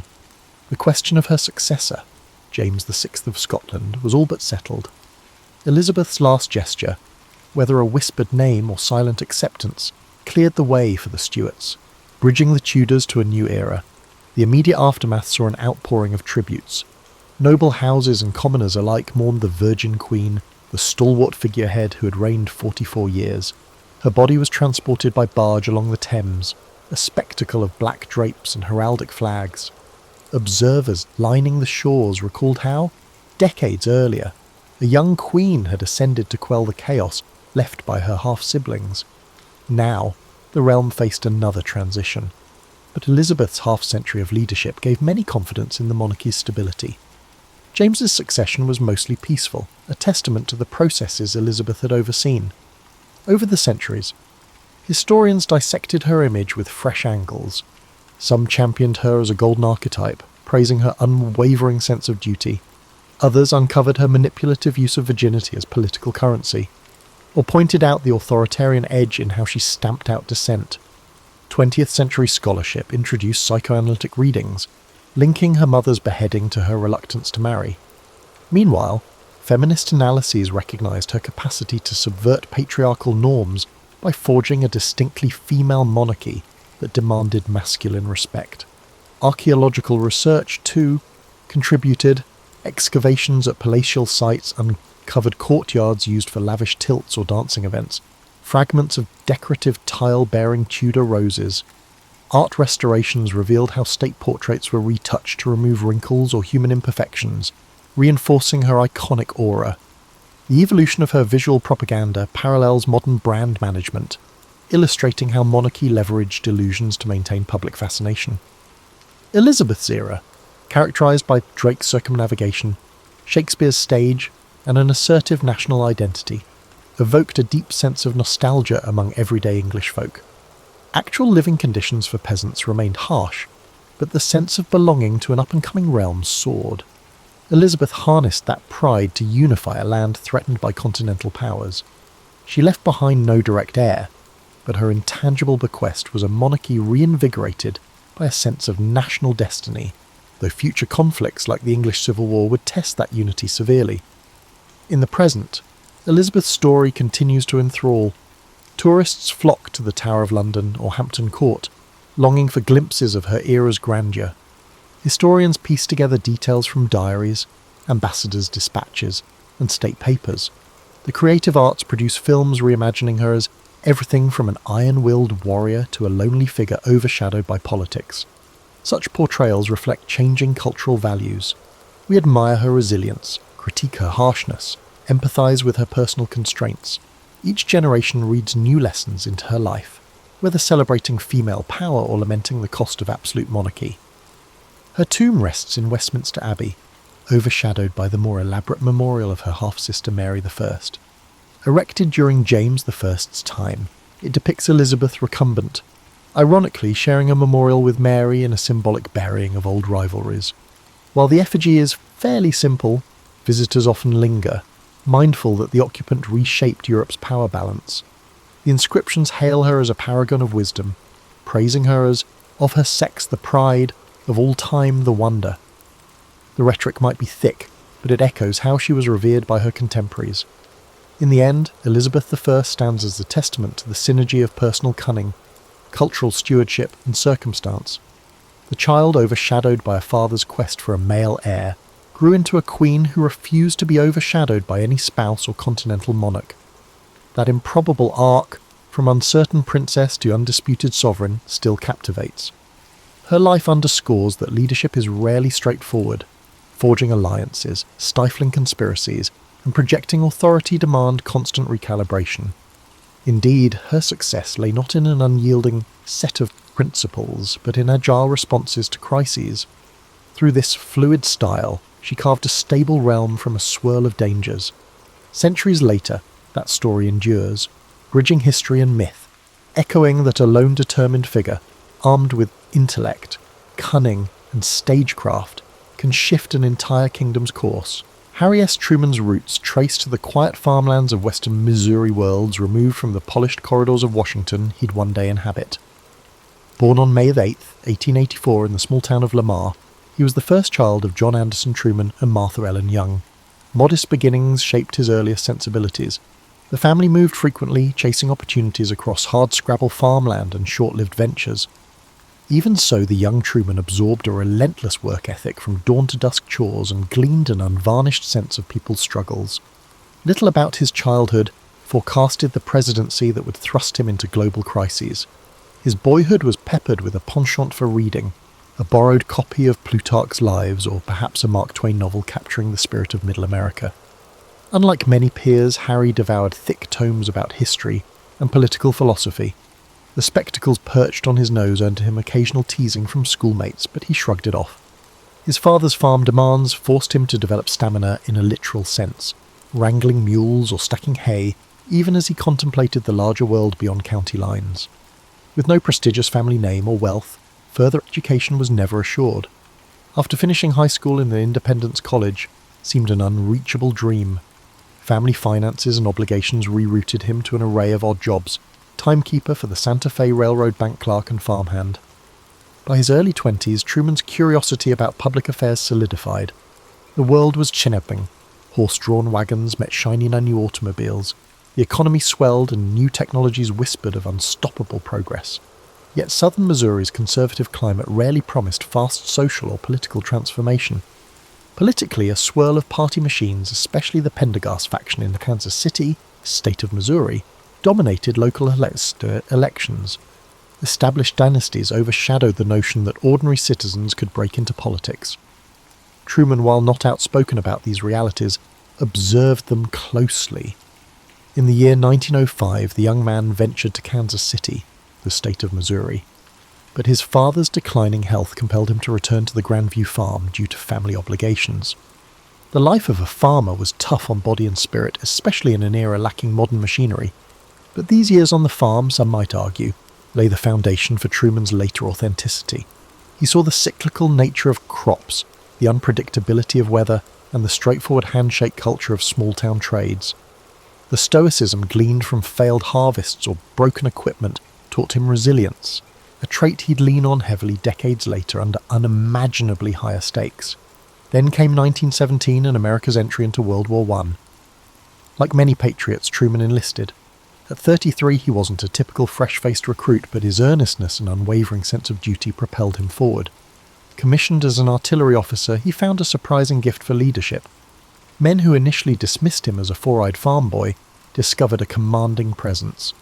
He enforced disciplines, but listened to grievances, forging an efficient battery that ultimately saw action in the muddy, shell-scarred fields of France. Under withering artillery, Truman kept his battery steady and morale intact. That success fueled a new self-confidence. If he could manage the emotional storm of war, maybe leading men, and later constituents, was not so implausible. Returning stateside in 1919, Truman married Bess Wallace, his longtime sweetheart from Independence. She was known for a steady temperament and a gentle reluctance for public life. Their union would provide her emotional grounding through the political turbulence ahead. At first, they tested civilian ventures. He tried opening a men's clothing store in Kansas City, but the post-war economy sank into recession. The store failed, leaving him in debt that took years to repay. Despite the financial strain, he refused to declare bankruptcy, demonstrating his adherence to the moral code of meeting obligations. Around this time, the Pendergast political machine offered a lifeline. Tom Pendergast, a powerful Democratic boss, recognized Truman's war hero reputation and unwavering loyalty. He suggested a run for county judge, a role more administrative than judicial in Jackson County.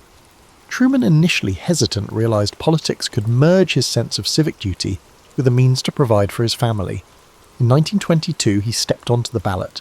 The campaign demanded he mingle with rural neighbours, chat in dusty general stores, and knock on thousands of doors. Over time, he honed an everyman approach. Direct, warm, unpretentious. Though overshadowed by bigger city names, Truman won. He soon discovered that politics demanded compromise.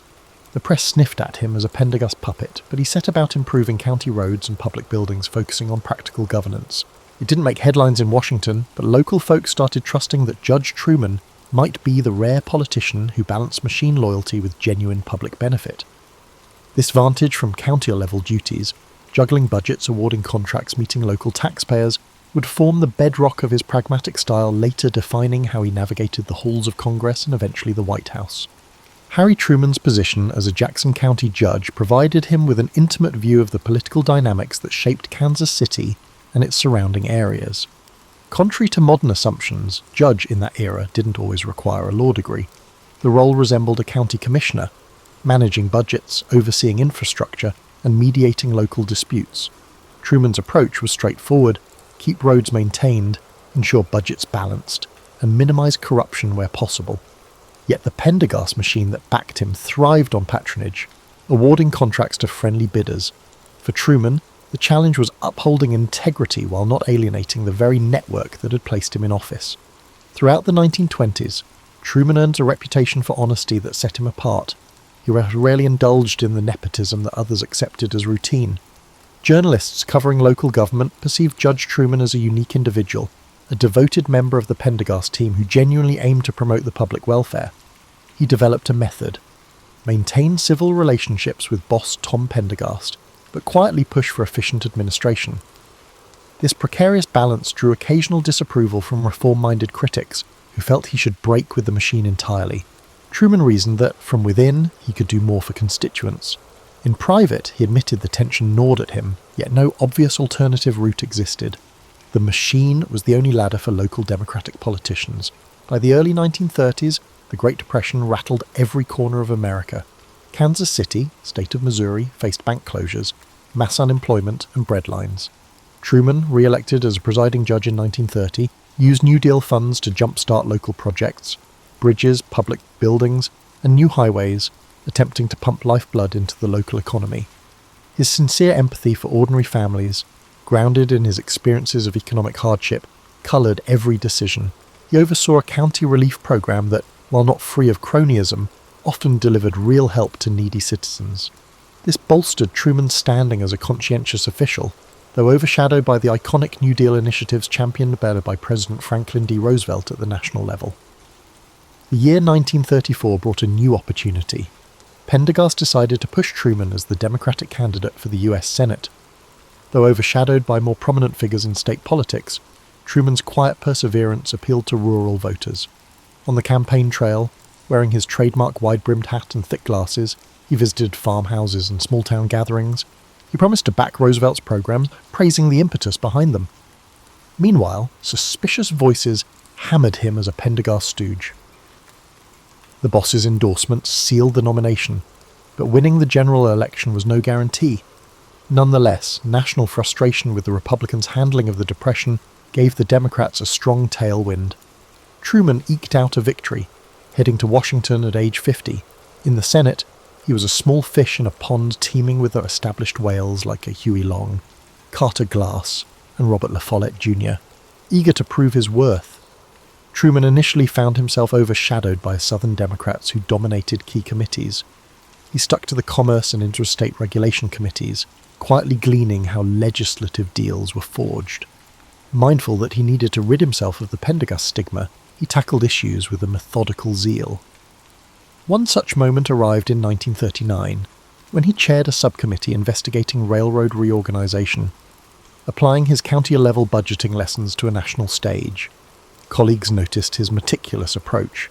He seldom boasted, rarely sought headlines, but delivered results. The mid-1930s to late 1930s also saw the unravelling of Pendergast's empire. Accusations of tax evasion and corruption soared. In 1939, Tom Pendergast was convicted of tax fraud and imprisoned. Headlines implicated him and his associates in a massive graft. Truman, facing re-election in 1940, braced for the blowback. His opponents painted him as the senator from Pendergast, but Truman countered that he too disapproved of corruption and that his record stood independent. Voters, evaluating his actual performance, decided to give him another term. The tight race confirmed that his margin of victory lay in trust built by actual service, overshadowing the old machine label. In his second term, Truman's name surfaced more often, especially as storm clouds gathered in Europe. World War II erupted in 1939. By 1941, America was edging closer to involvement. Roosevelt's Lend-Lease policies and the ramp-up of defense industries demanded close oversight. Truman, sensing billions of tax dollars swirling into new factories, spearheaded a Senate committee to monitor war profiteering. The Senate Special Committee to investigate the National Defense Program, more famously known as the Truman Committee, set out to ensure that war contracts were legitimate, factories produced quality goods, and unscrupulous profiteers were exposed. This gave Truman a national spotlight. He visited defense plants incognito, scrutinizing paperwork. The committee earned praise for saving taxpayers giant sums. Press coverage portrayed him as a bulldog for accountability, not a grandstander but someone truly outraged by waste or exploitation. By 1943, the Truman Committee had propelled the senator from Missouri into the national consciousness. Pundits who once dismissed him as a backroom functionary now viewed him as a champion of good governance amid a massive global war. The White House noticed, too, Roosevelt, seeking to unify the Democratic Party for the 1944 election, faced the question of who should serve as vice president. His current VP, Henry Wallace, was viewed as too radical by party conservatives. Could Harry Truman, a moderate, pro-defense, corruption-fighting senator, be the compromise pick? The party bigwigs thought so. The stage was set for a twist in Truman's life, from being a steady second-term senator to possibly occupying the second highest office in the land, perched precariously near the centre of a global conflict. Harry Truman never aggressively pursued the vice presidency, but in the swirl of 1944 politics, he emerged as a near-consensus choice. Franklin D. Roosevelt, seeking an unprecedented fourth term, recognised that in a fractious Democratic Party, Henry Wallace polarised too many. Conservative Democrats demanded a replacement, and Truman's unassuming loyalty and his credibility in the war proved to be a suitable fit. When the Democratic National Convention convened that July in Chicago, backroom dealings sealed the arrangement. Truman famously claimed he woke up one morning as a senator and went to bed that night as the party's vice presidential nominee.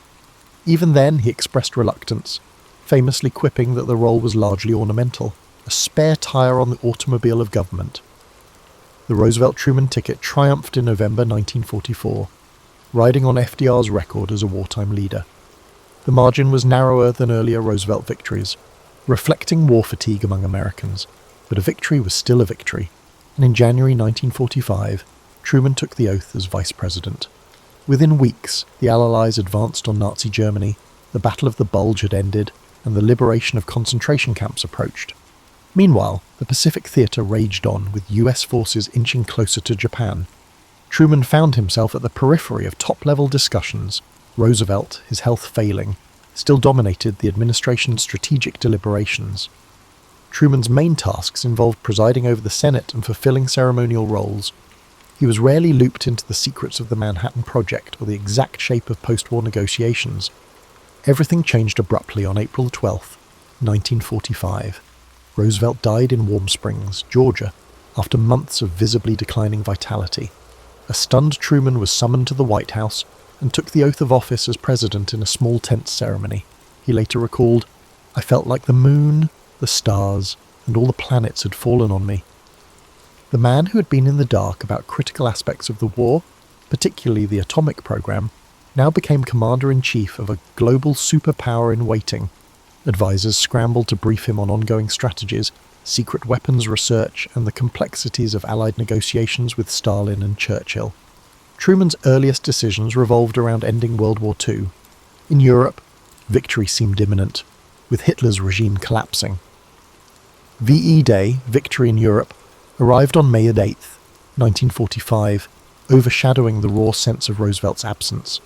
Meanwhile, the Potsdam Conference in July saw Truman meet Winston Churchill, later replaced by Clement Attlee mid-conference, and Joseph Stalin. With the war in Europe settled, the conversation pivoted, dividing Germany into zones, shaping Eastern Europe's future, and extracting concessions from the Soviet Union about joining the war against Japan. Truman, a novice in the high-stakes diplomacy that Roosevelt had navigated, approached Stalin with caution. He gleaned that the Soviet leader had ambitions in Eastern Europe, a harbinger of post-war friction. Simultaneously, Truman faced a moral and strategic quandary in the Pacific.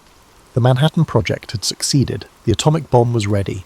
Military planners estimated an invasion of Japan's home islands could cost a catastrophic number of Allied and Japanese lives. The question was whether dropping the bomb might force a swift surrender. Truman wrestled with the ethics, but ultimately authorized using atomic weapons, believing it would end the conflict more quickly. On August 6, 1945, a B-29 dropped the first bomb on Hiroshima. 3 days later, Nagasaki was hit. Japan announced surrender on August 15th. The effect was as unprecedented as it was terrifying. The world recognized a new era of nuclear capability. Truman justified his choice to the American public as a necessary evil, one that, in his view, saved more lives than it cost. Others debated the morality for generations to come, but the immediate aftermath was a wave of relief that the war was over. Emerging from the war's conclusion, Truman found an altered planet. The Soviet Union and the US stood as rival superpowers. Europe lay in ruins. Asia wrestled with new independence movements, and the nuclear age overshadowed all. Many Americans wanted a return to domestic normalcy, hoping to spend energy on economic revival. But the unravelling alliance with Stalin's USSR hinted at a new conflict in the making, a Cold War of ideologies, spies, and proxy battles. Truman, the accidental president, would have to craft policies that shaped this precarious world. In 1946, as the rest of the Allied powers demobilised, the Soviets entrenched in Eastern Europe. Winston Churchill, no longer Britain's Prime Minister, visited the US and declared an Iron Curtain had descended across the continent. Truman recognised the need for a doctrine to counter Soviet expansion, albeit short of direct warfare. The seeds of the containment strategy took shape, culminating in what would be known as the Truman Doctrine, pledging support to countries threatened by the communist subversion. With minimal foreign policy background, he relied on seasoned figures like George Marshall, Dean Acheson, and others to devise new frameworks for the global stability. Meanwhile, on the domestic front, the challenge of reconverting the economy from wartime production to peacetime soared. Labour strikes in Flecken and demands for civil rights tested Truman's leadership. As 1947 approached, Truman's tenure had only begun. The decisions about nuclear arms, the aid programs for war-ravaged allies, and the looming confrontation with Soviet policies in Europe and Asia, these would define not just his presidency, but the entire global order. Once a quiet senator overshadowed by Roosevelt's magnetism, Truman had stepped into the spotlight. He was about to introduce a new vocabulary to American statecraft, the Marshall Plan, the Berlin Airlift, and the seeds of NATO, forging an era where the United States embraced superpower responsibilities unthinkable a mere decade earlier. In the tumultuous post-war climate, Harry Truman found his presidency pivoting on two broad fronts: foreign policy crises and domestic upheaval. Fresh from the euphoria of victory over fascism, Americans soon recognized that a new tension with the Soviet Union dominated world affairs. Eastern Europe lay under communist influence, and Stalin's grip tightened across Poland, Hungary, and others. These developments spurred Truman's administration to articulate a more defined stance. In March 1947, he presented to Congress what became known as the Truman Doctrine. The United States would aid nations resisting subjugation by armed minorities or outside pressures. Though triggered by crises in Greece and Turkey, the doctrine signalled a broader commitment to containing communism. Skeptics worried about entangling America in endless foreign struggles, but Truman insisted that inaction would yield greater perils. Soon after, Secretary of State George Marshall proposed the European Recovery Program, colloquially the Marshall Plan. War-ravaged Europe faced famine and economic collapse, conditions ripe for communist infiltration. Marshall's plan offered massive financial aid to rebuild infrastructure, revitalise industries, and stabilise currencies. Truman championed this approach as simultaneously humanitarian and strategic. Western Europe's swift reconstruction under the plan created an economic boom, forging stable democracies less vulnerable to Soviet influence. This bold initiative reshaped America's global role. No longer isolationist, it was now the engine of a nascent Western alliance. Domestically, Truman encountered an equally formidable challenge. Millions of veterans returned, seeking jobs and affordable housing. Labour unions, having postponed strikes during the war, now pressed for raises in an inflationary climate.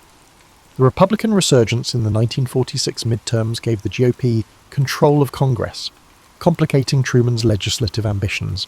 He advanced what he dubbed the Fair Deal, a suite of proposals aiming to expand upon Roosevelt's New Deal, national health care, civil rights measures, aid to education, and a higher minimum wage. Yet these ran headlong into congressional opposition, with Republicans and conservative Southern Democrats blocking large segments. The result, incremental progress, overshadowed by persistent gridlock. Matters of race also percolated. Despite Roosevelt's colourblind rhetoric during the war, African Americans faced persistent discrimination. In 1948, Truman issued an executive order to desegregate the armed forces, a bold move that outraged many Southern politicians but signalled a new federal stance on civil rights. He also called for an end to poll taxes and for legislation banning lynching, though those proposals stalled in Congress.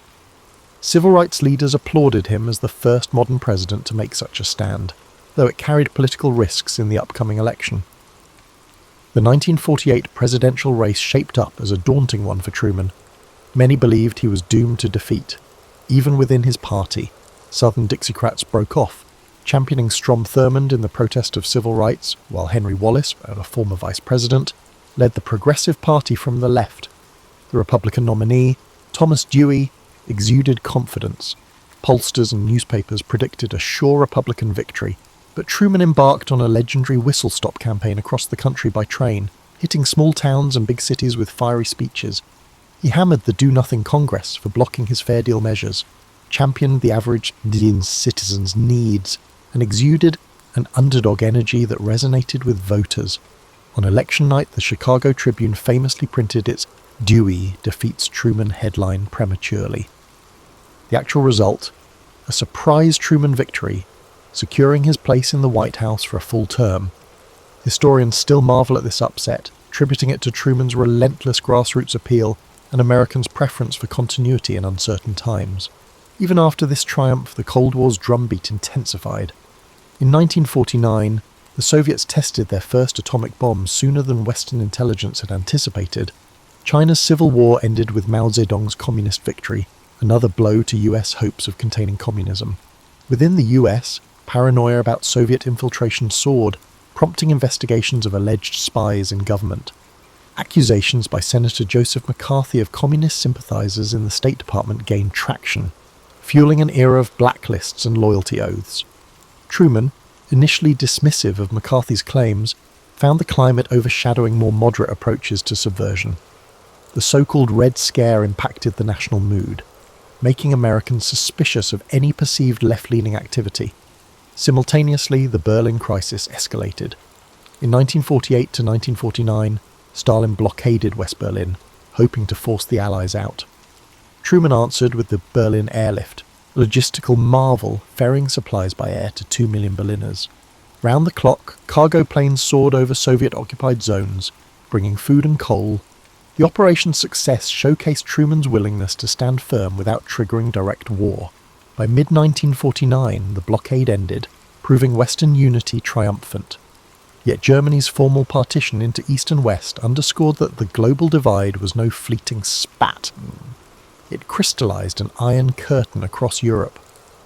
Truman's presidency thus served as the crucible forging NATO, established in 1949, to unify Western defense. By 1950, the stage was set for the next major conflict. In Korea, Communist North invaded the South, prompting UN-led intervention. Truman, fervent to stop aggression, but wary of another world war, authorized forces under General MacArthur. The Korean War would define his final years in office, intensifying domestic debates over how to contain communism without triggering nuclear catastrophe. So, from the vantage of the early 1950s, Harry Truman, once a relatively obscure senator, had become the architect of containment, the man behind the Fair Deal, and the figure bridging FDR's global legacy with a precarious new order. His next steps would further test both his presidency and the tolerance of a public increasingly fatigued by unending conflicts abroad. June 1950 jolted the Truman administration when North Korean forces, under Kim Il-sung, surged across the 38th parallel, overwhelming the ill-prepared South Korean army. Within days, Seoul fell. The UN Security Council swiftly condemned the aggression, a rare instance where the Soviet Union's absence from the Council, due to boycotting over China's seat, allowed a unanimous resolution to pass. Truman responded promptly. He committed US air and naval support, soon dispatching ground troops. Technically, the conflict was a police action rather than a declared war, but thousands of American servicemen found themselves in brutal combat across the Korean peninsula. General Douglas MacArthur, a decorated World War II figure, assumed command of UN forces. At first, the situation was dire. Allied lines shrank to a small defensive pocket around Pusan. Then came the bold Incheon landing in September 1950, a brilliant amphibious operation that outflanked North Korean supply lines. MacArthur's troops recaptured Seoul, reversing North Korea's gains.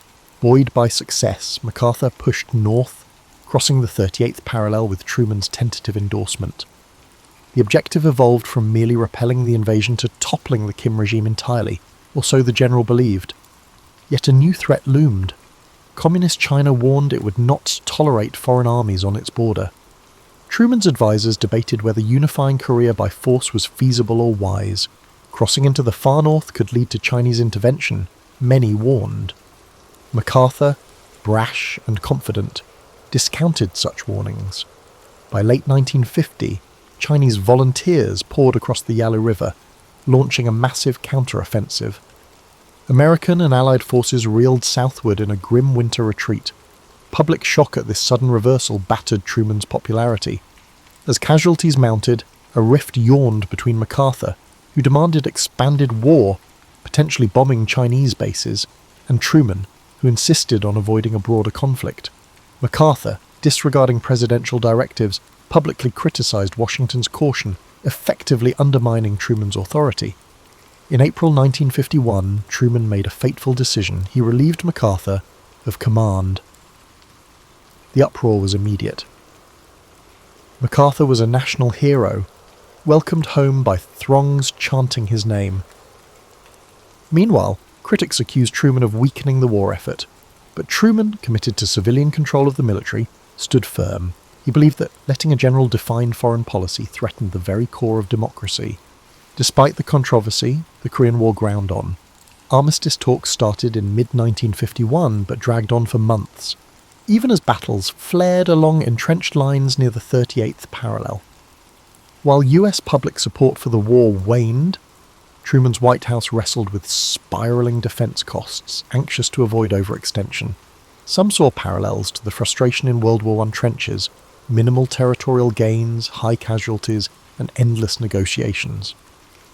By 1952, many Americans had grown disillusioned. The war overshadowed domestic progress on the fair deal. Political opponents hammered Truman for what they saw as a stalemate in Asia, tying it to claims of infiltration by communist sympathizers at home. Fed by these tensions, the 1952 presidential election shaped up. Truman, battered by criticism, decided not to run for another term. He had served nearly 8 years after Roosevelt's death, plus the partial term. Instead, the Democratic Party nominated Adlai Stevenson II, who faced Dwight D. Eisenhower, the popular general from World War II. Eisenhower's promise to go to Korea and end the war resonated deeply with a weary public.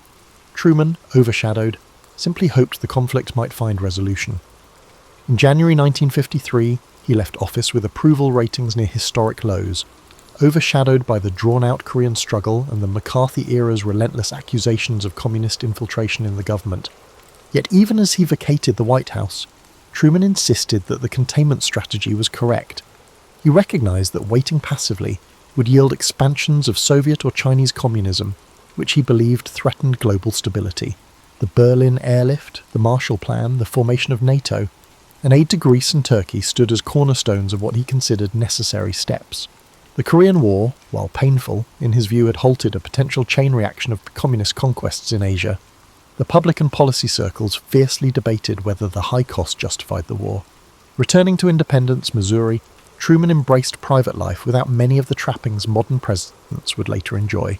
He had minimal pension, no Secret Service detail initially, and took up everyday routines, morning walks, visits to his library, and lively discussions with passers-by. Over time, Americans softened toward him. The same man once reviled for MacArthur's firing and for the loss of China found belated appreciation as a symbol of plain-spoken decency. Journalists occasionally visited his modest home to chat about world events. He deflected speculation about regrets, typically remarking that under the same conditions, he'd do much the same. The aging man, in his signature fedora, projected an air of calm that belied the turmoil he once navigated.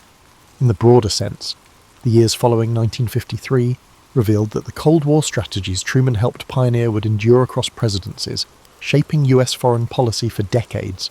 The notion that America must lead alliances, prop up threatened governments, and maintain a robust military footprint owed much to the architecture he and his advisors sketched.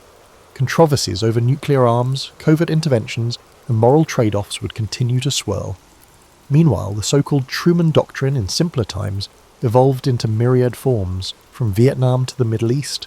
Whether favourable or unfavourable, the boundaries Truman established during the initial years of the Cold War established a superpower's worldwide stance. After leaving the presidency, Harry Truman quietly returned to the same unpretentious Independence neighbourhood he'd left behind. Reporters marvelled that, unlike many political figures who retreated into comfortable consultant gigs or lavish perks, Truman strolled about as though unchanged. He personally answered the phone at his home, penned his letters at a small writing desk, and took daily constitutionals through the neighbourhood. When neighbours encountered him, he was as likely to talk about local weather as global affairs. However, his historical decisions carried significant weight, despite the sense of normalcy. In 1953, the Korean War's armistice took effect, largely shaped by his successor, Eisenhower, who carried forward negotiations that Truman's administration had begun.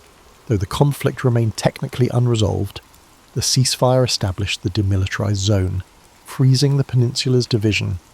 Critics contended that a final peace was never achieved under Truman's watch, yet defenders argued that halting North Korean advances preserved South Korea's future. As years passed, the ongoing partition cemented a legacy of tension in East Asia, intimately linked to Truman's stand against communist aggression. In the realm of civil liberties, the McCarthy era's fervour gradually subsided. Senator McCarthy overreached and was eventually censured by his colleagues. Retrospective analyses revealed the climate of fear had led to blacklists and ruined careers with scant evidence of actual subversion. From his vantage point, Truman felt vindicated about firing MacArthur and resisting extremes. He had insisted that constitutional processes matter more than a general's personal convictions or a demagogue's accusations. Yet the climate had left scars on the Democratic Party. Truman's own brand of moderate liberalism, heavy on foreign policy hawkishness and domestic incremental reforms, had receded under the weight of political realignments. Truman's financial situation post-presidency was precarious. At that time, ex-presidents received no pension.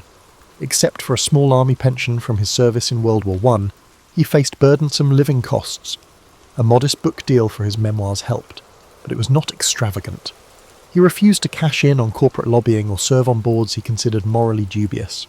Eventually, Congress passed the Former President's Act in 1958, partly spurred by Truman's circumstance, providing a pension and resources for office staff.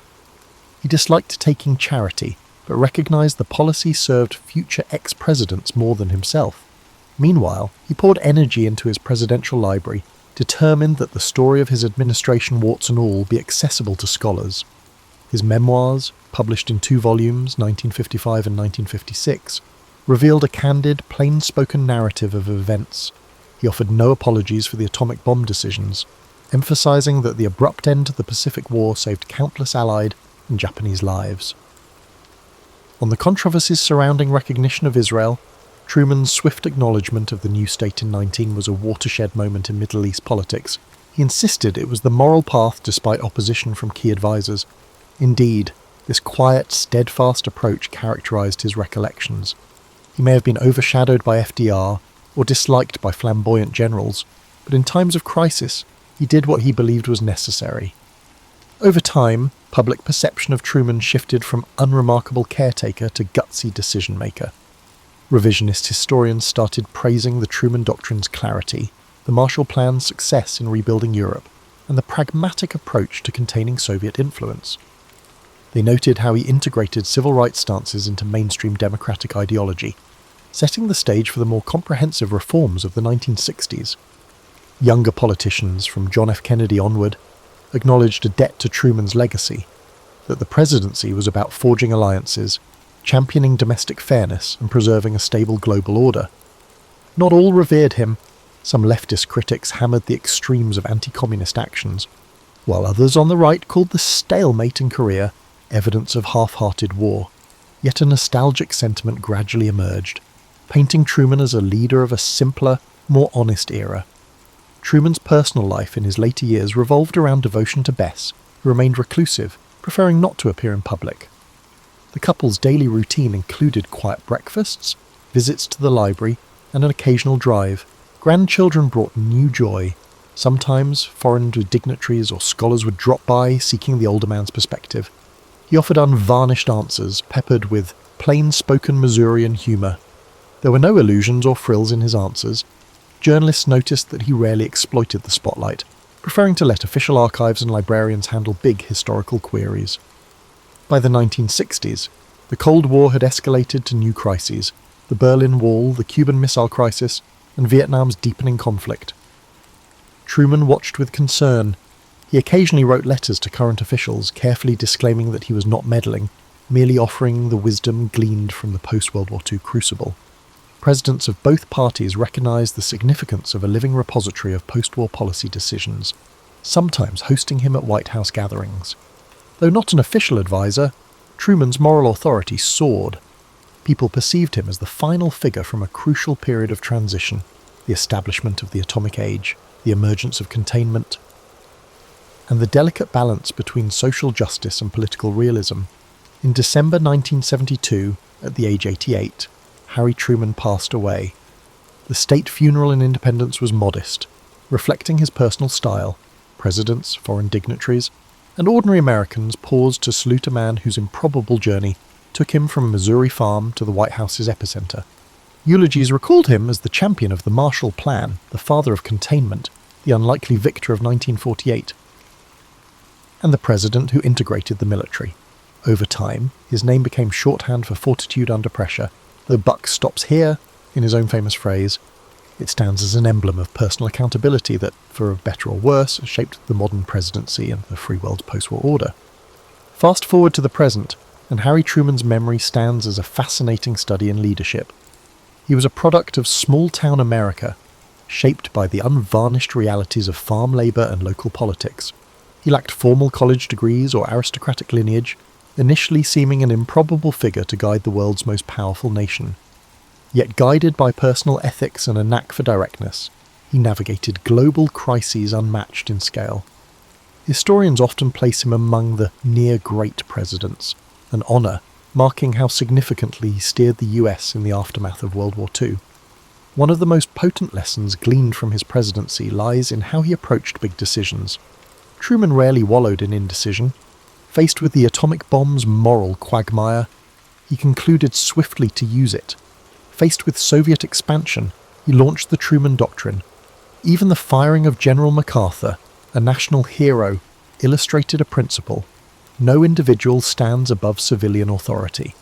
Many leaders might waffle or fear public backlash, but Truman's style was to weigh advice, pick a course, and then bear the consequences. That unwavering approach still informs discussions about how leaders handle emergency powers. His era also cements the notion that personal authenticity can matter more than rhetorical polish. Unlike FDR's patrician confidence or JFK's glamour, Truman's persona was straightforward, sprinkled with folksy phrases.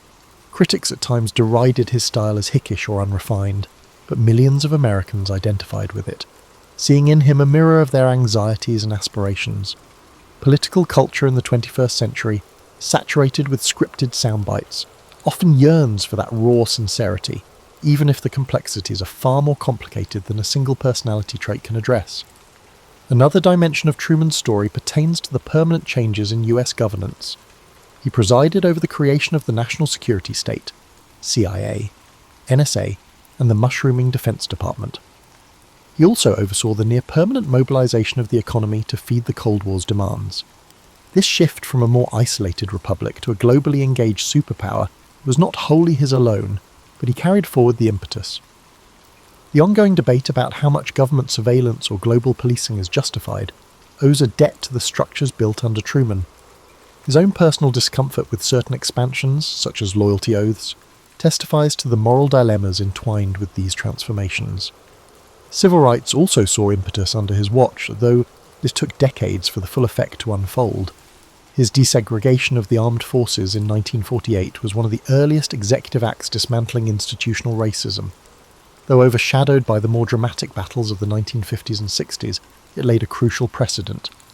Black veterans who served in integrated units carried new expectations for equal treatment, fueling the civil rights movement. This example underscores that incremental changes, championed even by leaders not known primarily as civil rights crusaders, can pivot historical momentum in ways invisible at the time. Modern presidents, from both parties, occasionally invoke Truman's name when justifying bold stances. They highlight his willingness to buck popularity for principle or highlight how, under crisis, he harnessed executive power to contain threats. Some hail him as the father of American internationalism, forging alliances and frameworks like NATO. Others cringe at the memory of the bombings and the loyalty purges. That duality, heroic to some, morally fraught to others, mirrors the complexity of the 20th century itself. For the typical American family, though, the memory of Truman might conjure images of that iconic 1948 photo with the newspaper headline, "Dewey defeats Truman," or the black and white footage of him announcing Japan's surrender. Libraries across the country preserve diaries from grandparents who felt uncertain about sending their sons to Korea, reading day-by-day news of the Truman War. The narrative resonates. A low-profile man confronted with outsized responsibilities, forging a path that was neither perfect nor doomed, but shaped by moral convictions and a refusal to shirk tough calls. In the end, Harry Truman's life serves as a testament to the unexpected emergence of leadership and the resilience and determination of common men in the face of extraordinary events. For a generation battered by depression and war, he was a reassuring presence. For modern society grappling with new global threats, from climate crises to cyber conflicts, his blueprint of strategic alliances, unwavering moral lines, and willingness to face unpopularity might hold valuable lessons.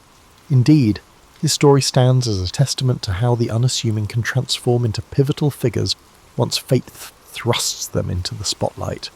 As the decades roll on, the modest Missourian who saw himself simply as a public servant remains emblematic of how steadfast character can guide a nation through perilous times and reshape the very meaning of American leadership. The man history would call Augustus was born Gaius Octavius on September the 23rd, 63 BCE, in a modest neighbourhood on the Palatine Hill. Though his lineage traced to a once influential equestrian family, few guessed he'd one day transform Rome from a republic steeped in centuries of tradition into something new. By heritage, he was Julius Caesar's grandnephew, but the link hardly guaranteed a grand destiny. As a child, Gaius Octavius was overshadowed by civil strife that had already scarred the Republic. Politicians feuded in the Senate, while distant generals, Sulla, Pompey, and eventually Caesar, vied for supremacy. Young Octavius lost his father early, leaving him under the care of a determined mother, Attia, and a circle of influential relatives. She recognized her son's potential, but also grasped the swirl of political tension that might devour him if he didn't maneuver cleverly.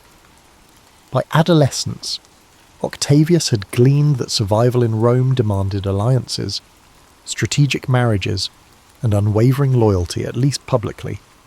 In private, one had to maintain a flexible mindset. He read oratory, studied Roman law, and learned to interpret the subtle power plays among senators. Observers described him as quiet, watchful, and possessed of a composure beyond his years. The biggest shift in his fortunes came in 46 BCE, when Julius Caesar, fresh from triumphs in Gaul and a decisive civil war victory, adopted Octavius as his posthumous son and designated heir. Caesar brought the teenager to Spain for a minor campaign, giving him a taste of military life. The young man's seriousness impressed Caesar's aides, though few predicted that this untested youth could ever fill Caesar's sandals. Indeed, Caesar himself was at the apex of power, proclaiming reforms and holding lavish triumphs. He restructured the Senate and extended citizenship to many. To some, he teetered close to monarchy. Rumours whispered he might declare himself king. Then came the Ides of March, 44 BCE. Caesar fell under 23 knife thrusts in the Senate, a betrayal orchestrated by supposed friends like Brutus and Cassius. While studying in a Greek city, Octavius received news of Caesar's assassination. At first, he reeled. The consequence was not only the loss of a powerful figure in his life, but also a potential threat to his security. He learned, however, that Caesar's will named him heir. It was an astonishing leap for someone barely out of adolescence. Many Roman elites dismissed him as a mere pawn. Mark Antony, Caesar's longtime ally, seemed the natural inheritor of Caesar's legacy, overshadowing the youth. But Octavius was no pawn. He returned to Italy with measured caution, adopting the name Gaius Julius Caesar Octavianus, commonly shortened to Octavian, flaunting that he was Caesar's son in every sense but blood. His presence ignited Roman politics. Antony, charismatic and bold, tried dismissing him as the boy, while the Senate, still reeling from Caesar's dictatorship, sought to exploit friction between Antony and Octavian. The entire city braced for another civil war.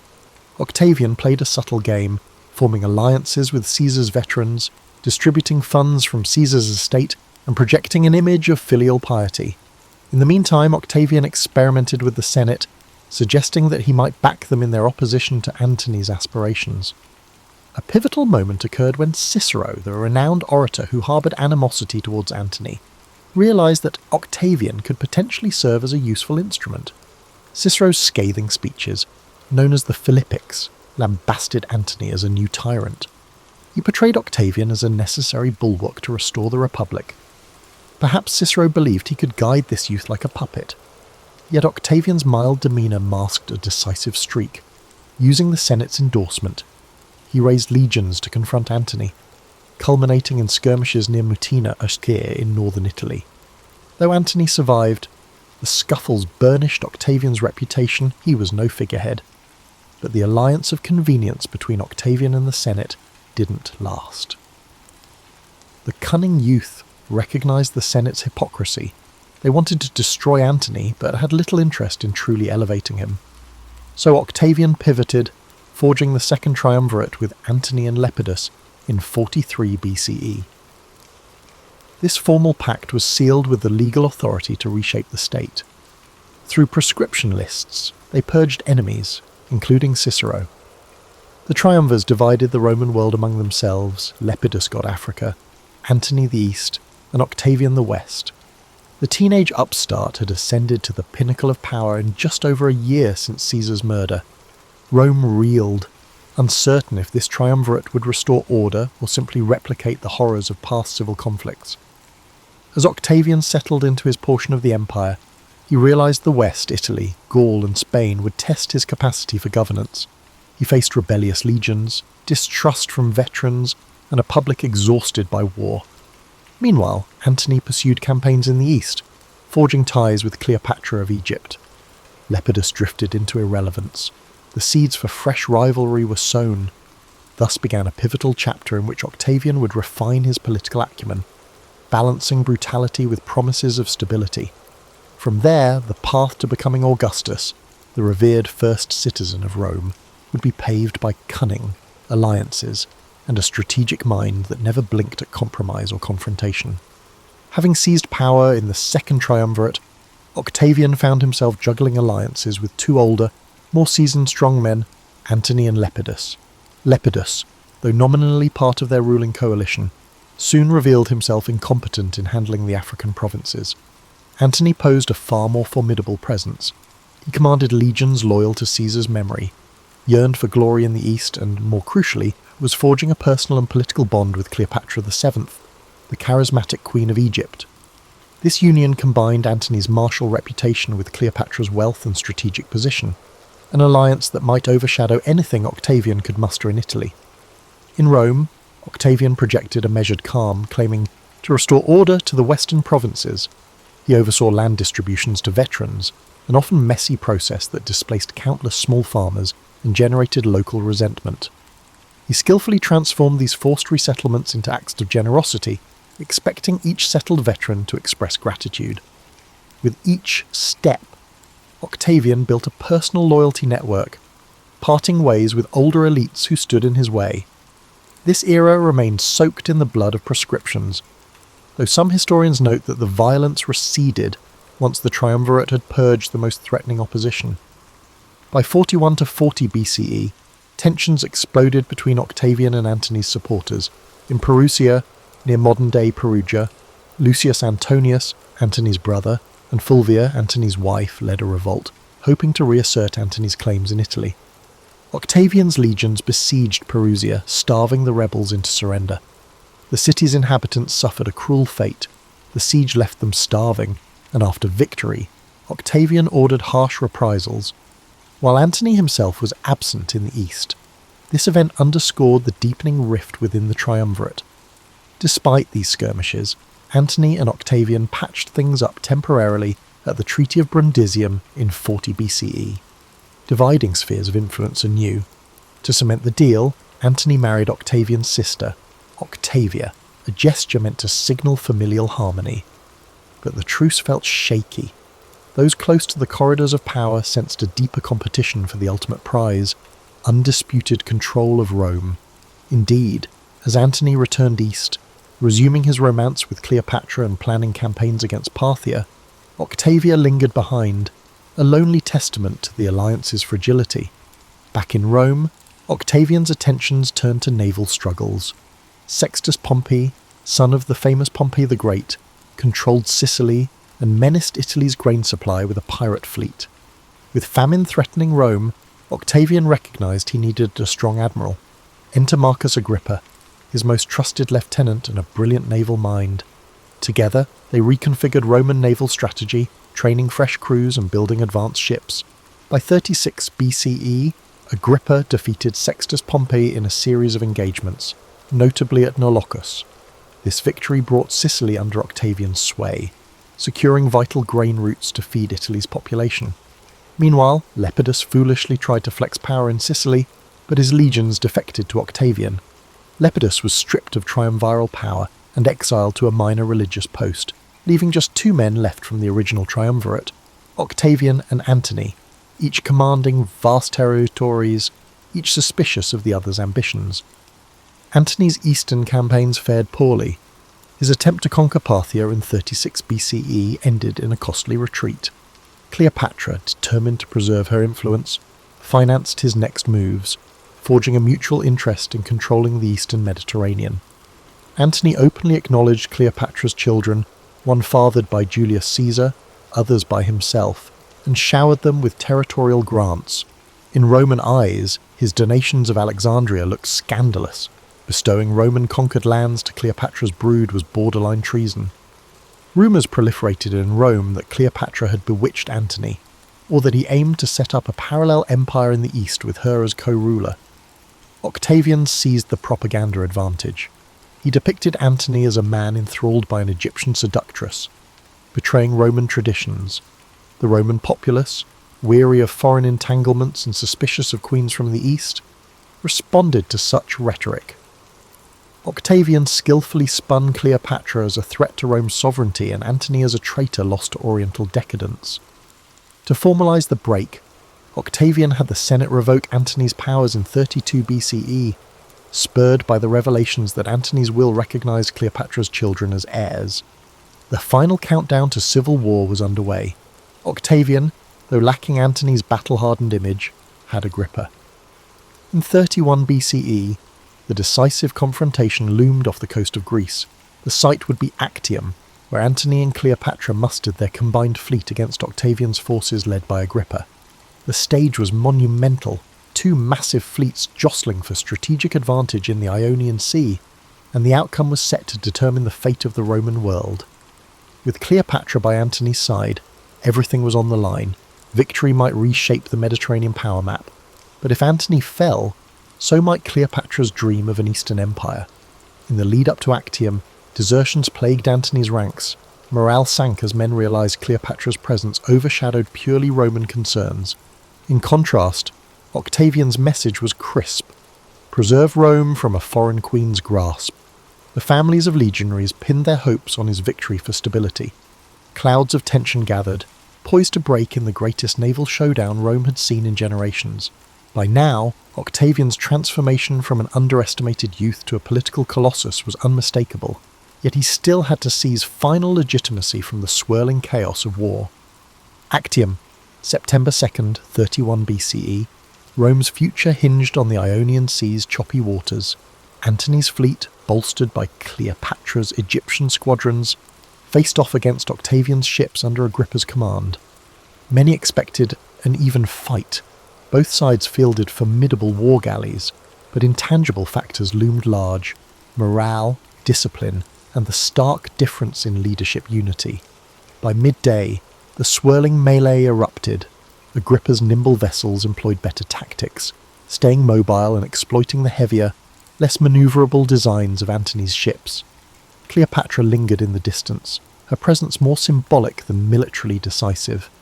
In a dramatic twist, Cleopatra abruptly withdrew her squadron mid-battle, perhaps panicked by the unfolding chaos or following a secret plan. Seeing her sail away, Antony, torn between loyalty to his Roman forces and devotion to Cleopatra, abandoned the fight to chase after her. With their commander gone, the remaining ships collapsed in confusion. Agrippa snatched a decisive victory. The battered remnants of Antony's fleet either surrendered or burned. The news rapidly disseminated.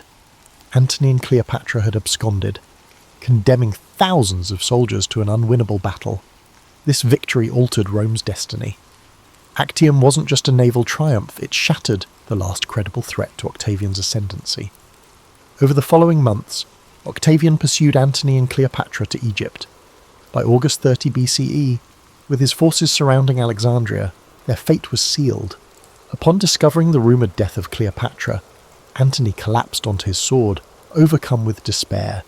Cleopatra, witnessing the city overrun and refusing to be paraded as a captive in Rome, reportedly took her life. Her method, a venomous asp pressed to her breast, became legendary. With that, Ptolemaic Egypt, the last Hellenistic kingdom, ended. Falling under Roman control, having neutralised every rival, Octavian returned to Rome in 29 BCE, triumphant. The gates of Janus, symbolising war's presence, re-shut, indicating peace across the empire for the first time in ages. The Senate, exhausted by decades of civil strife, pinned their hopes on this young victor. They hailed him as Imperator, commander, and showered him with honours. But Octavian realised the critical lesson from Caesar's demise. Openly brandishing monarchical power risked stirring republican resentment. He needed a new blueprint for dominance, something that would calm old fears while granting him absolute authority. This balancing act would define his next steps. In 27 BCE, Octavian performed a grand gesture. He ceremoniously returned power to the Senate and people of Rome, an act broadcast as humility, even though the real levers of control remained in his hands. The Senate, keen to maintain stability, bestowed upon him the name Augustus, meaning revered or venerable. This moment signalled the official birth of the Principate, a veneer of republican tradition cloaking a de facto monarchy. Augustus accepted titles carefully: Princeps, first citizen; Imperator, commander-in-chief; Pontifex Maximus, chief priest, and others. Combined, these roles gave him unassailable control over the army, religion, and state. A wave of reforms followed. Augustus reorganised the legions, stationed them in provinces under long-term command, ensuring their loyalty was to him personally. He restructured provincial governance, reducing corruption by rotating officials more often. The Senate oversaw peaceful provinces, while the emperor kept direct rule over trouble spots. Professional civil service emerged, staffed by freedmen and equestrians, loyal to the emperor's system. This team quietly undercut the old aristocratic networks that once jockeyed for magistracies, diminishing potential rebellion from senatorial upstarts. Culturally, Augustus recognized the power of propaganda. He sponsored monumental building projects, proclaiming he found Rome a city of brick and left it a city of marble. Temples were restored, public baths constructed, and aqueducts extended, visible tokens of a new golden age. Poets like Virgil, Horace, and Ovid flourished under imperial patronage, weaving narratives of Rome's glorious heritage and the necessity of a singular leader. The Aeneid recast Trojan myth to bolster the idea of a divine destiny culminating in Augustan rule. Yet not all were content. Some whispered that this restored republic was merely subjugation under a cunning autocrat. Traditionalists bemoaned the end of the truly free consuls and tribunes. Others, recalling the terror of endless civil wars, found solace in the Pax Romana that Augustus offered. Occasional conspiracies flared, typically from disillusioned nobles or neglected generals. Augustus handled them discreetly, exiling troublemakers or co-opting them with honours. Rarely did open rebellion form, a testament to how thoroughly he'd integrated power. In everyday life, a sense of renewal pervaded. Farmers returned to fields, trade routes revived, and legionaries redeployed to secure frontiers from Germany to Syria. The border wars never ceased entirely, but within the heart of the empire, travellers found roads safer and commerce steadier. The younger generation, lacking first-hand memories of the Republic, simply accepted that Rome's fortune lay in a stable principate. Indeed, many became ardent supporters, naming children Gaius or Lucius after Augustus's chosen heirs. By the close of the 20s BCE, Augustus was effectively king in all but name. The Senate still convened, Magistrates still took office, but real decisions were funneled to him. Some historians label the period the dawn of the Roman Empire, though Augustus himself stuck to republican slogans. He had forged a new political order that would endure for centuries, bridging the fierce independence of old Rome with the pragmatic necessity of a single guiding hand. The cost? The cost lay in the fleeting illusions of republican liberty, but after generations of civil conflict, many Romans gladly paid that price. As Augustus consolidated authority, he turned to ensuring the stability of his succession, no small feat in a state once steeped in the tradition of elected magistracies.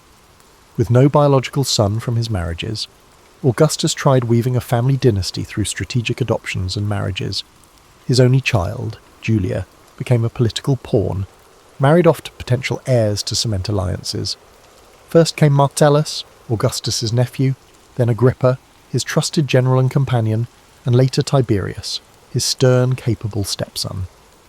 The empire watched these unions with fascination, hoping that a suitable successor might emerge to prolong the Pax Romana. Meanwhile, Augustus took a hands-on approach to moral and social reforms. He championed legislation encouraging marriage and childbirth among Rome's elite, penalising adultery and childlessness. Publicly, these laws aimed to revive traditional Roman virtues, populating the empire with upright citizens. Privately, they served as a moral anchor for the new regime, contrasting with the preceding decades of bloody infighting and public decadence. Critics grumbled that Augustus meddled too far into personal lives, yet many recognised the sense of direction and unity he sought to impose. On the frontiers, the empire's expansion seesawed between triumph and tragedy. Along the Rhine, Augustus installed garrisons to keep the Germanic tribes at bay. In the east, stable alliances with client kings prevented major upheavals, yet not all expansions succeeded. The infamous Varian disaster in 9 CE saw 3 Roman legions annihilated in the Teutoburg forest by Germanic warriors under Arminius. Rome reeled at the blow, losing about 15,000 men. Augustus, shattered by the news, was said to roam his palace, crying, "Quintilius Varus, give me back my legions." The defeat forced him to abandon major conquests in Germania, shifting the boundary to the Rhine. This trauma proved the empire had limits. Augustus recognised that consolidating existing provinces might matter more than indefinite conquest. Politically, the Principate's outward face promoted consensus. The Senate passed glowing decrees, awarding Augustus tribunician power for life, letting him veto or propose legislation. He used these powers sparingly, at least in the public eye. Freed of immediate threats, Augustus's reign embraced pageantry, grand triumphal arches, elaborate religious festivals, and coinage bearing his image with the title Father of the Fatherland. Roman aristocrats vied to outdo each other in praising the imperial household, sometimes exaggerating their devotion to secure favour. Meanwhile, the populace revelled in the improved city infrastructure, circuses, and public banquets. Bread and circuses indeed, though Augustus prided himself on not indulging in personal extravagance. He lived relatively simply in a house on the Palatine, not in a gilded palace. Yet within his family, strife simmered. His daughter Julia, stuck in strategic marriages, rebelled through scandalous conduct. She partied with younger patricians. Rumour said she engaged in affairs that ridiculed Augustus's moral edicts. Ultimately, he exiled his own daughter, a move he found deeply painful but saw as necessary to preserve the regime's moral authority. The public gossiped, concluding that even Augustus, the paragon of virtue, couldn't tame personal scandal in his household. Another blow came when favoured grandsons died young, fracturing the carefully plotted succession line. Tiberius, austere and aloof, gradually emerged as the likely heir, though father and stepson had an uneasy dynamic. In the realm of culture, a golden age flourished, or so the retrospective label claimed. Patronage from Augustus and his confidants, like Maecenas, supported literary talents who produced enduring works. Virgil's Aeneid wove Trojan legends into Rome's destiny, subtly legitimizing Augustan rule as fate. Livy wrote monumental histories praising Roman virtues, carefully tiptoeing around the civil wars that had cemented the Principate. Ovid's verses charmed readers with witty takes on love and mythology, until his exile for unspecified indiscretions, or perhaps for offending the imperial moral code. The tension between creative freedom and political lines became a hallmark of the era's art. Master sculptors and architects harnessed Greek influences, producing distinctive Roman designs that still grace surviving ruins. The Ara Pacis, celebrating Augustan peace, stands as a prime example. By the dawn of the 1st century CE, Augustus's principate had reigned over 2 decades of relative stability. Children grew up knowing no civil war, a remarkable shift from older generations. The memory of the Republic's freedom drifted into nostalgia for some, while others believed that a single guiding figure was the best bulwark against future chaos. Indeed, many equestrians and senators quietly recognised they were better off under predictable central rule than risking the unpredictability of competitive elections that often spiralled into assassinations or civil conflict. Yet the question of the empire's longevity remained. If Augustus died unexpectedly, would Tiberius or another figure hold the empire together? Could the principe outlast one man's lifetime? In the twilight of his reign, Augustus orchestrated subtle transitions of authority to Tiberius, conferring powers gradually. He hoped to avoid the abrupt vacuum that had ensnared Caesar. Whether the Roman world was truly ready for a dynastic monarchy, a concept so alien to its older republican ethos, was an open question, but there was no turning back. The age of Augustus had irreversibly shaped a Roman identity now intertwined with a single ruler's guiding hand. By 14 CE, Augustus was an aging figure. His hair had greyed, his health grew frailer, yet his grip on power remained firm. He'd spent decades refining the Principate's mechanics, ensuring his direct or indirect control over the military, legal, and religious spheres. Mentally, he pondered the last acts of his storied life. If the Principate was to endure, he needed Tiberius, his designated successor, to seamlessly assume control. Some suspected Tiberius possessed neither Augustus' charisma nor compassion, but there was no other candidate left with enough legitimacy. That summer, Augustus embarked on a journey with Tiberius to southern Italy. Perhaps it was a symbolic handover, or perhaps it was simply a final inspection tour. Along the way, his health deteriorated quickly. Near Nola, the place of his father's death decades prior, he lingered in bed, occasionally conversing with Tiberius and others from his retinue.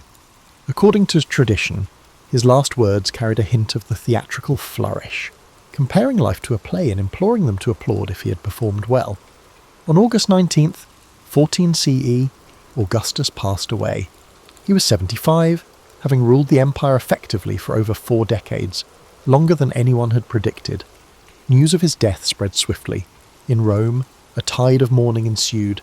The Senate declared him a god, Divus Augustus, continuing a trend that had begun with Caesar's deification. The city's populace, which had never experienced an adult life without him as a guiding presence, faced uncertain times. Rituals, eulogies, and processions offered the veneer of continuity.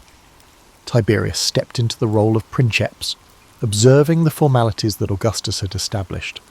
Among the masses, grief mingled with apprehension. No single figure had done more to shape the new era of Pax Romana. In the subsequent months, the city of Rome processed Augustus's memory in different ways. Loyal senators commissioned arches and statues.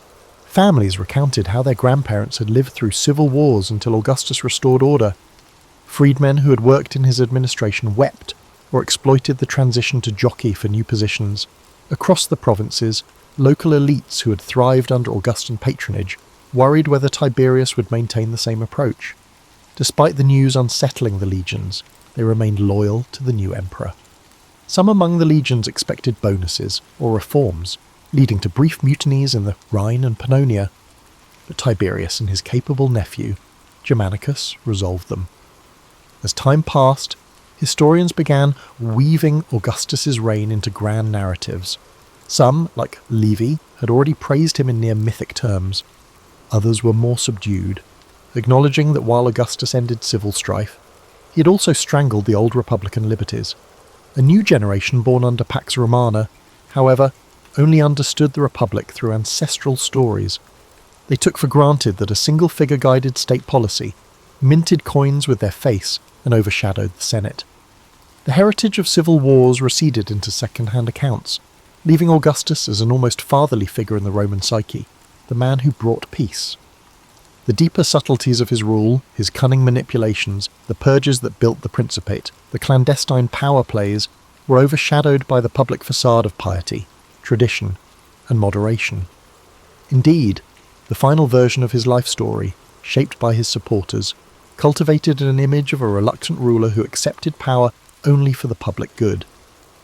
Detractors existed, but they rarely had a platform to challenge the official line. Over centuries, subsequent emperors embraced or distanced themselves from Augustan ideals. Some attempted to emulate his delicate balance, while others failed, allowing cruelty or extravagance to overshadow statesmanship. An essential Augustan legacy was the ongoing Pax Romana, a relative peace that spanned from Britain to the Euphrates. Though wars on the frontiers never vanished, Germanic raids, revolts in Judea, tensions with Parthia, the empire's core heartlands prospered, trade routes thrived, carrying goods from across the Mediterranean and beyond, while Roman law codes extended deeper into newly integrated communities. This stability boosted population growth, urban development, and cultural exchange, fostering an environment where future historians, philosophers, and architects found the resources to flourish. In subsequent centuries, Christians, when they emerged in the empire, pointed to the stable Roman roads built under Augustan expansions as an inadvertent gateway for their missionaries to travel. Even mundane aspects, standardized coinage, consistent administrative provinces, owed much to the Augustan blueprint.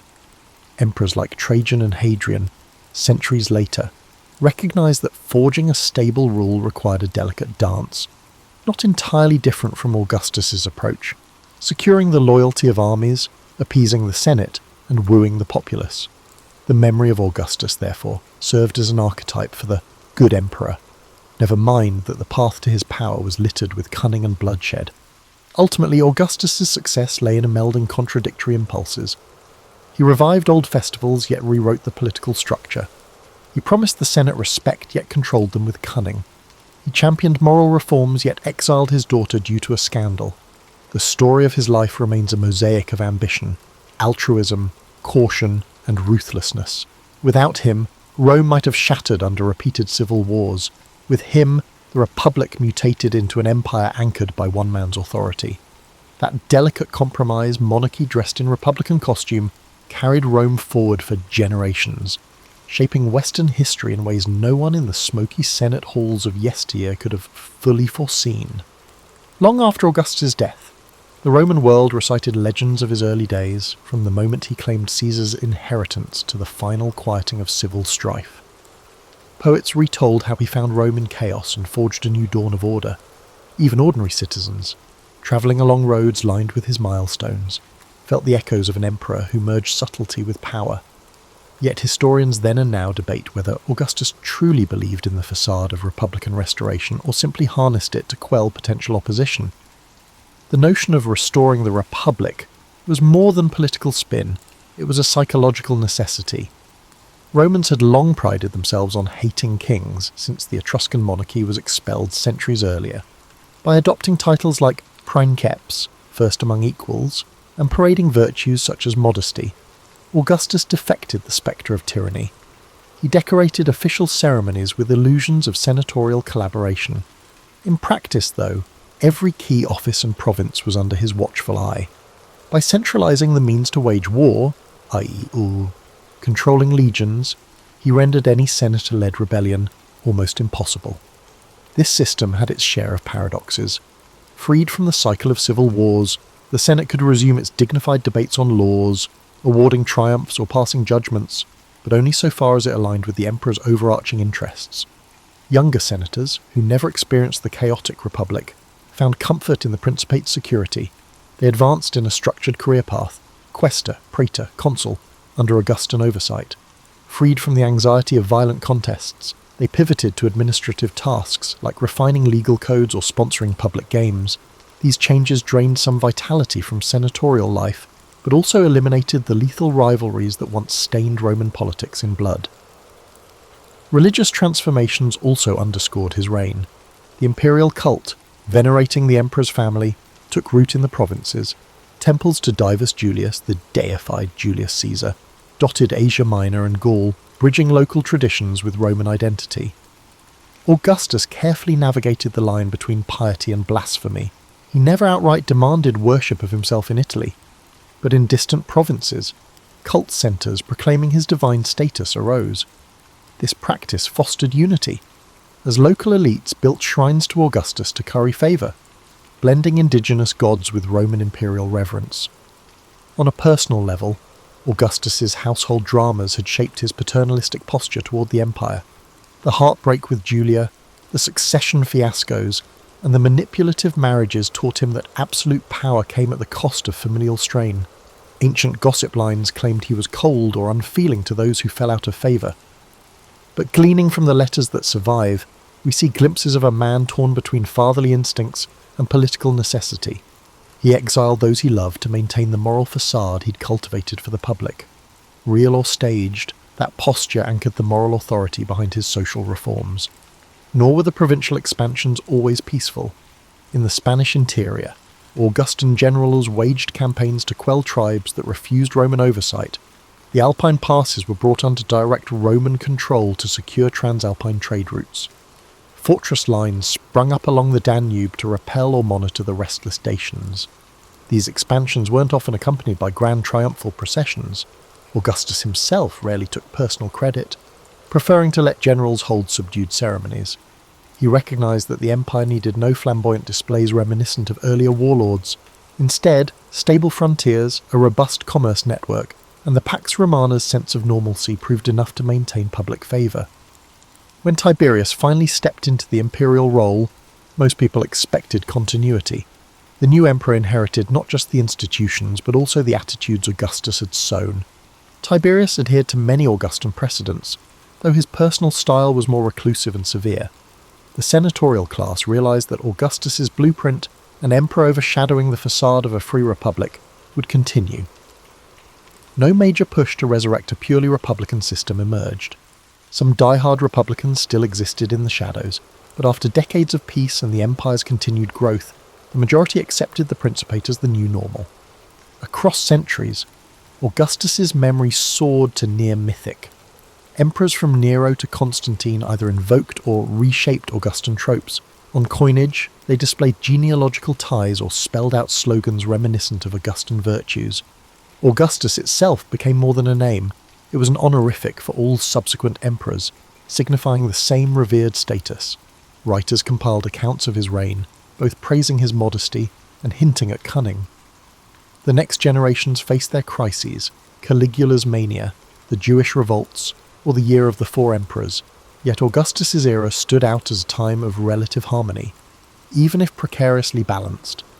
Looking back from a vantage point centuries later, historians see Augustus as the pivot from a fractious republic to a stable, if autocratic, empire. Freed from crippling civil wars, the Mediterranean world blossomed in trade and culture. The seeds of an architectural revolution took root in Rome's new monuments, bridging Greek artistry with Roman engineering.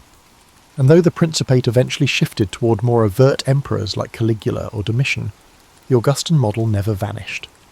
The notion of a first citizen, quietly sustaining the illusions of senatorial dignity, underpinned the empire's structure until the West crumbled centuries later. Augustus's example, subtle, multifaceted, and deeply embedded in Roman tradition, remains a testament to how a single individual can reshape the trajectory of an entire civilization. Now, with millennia gone since Augustus's death, we possess a panoramic view of his life and legacy, a vantage point that reveals both the glimmering heights and the murky corners. His youthful cunning, harnessed after Caesar's assassination, established a pattern of strategic alliances and relentless ambition. That fierce drive paved his ascent from an underestimated heir to the architect of Rome's first imperial system. But behind the luminescent facade of the Pax Romana, one notices the ashes of republican liberties, countless casualties of proscriptions, and a well-managed propaganda machine smoothing over the sharp edges of absolute power. Modern scholars often debate whether he was a benevolent autocrat, or a sly manipulator who exploited war weariness to install a monarchy in all but name. The truth likely straddles a delicate boundary. Augustus's reforms, streamlining taxation, professionalizing the army, and encouraging moral and cultural revival, point to a genuine desire for a robust, enduring order. However, he did not hesitate to use lethal measures when they strengthened his position. For every temple he built, there was a political rival he sidelined or a province subjugated under Roman authority. In rhetorical terms, Augustus was no flamboyant orator, but his mastery lay in setting the narrative. He let others speak extravagantly on his behalf, poets, loyal senators, provincial allies, and rarely contradicted the glowing accounts that cast him as Rome's saviour. Over time, this cultivated persona sank deep into Rome's collective psyche. Even the Senate, once proud and fractious, resigned to his overarching presence, content to pass decrees endorsing him as father of the fatherland. The city's plebeians, exhausted by previous turmoil, embraced the peace and spectacle, grand gladiatorial games, public feasts, and the distribution of grain. With daily life less precarious, who dared demand the intangible freedoms of an older era?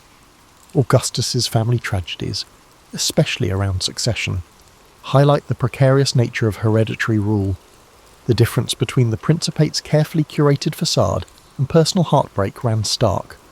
The exiles of Julia and Ovid, along with the disgraced heirs who died prematurely, pointed to a regime that valued moral discipline and uniformity over personal indulgence. This was the official narrative. In private, some cunning courtiers thrived, whispering half-truths to maintain favour.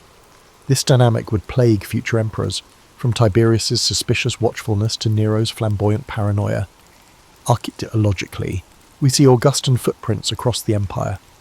The city of Rome was adorned with the Forum of Augustus, the Temple of Mars Ultor, and the Ara Pacis, each a testament not just to religious devotion, but to the synergy between art and political messaging. In provincial cities from Spain to Asia Minor, local elites mirrored Augustan styles, erecting temples to the imperial cult and adopting Roman architectural motifs. This cultural assimilation contributed to the forging of a Roman identity that transcended narrow, tribal or local loyalties. Even in the Greek East, where Hellenic culture had once overshadowed Rome's, the Augustan age catalyzed a new synthesis, merging Greek traditions with Roman rule under the notion of a shared Pax Romana. When analysing Augustus' reign, one can't ignore the question of how it impacted future governance.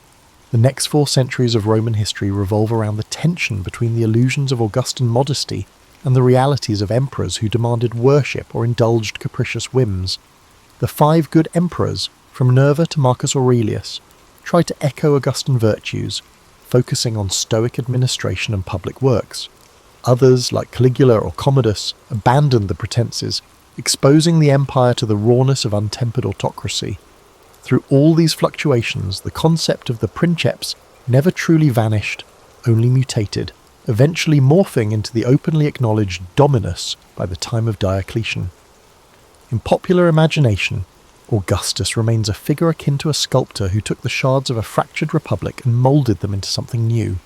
He didn't just pacify Rome, he re-envisioned its institutions so thoroughly that later Romans struggled to imagine returning to the old ways. Even centuries after the Western Empire fell, echoes of his centralized governance influenced medieval and modern states.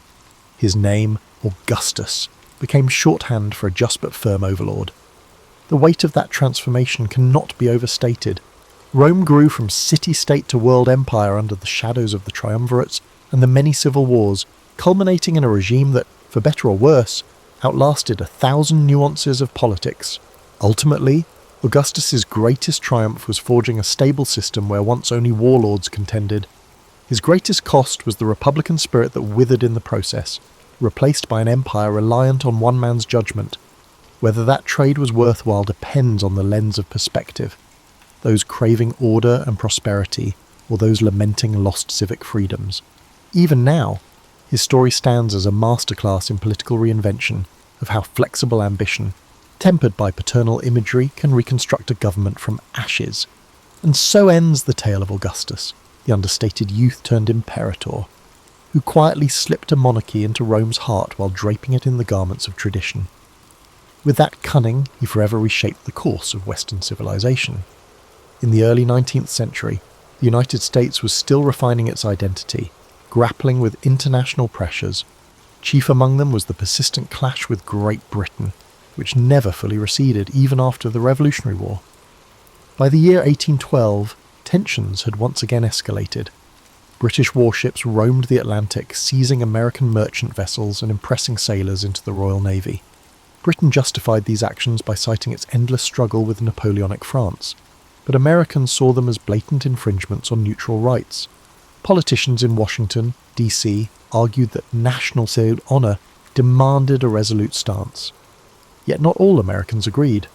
New England merchants, dependent on overseas trade, feared that a war would wreck their livelihoods. Frontier farmers from the West and South, meanwhile, were more bellicose. They complained of British influence over native tribes, alleging that British agents provided weaponry to indigenous groups resisting American expansion. Famed orators in Congress, labelled war hawks, pressed for military action, insisting that only force could end maritime harassment and secure national credibility. James Madison, the fourth president, presided over a charged political scene. A quiet, deliberative. He weighed options carefully, but the clamour for war grew. In June 1812, Madison sent a war message to Congress, highlighting impressment, trade restrictions, and alleged British incitement of native violence.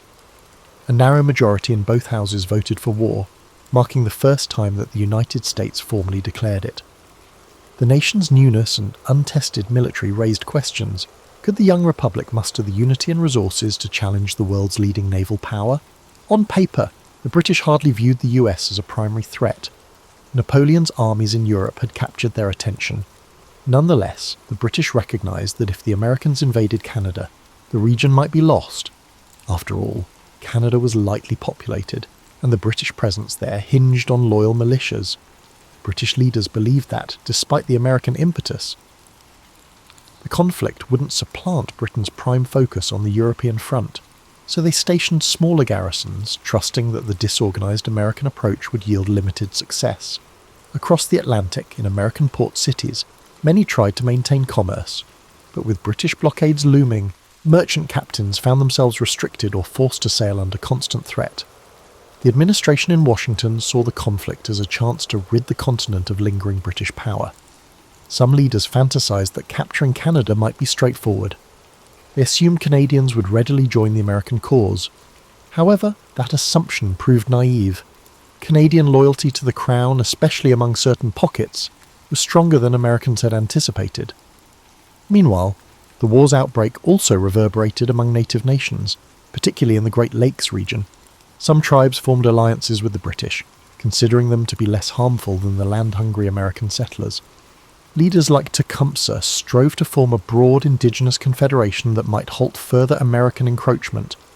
For them, this war was another chapter in a long-standing struggle to defend their homelands. The British, short on manpower, readily welcomed indigenous allies, albeit with uncertain commitments once the war ended. Public opinion within the United States remained uneven. Southern and western states tended to favour hostilities. In contrast, many New Englanders, reliant on Atlantic trade, found the conflict ruinous. Some states half-heartedly contributed militia. Political friction within the US threatened to hamper effective prosecution of the war. Nevertheless, the formal declaration spurred initial bursts of patriotism in certain regions. Local militia parades and oratory about defending liberty repeated the rhetoric of the Revolutionary era, though critics derided the war as Mr. Madison's war. As the summer of 1812 progressed, American forces readied invasions across the Canadian border, aiming to quickly seize territory. The War Department, however, was ill-prepared. The regular army was small, officered by a mix of Revolutionary War veterans and political appointees. State militias varied widely in discipline. Supply lines were shaky. Still, generals promised swift victories. Observers from Europe, half attentive while embroiled in Napoleonic campaigns, watched with mild interest, suspecting the conflict would remain localized. The War of 1812 began in this precarious, multifaceted environment. The Americans believed they could avenge maritime wrongs and perhaps expand into Canada. The British, confident but distracted, expected to defend Canada with minimal resources. Indigenous nations, caught in the crossfire, saw an opportunity to resist American expansion. As the war commenced, few realized the transformative effects it would have on North America's diplomatic and cultural landscape. Early in 1813, American strategists believed they could redeem the humiliations of 1812 by launching renewed offensives into Canada. However, the same structural flaws persisted: volunteer militias, uncertain supply lines, and leadership lacking experience in large-scale campaigns. Generals like Henry Dearborn planned coordinated thrusts along Lake Ontario and the Niagara frontier, yet cooperation between commands remained shaky, and British defenders, aided by local militia and Indigenous allies, effectively countered many moves. On Lake Erie, Oliver Hazard Perry supervised a frantic shipbuilding effort at Presque Isle, present-day Pennsylvania. The plan was bold: construct a small fleet to wrest control of the lake from the British, thereby isolating their garrisons in western Upper Canada. In September 1813, Perry's squadron faced the British at the Battle of Lake Erie. Amid chaotic fighting, Perry's flagship took heavy damage, prompting him to row to another vessel and continue the fight. The result was a striking American victory, culminating in his laconic message, "We have met the enemy, and they are ours." This triumph severed Britain's supply route and forced them to abandon Detroit. Simultaneously, William Henry Harrison led an American army into Upper Canada. Bolstered by Lake Erie's strategic advantage, Harrison advanced, culminating in the Battle of the Thames in October 1813. The death of Tecumseh there shattered the indigenous coalition in the region. Although some tribes would continue resistance, the unified front Tecumseh championed is dissipated. American morale soared at these regional successes, mitigating memories of the prior year's catastrophes. Yet not all fronts prospered. Along Lake Ontario, the Americans captured and burned York, future Toronto, angering Canadian locals but failing to achieve a decisive hold. Furthermore, the attempt to hold or take the Niagara region vacillated as leadership changed. The incompetent or quarrelsome interplay among American generals let opportunities slip away. British regulars, though outnumbered, capitalized on interior lines and local knowledge. They also enjoyed better coordination with indigenous forces. On the Atlantic side, the US Navy's larger warships occasionally triumphed in single-ship duels, but Britain's blockade grew tighter. American merchant vessels found it perilous to venture out. Privateers operating from smaller ports tried to slip through, capturing British merchant ships for bounty. Despite being a significant threat to Britain, these privateers were unable to lift the blockade. Coastal towns faced hardship as imported goods became scarce, fueling discontent. In New England, especially, anti-war sentiment solidified. Some Federalists saw the conflict as a Southern war, suspecting expansions in territory only benefited southwestern agrarian interests. Amid these realities, 1814 brought a watershed shift in the global context. Napoleon's defeat in Europe freed British resources to pivot to North America. The British planned major offensives. One, a southern thrust aiming to capture New Orleans. Another, a mid-Atlantic invasion to strike the Chesapeake. They also stepped up attempts to secure control of Lake Champlain, a route to New York's interior. The intensification alarmed the Madison administration, which realized that if these drives succeeded, major US cities could fall or states might bolt from the Union. Also, central in 1814 was a series of negotiations that began in Ghent. Belgium, American delegates, including John Quincy Adams and Henry Clay, faced British counterparts. These talks progressed slowly, shaped by events on the battlefield. Initially, Britain demanded concessions like a recognised indigenous buffer state in the Old Northwest, while the Americans insisted on status quo ante bellum. Each side hoped for a military advantage that would improve bargaining. Throughout the summer, the negotiations seesawed, overshadowed by intensifying hostilities. An overlooked aspect was the southwestern frontier, where Andrew Jackson confronted Creek warriors allied with or influenced by the British.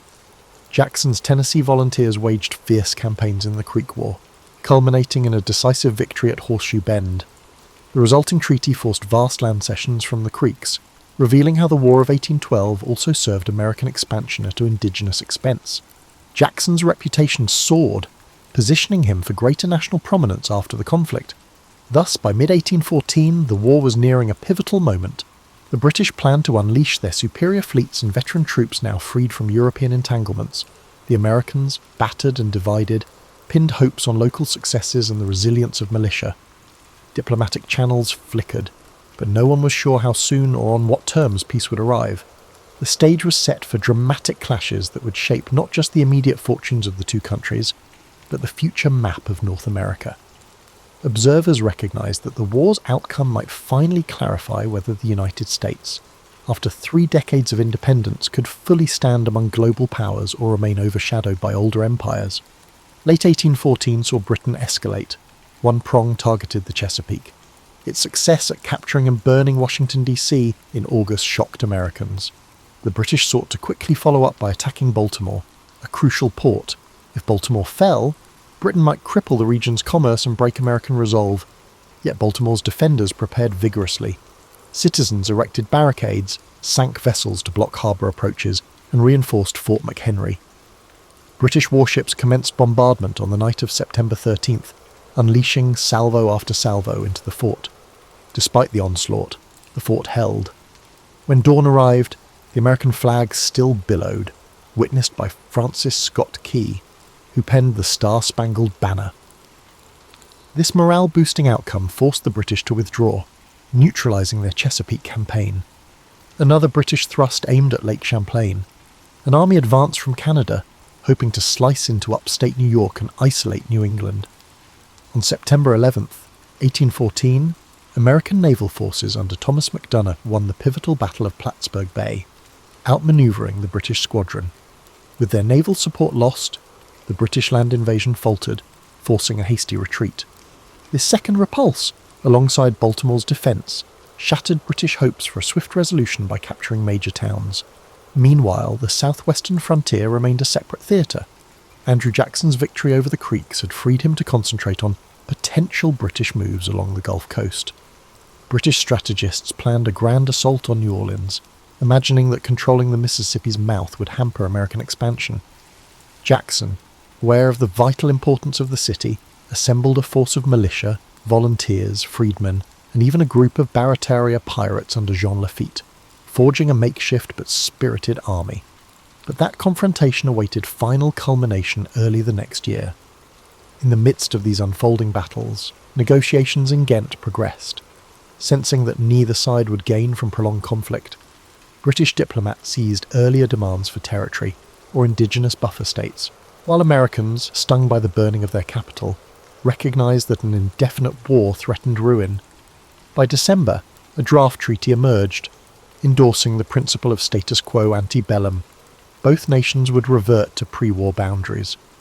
Outstanding issues like impressment or maritime rights were not addressed, rendering the war's original triggers unsolved.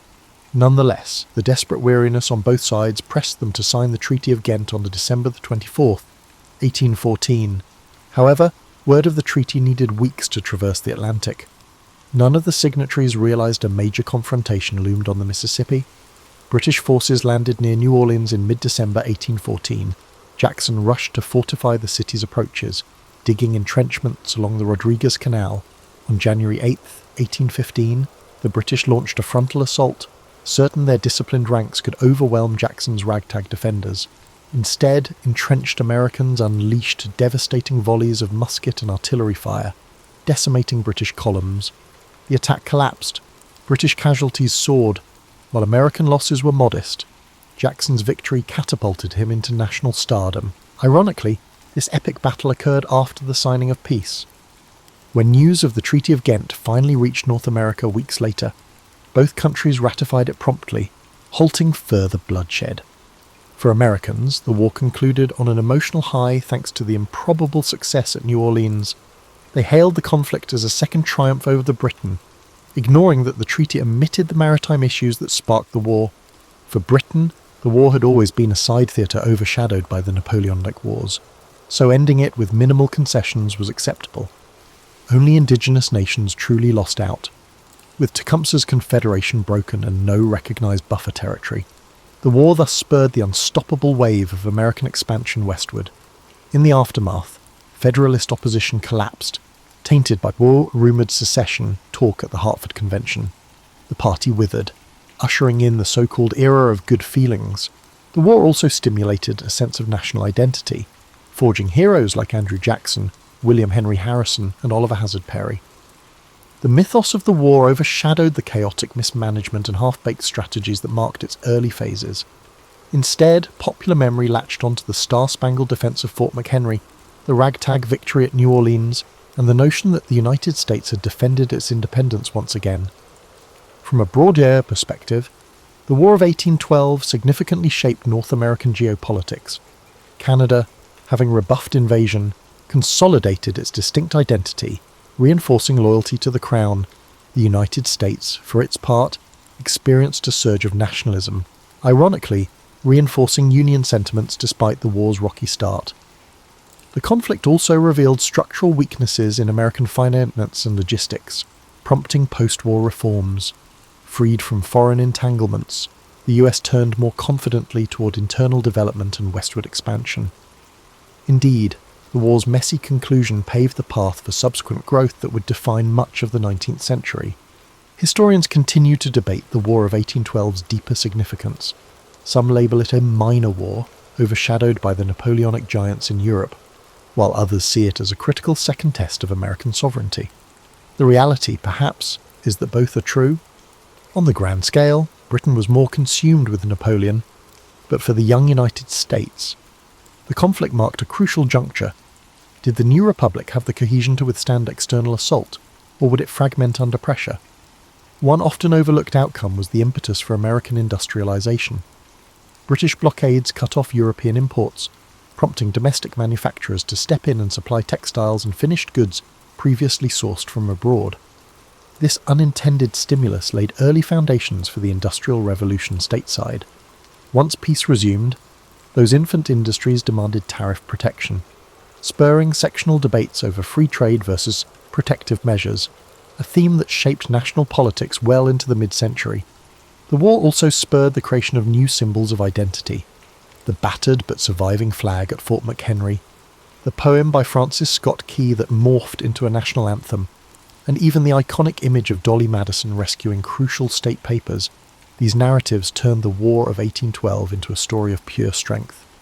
For many Americans in subsequent decades, it stood as proof that courage and cunning could offset inferior numbers or resources. That cultural legacy overshadowed the administrative bumbling and the partisan rancour that nearly crippled the war effort. For indigenous nations, the war's end accelerated their dispossession. Tecumseh's dream of a native confederacy collapsed with his death. British forces, no longer needing a bulwark against US expansion, provided limited post-war assistance. Tribes that had allied with Britain faced retribution or land seizures as Americans advanced. In the South, Andrew Jackson's post-war ascendancy led to further treaties pushing native groups west. Thus, the War of 1812 served as a key moment, paving the way for widespread white settlement throughout the Mississippi region and beyond. As for Canada, it developed a sense of shared heritage by resisting American invasions. French and English-speaking Canadians united under the Crown to repel the foreign threat, sowing seeds for a budding national identity distinct from Britain and the US. Figures like Laura Secord, who carried warning of an American raid, or the dead General Isaac Brock, became local heroes. The war's memory underscored that Canada would not be simply swallowed by the larger republic to the south, a dynamic that remains a point of cultural pride. Meanwhile, the returning US soldiers found themselves in varied conditions. Many frontier militias simply melted back into civilian life. Officers like Andrew Jackson or William Henry Harrison parlayed their war reputations into political capital, eventually capturing the White House. The post-war political environment recognized the potency of war heroes as leaders. The Federalist Party, tarred with disloyalty, soon dissolved, leaving the Democratic Republicans dominant, though internal factions would later spin off into new parties. James Madison completed his presidency in 1817, claiming the war had proven the constitutional system could endure an external threat. However, not all scars vanished. New England's economy, battered by blockades, pivoted more strongly toward manufacturing. Southern cotton expanded rapidly, ironically, fueled by the sense of security that no immediate British incursion threatened the coastline. The war's ephemeral alliances with French exiles or Spanish forces in Florida also factored into ongoing jockeying for territory. Within a few years, the US negotiated further expansions, culminating in the acquisition of Florida from Spain in 1819. These expansions, ironically, were partly greased by the sense that the US had won the War of 1812, even if the official treaty indicated no formal victory or concession. Thus the conflict's legacy blossomed in multiple directions. For some, it was an afterthought overshadowed by the Napoleonic saga. For others, especially Americans, it was a second war of independence that validated the constitutional experiment. For indigenous nations, it triggered sorrowful fragmentation. For Canadians, it stamped a rebellious, proud identity that shaped future confederation. And for the wider Atlantic world, it removed a potential thorn, allowing Britain and the US to gradually pivot from enemies to trading partners. Of course, the complexities of war never vanish neatly. Subsequent decades saw tensions remain, especially in the boundary disputes in the Great Lakes region, eventually resolved by more peaceful diplomacy. The War of 1812 thus quietly ended an era of direct Anglo-American conflict. In the century that followed, both nations found more pressing concerns elsewhere, forging an uneasy but enduring peace. Over time, the war receded into historical memory, overshadowed by other milestones, yet its impact on shaping North American political, cultural, and economic trajectories remains indisputable. From a modern viewpoint, the War of 1812 often suffers from overshadowing by the American Revolution or the Civil War, yet it introduced important transformations in how Americans conceptualize their government's role, how local militias interface with federal authority, and how the broader continent responded to shifting power dynamics. For a generation that came of age after 1776, the war proved their own defining moment. Many states saw newly minted heroes or identified local episodes of valour, forging a tapestry of war stories that fed local pride. Among lesser-known anecdotes is the role of enslaved men who escaped to British lines, particularly in the Chesapeake region. The British offered freedom to those who joined their cause, akin to certain practices during the Revolution. Many seized the chance, enforcing British logistical efforts or forming labour battalions. Following the war, some relocated to British territories such as Nova Scotia or Trinidad, forming diaspora communities known as Americans. The phenomenon highlighted the contradictory nature of a war fought over liberty, while slavery persisted, adding another dimension to the moral tensions of the era. Another overlooked thread is the role of women on the home front. Dolly Madison's rescue of the White House portrait is famous, but countless unnamed women toiled under blockades, farmed while husbands marched, and nursed wounded militiamen.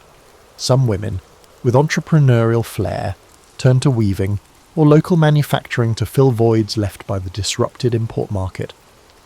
Their contributions, though seldom documented, were part of the shift toward a more self-sufficient domestic economy, proving that crises can spur inventive responses in local communities. Meanwhile, the impetus for building infrastructure grew. The war exposed how the poor roads hindered troop movements and supply lines, prompting calls for federal investment in internal improvements, canals, turnpikes, and eventually railroads. Although these developments advanced mostly after the war ended, the War of 1812 experience laid bare the necessity for connectivity. As a result, the federal government gradually leaned into more involvement with the infrastructure, an idea championed by national Republicans who wanted to unify the states through improved trade routes. Diplomatically, the post-war settlements signified a slow thawing in Anglo-American relations. British statesmen, preoccupied with maintaining post-Napoleonic Europe's order, found it pragmatic to reduce friction across the Atlantic. The Rush-Bagot Agreement of 1817 demilitarized the Great Lakes, a pioneering arms control pact that diffused future tensions. Over time, the Canada-US boundary stabilized, fostering an unusual phenomenon, the world's longest undefended frontier. This shift from hostility to mutual accommodation in North America stands as a direct outgrowth of the war, even if overshadowed by the dramatic episodes of 1812 to 1815. For indigenous peoples, the war's end spelled heartbreak. Britain no longer needed to bolster native confederations, so they withdrew support. The momentum of American expansion resumed, unstoppable. A patchwork of treaties forced tribes onto smaller lands or westward. The war had briefly offered a chance for unity under Tecumseh's leadership, but that vision perished at the Thames. The subsequent displacement of tribes in Ohio and Indiana soared, part of the broader national policy that would eventually culminate in the forced removals of the 1830s.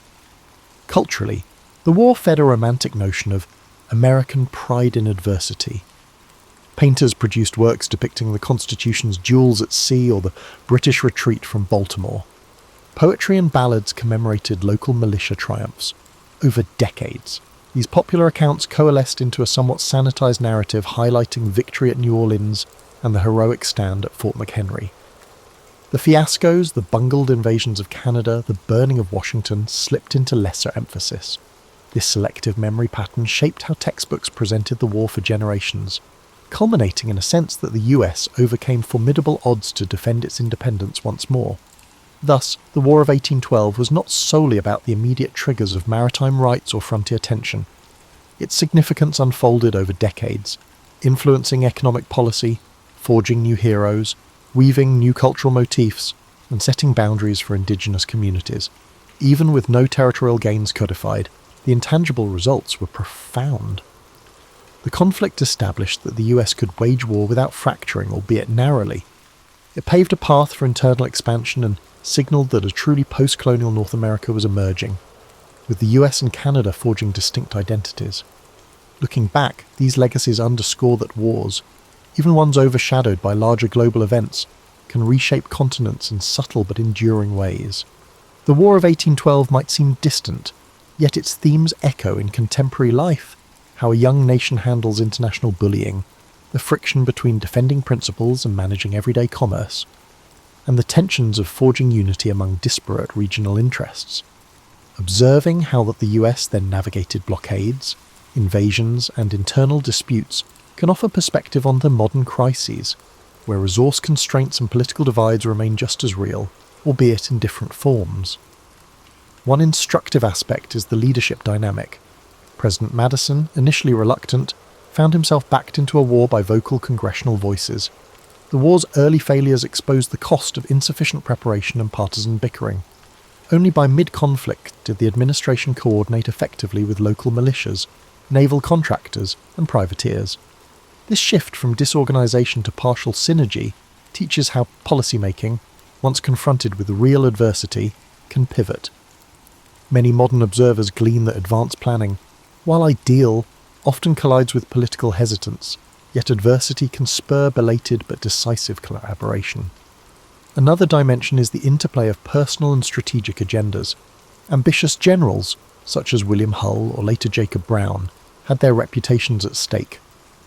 Politicians in Congress angled for local advantage or re-election. The war's path was shaped by these individual aims, sometimes to the detriment of cohesive national strategy. Similarly, in today's environment, personal ambition can sabotage or realign collective efforts, showing that cohesive leadership must harness personal drives rather than deny them.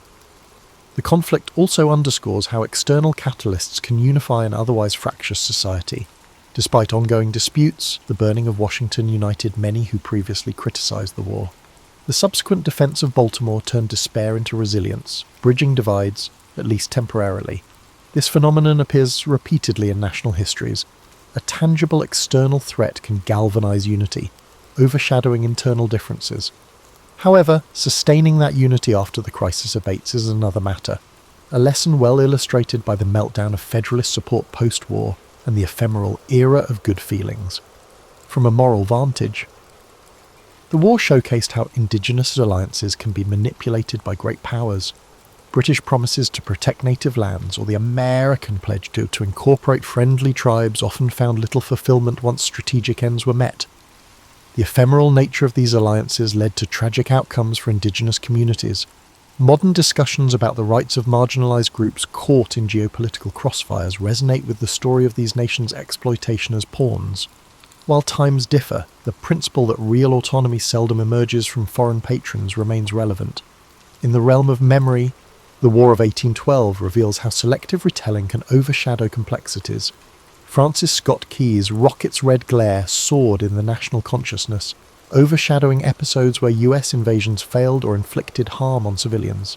Today, educational curricula often reduce the war to a handful of famous vignettes: burning of Washington, the Star-Spangled Banner, Andrew Jackson at New Orleans, neglecting the messy intricacies.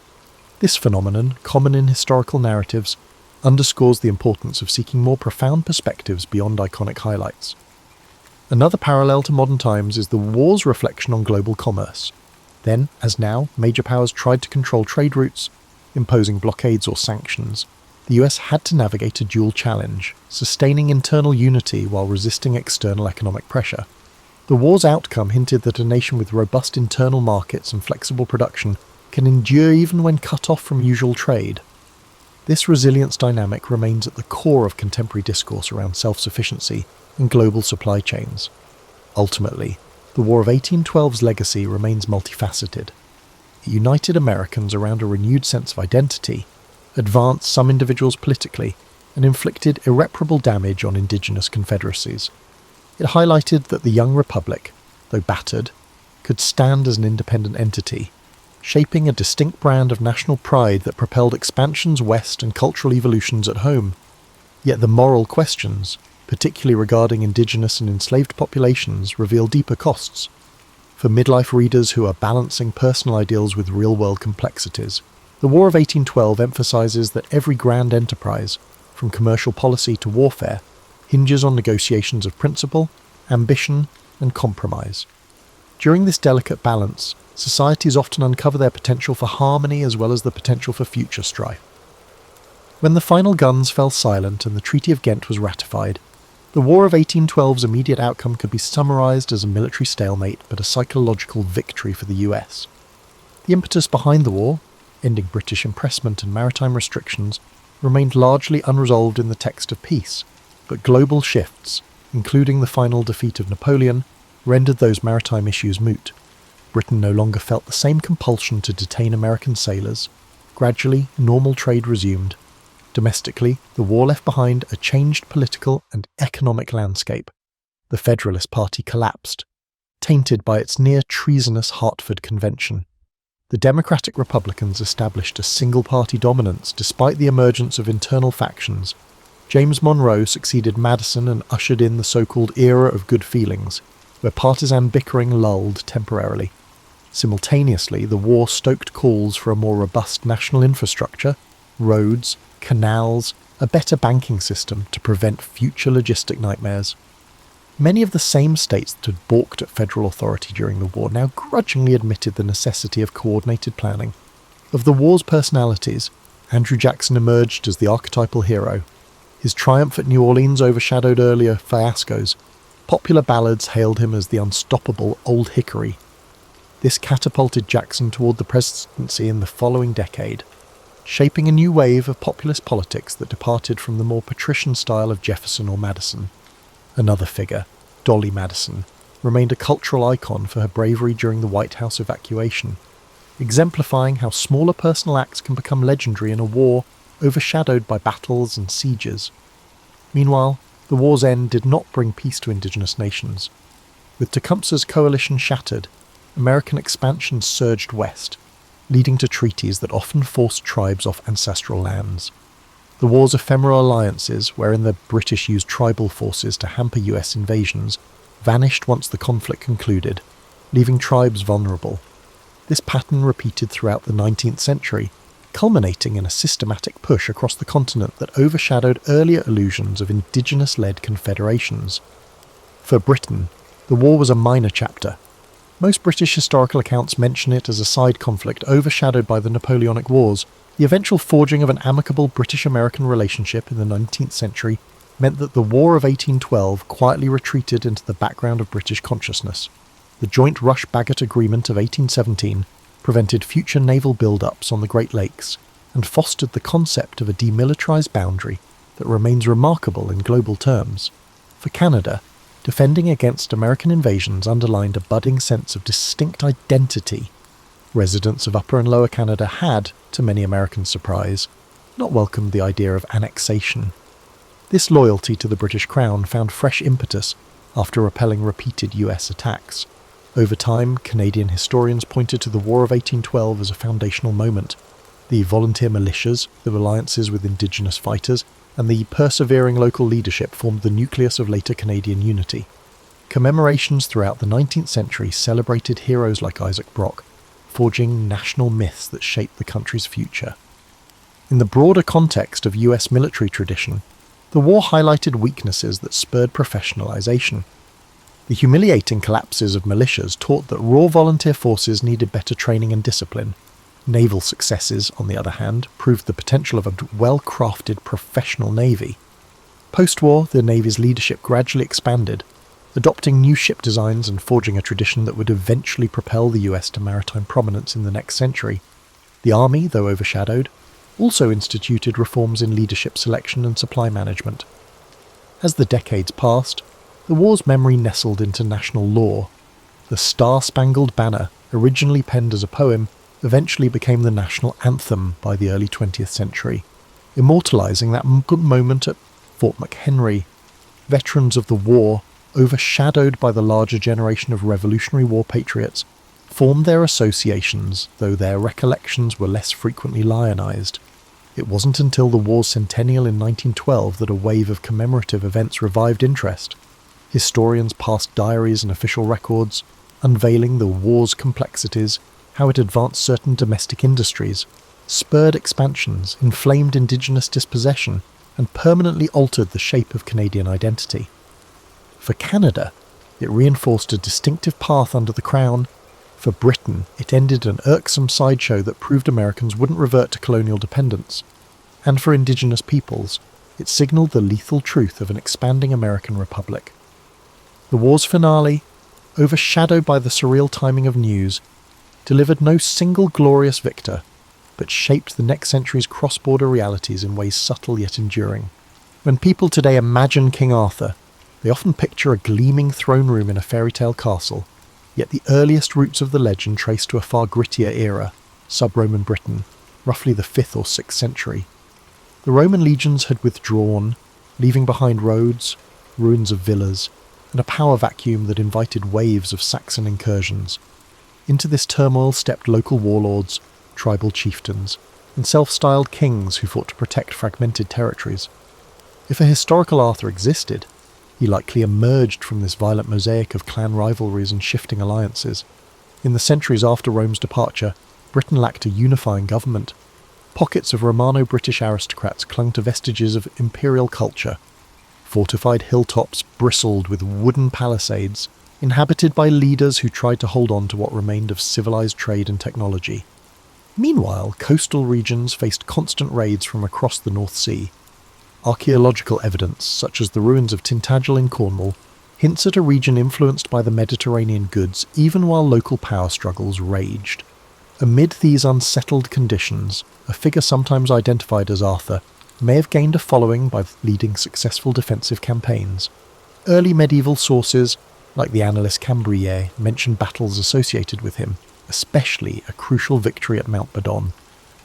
Yet the historical record is thin, names get jumbled, timelines blur, and Arthur may have originally been a title, not a personal name. What survived from this period were oral traditions among Celts, who revered warrior heroes capable of uniting fractious tribes. These seeds eventually took root in Welsh poetry, with references to an Arthur known for both prowess and moral leadership. Bards recited tales that blended real events with mythic flourishes, ensuring that Arthur's reputation grew. Over time, as monastic scribes copied legends into Latin, they combined folk memory with pious invention. By the 9th or 10th century, Arthur's presence in Welsh heroic cycles was well established. A champion blessed by Providence, who protected his people from heathen invaders. Yet it wasn't until Geoffrey of Monmouth's famous 12th century work, Historia Regum Britanniae, that Arthur attained sweeping recognition. Geoffrey's narrative, while often dismissed as fanciful by modern historians, reshaped Europe's perception of the British Isles. He wove older Celtic traditions together with his own creative additions, describing how Arthur inherited the throne, subdued rebellious nobles, and even marched an army into Gaul. And nobles across medieval Europe treated Geoffrey's account as quasi-history, as they searched for genealogical links to Arthur's greatness. Thus, the once shadowy war leader of sub-Roman Britain morphed into a medieval monarch with global renown. A key reason for Arthur's enduring appeal lies in the tension between the harsh realities of sub-Roman warfare and the later romantic veneer applied to his legend.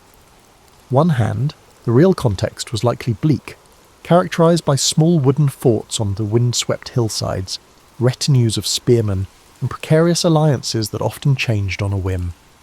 On the other, Arthur's story evolved into an ideal of chivalry, complete with jousts, castle halls, and elaborate courtly love.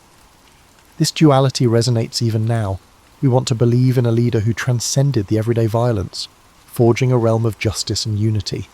Curiously, the early glimpses of Arthur do not include references to objects like the Holy Grail or images of a magical sword bestowed by a lake-dwelling enchantress. These elements arrived later, grafted onto the tradition as the medieval writers sought to marry indigenous British myth with Christian symbolism. The original tales likely focused on victories, feasts, and the hero's final stand rather than mystical relics.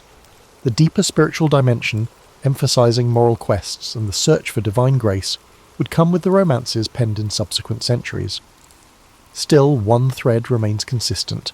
Arthur is portrayed as a unifier who rallied disparate peoples. Britain's western regions, from Wales to Cornwall, claimed him as their champion. Even the name Arthur suggests resonance with the Welsh word for bear, a totemic animal symbolising strength. As Saxon influence spread, nostalgia for a time when the Britons had a heroic protector grew. Oral storytellers carried that longing forward, layering each retelling with new wonders. Thus, the stage was set for King Arthur to emerge as both a mirror for the past and a beacon for the future. From a realm battered by raiders, a figure, real or semi-legendary, rose to claim the people's imagination. Long before Camelot became the shining castle of romances, there was likely a rough wooden hall on a rainy British hilltop where a leader called Arthur once rallied his men. Over the centuries, that leader's memory would transform into a tapestry of epic battles, courtly grace, and moral ideals that still captivates us. Though Geoffrey of Monmouth's work gave Arthur a grand historical sweep, the French and Anglo-Norman poets of the 12th and 13th centuries fused that chronicle-based narrative with the ethos of chivalry. Writers such as Chrétien de Troyes introduced knights on quests, enchanting ladies, and moral challenges far beyond the blunt tribal warfare of sub-Roman Britain. It was in these romantic verses that King Arthur's court, Camelot, crystallised in the medieval mind as an epicentre of refinement and virtue. Camelot was more than a single castle. It symbolised an ideal realm at a time when feudal Europe was grappling with violent feuds and knightly rivalries. Within Arthur's kingdom, courtesy and valour reigned supreme, anchored by the notion that knights should uphold justice, protect the weak, and respect the sovereignty of the church. This moral code was never a given.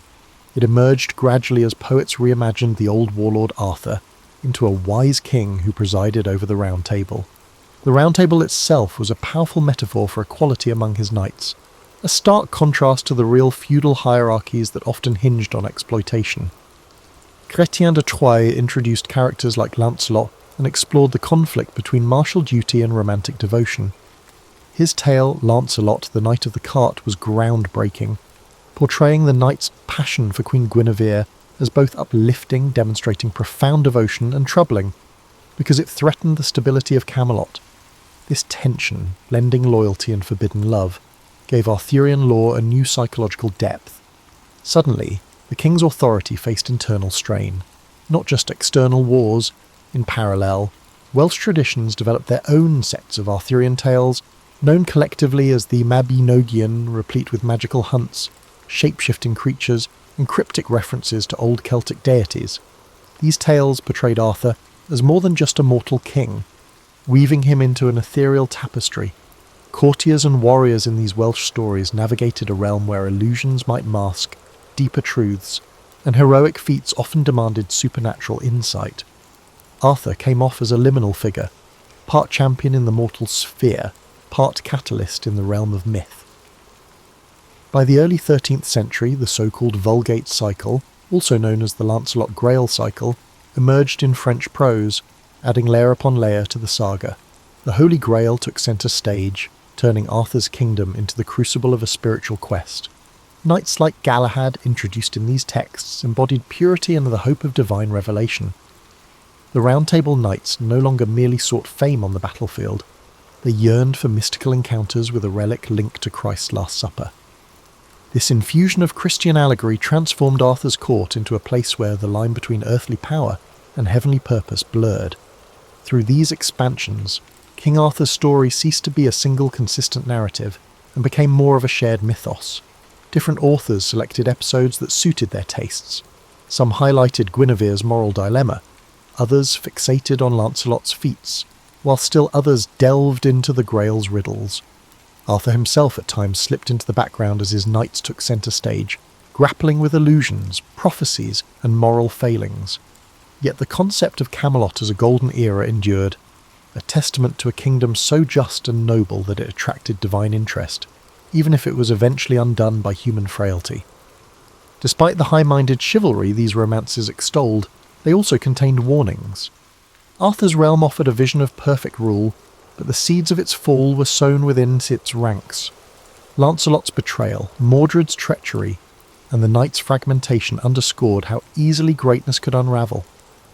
In reflecting on these fictional events, medieval audiences might ponder the fragility of their societies. Royal courts and noble houses existed in perpetual tension, threatened by ambition, jealousies, and foreign wars. Arthur's downfall was thus a cautionary mirror, reminding them that no empire, however idealized, was immune to the foibles of humanity. At the same time, the Arthurian cycle provided a spiritual dimension that comforted or challenged believers. The quest for the Grail, especially as told in the Questa de Saint Graal, championed asceticism over mere knightly prowess. Knights who succeeded did so by humility and moral purity rather than brute force. This concept of sanctified heroism was novel in an age when military might typically defined power. Through the lens of Arthur's story, audiences could imagine a higher calling, one that demanded introspection as much as external victory. Thus, by the High Middle Ages, Arthur had become both a glittering monarch and a figure overshadowed by the complexities of his realm. Whether enthroned at Camelot or overshadowed by Lancelot's and Gawain's exploits, he represented a cultural wellspring that authors and audiences reshaped to reflect their aspirations, anxieties, and theological preoccupations. The warlord of an obscure British epoch had been thoroughly recast as the lodestar of chivalric civilization, a transformation that would resonate for centuries to come. While medieval audiences revelled in Arthurian romances, the Renaissance brought a degree of scepticism toward medieval chivalry. As Europe rediscovered classical antiquity, tastes shifted toward realism and historical inquiry, yet King Arthur proved remarkably resilient, inspiring new works even in an era that questioned medieval faith in the miraculous. Writers, dramatists, and pamphleteers recognised that the epic scope of Arthur's saga could be reinterpreted to address the ideological battles of the 16th and 17th centuries. A prime example of this adaptability is Edmund Spenser's The Fairy Queen, 1590s, which drew heavily on Arthurian motifs, though it cast its hero in allegorical form. Spenser depicted Prince Arthur as the embodiment of perfection, seeking the Fairy Queen, representing Queen Elizabeth I. This conflation of Arthurian tradition with contemporary royal symbolism turned the old legend into a vehicle for praising Tudor rule. Even if the real Tudors had tenuous claims to genealogical descent from Arthur, the mythology served as a potent piece of propaganda, implying a lineage stretching back to the dawn of British greatness. Simultaneously, the printing press facilitated the widespread circulation of Sir Thomas Malory's Le Morte d'Arthur, first published by William Caxton in 1485. Though Malory wrote in the 15th century, the Renaissance generation rediscovered his compilation, which fused French and English sources into a comprehensive Arthurian epic. Its themes of loyalty, betrayal, and the tragic cost of internal discord found new resonance as England grappled with the religious schisms and dynastic uncertainties. Malory's text appealed to those craving heroism, but wary of the illusions that once cloaked medieval piety. In the broader European context, interest in King Arthur sparked debates over authenticity. Scholars asked whether Geoffrey of Monmouth's or Malory's accounts contained a kernel of fact or pure invention. Antiquarians pored over genealogical charts, local place names, and fragmentary manuscripts trying to prove or disprove Arthur's real existence. Some claimed he was a Celtic champion who fought off Saxon invaders, while others labelled him a total fabrication. Interestingly, these historical controversies did little to dampen the public's appetite for Arthurian plays, poems, and pageants. Real or not, Arthur remained a cultural touchstone. During the Elizabethan era, chivalric nostalgia blended with the monarchy's political agenda. Spectacles at court sometimes featured tilts and tournaments staged in an Arthurian spirit. accentuating the monarchy's claim to a glorious British past. However, as the 17th century wore on, civil war erupted in England, toppling the monarchy for a time. The old stories of knights bound by honour felt distant in a world split by ideological conflict between parliamentarians and royalists. Despite this, references to a lost age of unity dotted royalist propaganda. Arthur's symbol of a round table that transcended factionalism served as a subtle critique of contemporary divisiveness. By the 18th century, the so-called Age of Enlightenment saw a turn toward rationalism. Medieval romance seemed quaint or superstitious to many intellectuals. Even so, Arthur persisted in popular imagination. Writers toyed with comedic or satirical takes, highlighting the gap between medieval illusions and modern rational thought. In these retellings, the feats of Arthur's knights, slaying dragons or embarking on magical quests, looked increasingly improbable. Yet these parodies only increased public familiarity with the legend, ensuring that the name of Arthur remained in circulation. Throughout this period, British national identity slowly coalesced, especially after the 1707 Act of Union merged England and Scotland. Authors in search of a unifying myth frequently referenced Arthur's promise, a king who once unified the realm, only to be undone by internal betrayals. This motif mirrored anxieties about whether Britain's newly merged kingdoms could truly stand together. Arthur's legend functioned as both inspiration and a cautionary tale, a reflection on the costs of disunity. Scholarly curiosity about Celtic heritage also played a role, spurred by the romanticisation of ancient bardic traditions. Researchers scoured Welsh, Breton, and Cornish folklore, curious to find evidence that might clarify Arthur's historical basis. Sometimes researchers would weave fragments of old poems or place-name legends into rational arguments about Arthur's possible birth date, or the location of specific battles. Although definitive proof remained elusive, each attempt underscored how the figure of Arthur bridged scholarship and myth, standing at the intersection of legend's emotional power and history's demand for evidence. Thus, between the Renaissance and the Enlightenment, King Arthur was never a static figure. He became a mirror for each era's hopes, illusions, and debates about monarchy, unity, and cultural identity. Whether cast as a courtly knight, a symbolic ancestor of present rulers, or a relic of superstition, Arthur retained the ability to inspire, provoke, and challenge. By the dawn of the Romantic era, he was poised for yet another grand revival, this time in poetry and the emerging novel form, ensuring his endurance for centuries to come. The Romantic movement of the late 18th and early 19th centuries embraced medievalism with gusto, seeking inspiration in distant ages perceived as more authentic and emotionally resonant. King Arthur's lore fit perfectly into this artistic wave. Writers such as Sir Walter Scott wove chivalric elements into historical novels, while lesser-known poets invoked Arthurian motifs to evoke the sublime and the melancholic.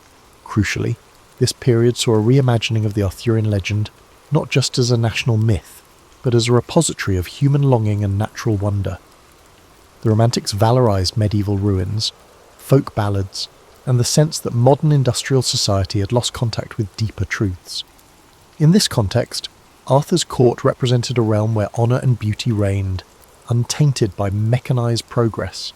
Landscapes, misty moors, ancient stone circles, hidden lakes, acquired near mystical qualities, frequently associated with tales of Arthur's final departure for the Isle of Avalon. Paintings of the era depicting Guinevere or the Lady of Shalott combined lush colour and a dreamy atmosphere to create a longing for an irretrievable past. Perhaps the most significant revivalist during the Victorian age was Alfred.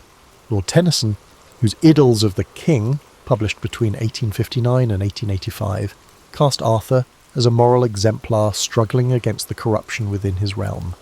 Tennyson's verse soared with idealism yet carried an undercurrent of disillusion. In his hands, Camelot became a metaphor for Victorian Britain's aspirations, empire, technology, and moral righteousness, while the knight's failures reflected the era's anxieties about hypocrisy and social decay. The story of Lancelot and Guinevere became a tragic testament to human vulnerability, overshadowing the earlier illusions of gallantry. Tennyson's work was no mere literary exercise. It shaped Victorian cultural consciousness. Stained glass windows, tapestries, and even Artois-Haman architectural motifs sprang up in wealthy homes and public buildings, all referencing Arthurian scenes. Critics lauded Tennyson for elevating the legend to a moral epic, while detractors argued that he sanitised the more raw or ambiguous aspects. Nonetheless, Idylls of the King remained wildly popular, reinforcing the notion that Arthur's tale offered moral guidance for a modern age. Even Queen Victoria reportedly admired Tennyson's interpretation, seeing in Arthur's struggle a reflection of her desire to maintain moral authority in a changing world. Outside poetry, the arts and crafts movement, led by figures like William Morris, found in Arthurian romance an antidote to industrial mass production. Morris's designs, from wallpapers to bookbindings, invoked the swirling lines and medieval patterns reminiscent of illuminated manuscripts. He even wrote his own Arthurian-based works. For Morris and his circle, the legend represented a craftsmanship ethic and a sense of community lost to factory labour. Decorating one's home with Arthurian motifs hinted at a quest for authenticity in an increasingly mechanised society. Across the Channel, French and German intellectuals took note of this English fascination, translations of Tennyson circulated, and cultural salons discussed the universal quality of the Arthurian myth, a noble ruler undone by betrayal and human weakness, a reflection on how the grandest visions can collapse from within. The story of a once cohesive realm fracturing resonated broadly in a time marked by revolutions and the unification of states like Italy and Germany. Yet the more the Victorians idealised Arthur, the more some critics pushed back. Realist authors found the legend archaic. They lampooned the knights as naive dreamers or castigated the romantic obsession as escapism, ignoring pressing social issues like poverty and inequality. Novelists such as Charles Dickens or Elizabeth Gaskell focused on contemporary life, rarely referencing Arthur. Still, even in their works, the notion of a lost moral centre lurked, as if Camelot's shadow lay over an industrial landscape that had lost its spiritual moorings. By the late 19th century, the medieval revival reached its peak. Pre-Raphaelite painters like Edward Burne-Jones rendered sumptuous scenes of knights questing in forests dappled with improbable light. Guinevere's hair glowed with golden hues, Lancelot's armour gleamed, and Arthur himself stood as a solemn, almost tragic figure. The emphasis on colour, texture, and emotion showcased how thoroughly the legend had been claimed by the aesthetic movement. King Arthur was no longer just a stream taught in school, he was a cultural phenomenon bridging literature, art, interior design, and public discourse about morality and progress. This fervent romantic and Victorian reclamation set the stage for a 20th century that would wrestle anew with Arthur's meaning. As empire gave way to modern war and the illusions of unstoppable progress cracked, the question loomed: would the Arthurian legend remain relevant, or would it be relegated to the dusty corners of libraries, overshadowed by more pragmatic narratives of science and modernity? The coming era would test that question in unexpected ways, ensuring that the tale of Britain's mythical king continued to evolve. The early 20th century confronted the Arthurian legend with 2 world wars and a changing cultural landscape that tested all forms of romanticised history. Yet the legend adapted once more. On the literary front, novelists and scholars revisited the medieval sources, sifting myth from alleged fact with renewed vigour. T.H. White's The Once and Future King, serialised between 1938 and 1958, stood out in this period as a bold reinterpretation that combined whimsy with philosophical introspection. White began with a light-hearted portrayal of a young Arthur tutored by Merlin, who transforms him into various animals to learn life lessons. But as the narrative advanced, it delved into darker ethical complexities, power, justice, and betrayal, echoing the cataclysms of the world outside. The Once and Future King resonated with readers living through global conflict. Arthur's dream of a just society felt like a parallel to the Allies' rhetoric about defending democracy. The tragedy that befalls Camelot, particularly the moral struggles of Lancelot and the heartbreak of Guinevere, reflected a broader disillusionment. Even noble intentions can unravel under the strain of ambition or human fallibility. White's comedic touches balance these weighty themes, allowing the novel to remain accessible to a wide audience. Critics praised his ability to weave personal growth, political ideology, and mythic grandeur into a single tapestry. Academic circles also turned a fresh eye toward Arthur's historical underpinnings. Archaeologists launched digs at sites like Cadbury Castle in Somerset, some identifying it with Camelot, and uncovered evidence of a significant 5th or 6th century fort. Although no definitive proof of an Arthur materialised, the findings hinted at the possibility of a powerful chieftain operating from a stronghold in that region. Meanwhile, historians re-examined sub-Roman texts, searching for references to a figure commanding battles against the Saxons. While no conclusive identity was pinned down, a measured stance emerged. Perhaps an actual war leader existed, whose memory, amplified by oral tradition, evolved into legend. Cinema followed with its portrayal. In 1953, Knights of the Round Table, starring Robert Taylor and Ava Gardner, showcased a Technicolor Camelot brimming with courtly spectacle and florid romance, continuing the tradition of a shining Arthur. But in the late 20th century, filmmakers occasionally tried grittier approaches. John Boorman's 1981 film Excalibur combined stylized visuals with raw violence, depicting a more primal medieval setting. Merlin, played by Nicol Williamson, stole scenes with cryptic monologues about fate, while the blossoming and decay of Camelot took on an almost hallucinatory quality. Audiences were jarred by the film's blend of gore, mysticism, and grandeur. Critics either applauded its boldness or found it excessive, but it certainly broke with the genteel Arthur of earlier screen adaptations. Meanwhile, pop culture began to incorporate Arthurian references beyond the realm of cinema. Monty Python's 1975 comedy Monty Python and the Holy Grail lampooned the legend in irreverent style, featuring coconuts in lieu of horses and absurd misadventures. Despite, or perhaps because of, its silliness, it became a cult classic, proving that Arthur's story could be subverted for comedic effect without losing audience interest. Even in parody, the core elements, Galahad, the Grail Quest, the Round Table, remained recognisable. This comedic distance from the old texts underscored how deeply Arthur's image had embedded itself in Western consciousness. In literature for younger readers, Mary Stewart's The Merlin Trilogy reimagined the wizard's perspective, grounding the magic in psychological realism and meticulously rendered British geography. Stewart minimised overt supernatural events, preferring to show how illusions or cunning might be perceived as sorcery in a credulous age. Stewart's strategy tapped into the mid-century desire for historical fantasy, effectively connecting a realistic Roman-British setting with the mythical aspect of Arthur's ascent. By the dawn of the 21st century, the legend was a global phenomenon. Writers from diverse backgrounds introduced new vantage points. Some retold Arthur's story from the viewpoint of Morgan Le Fay, or other female figures marginalised in older narratives.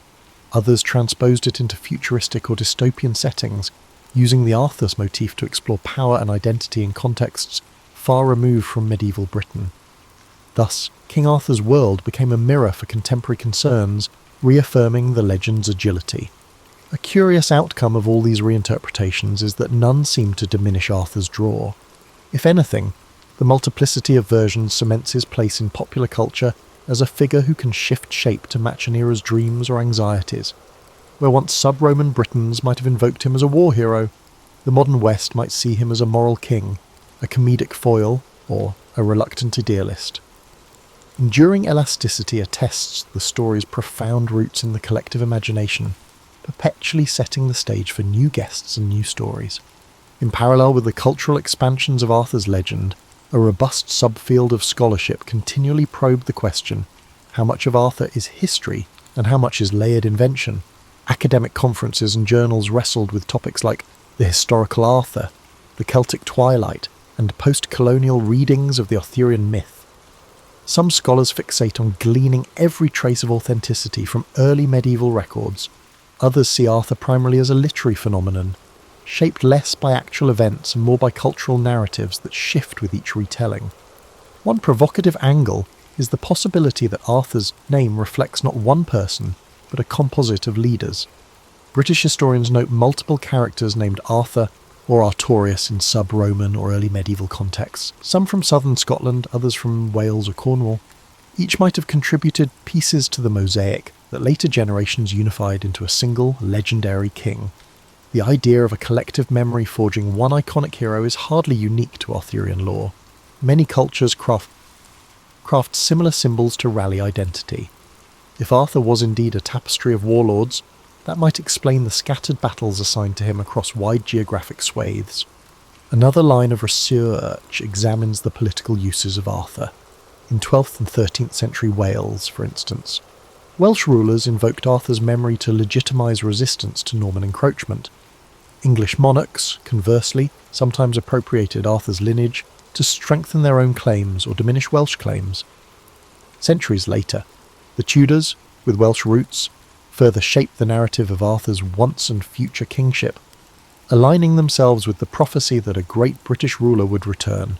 Such manipulations highlight how historical memory, even if partly invented, wields tangible power in shaping political discourse. Archaeology stepped into the conversation as well.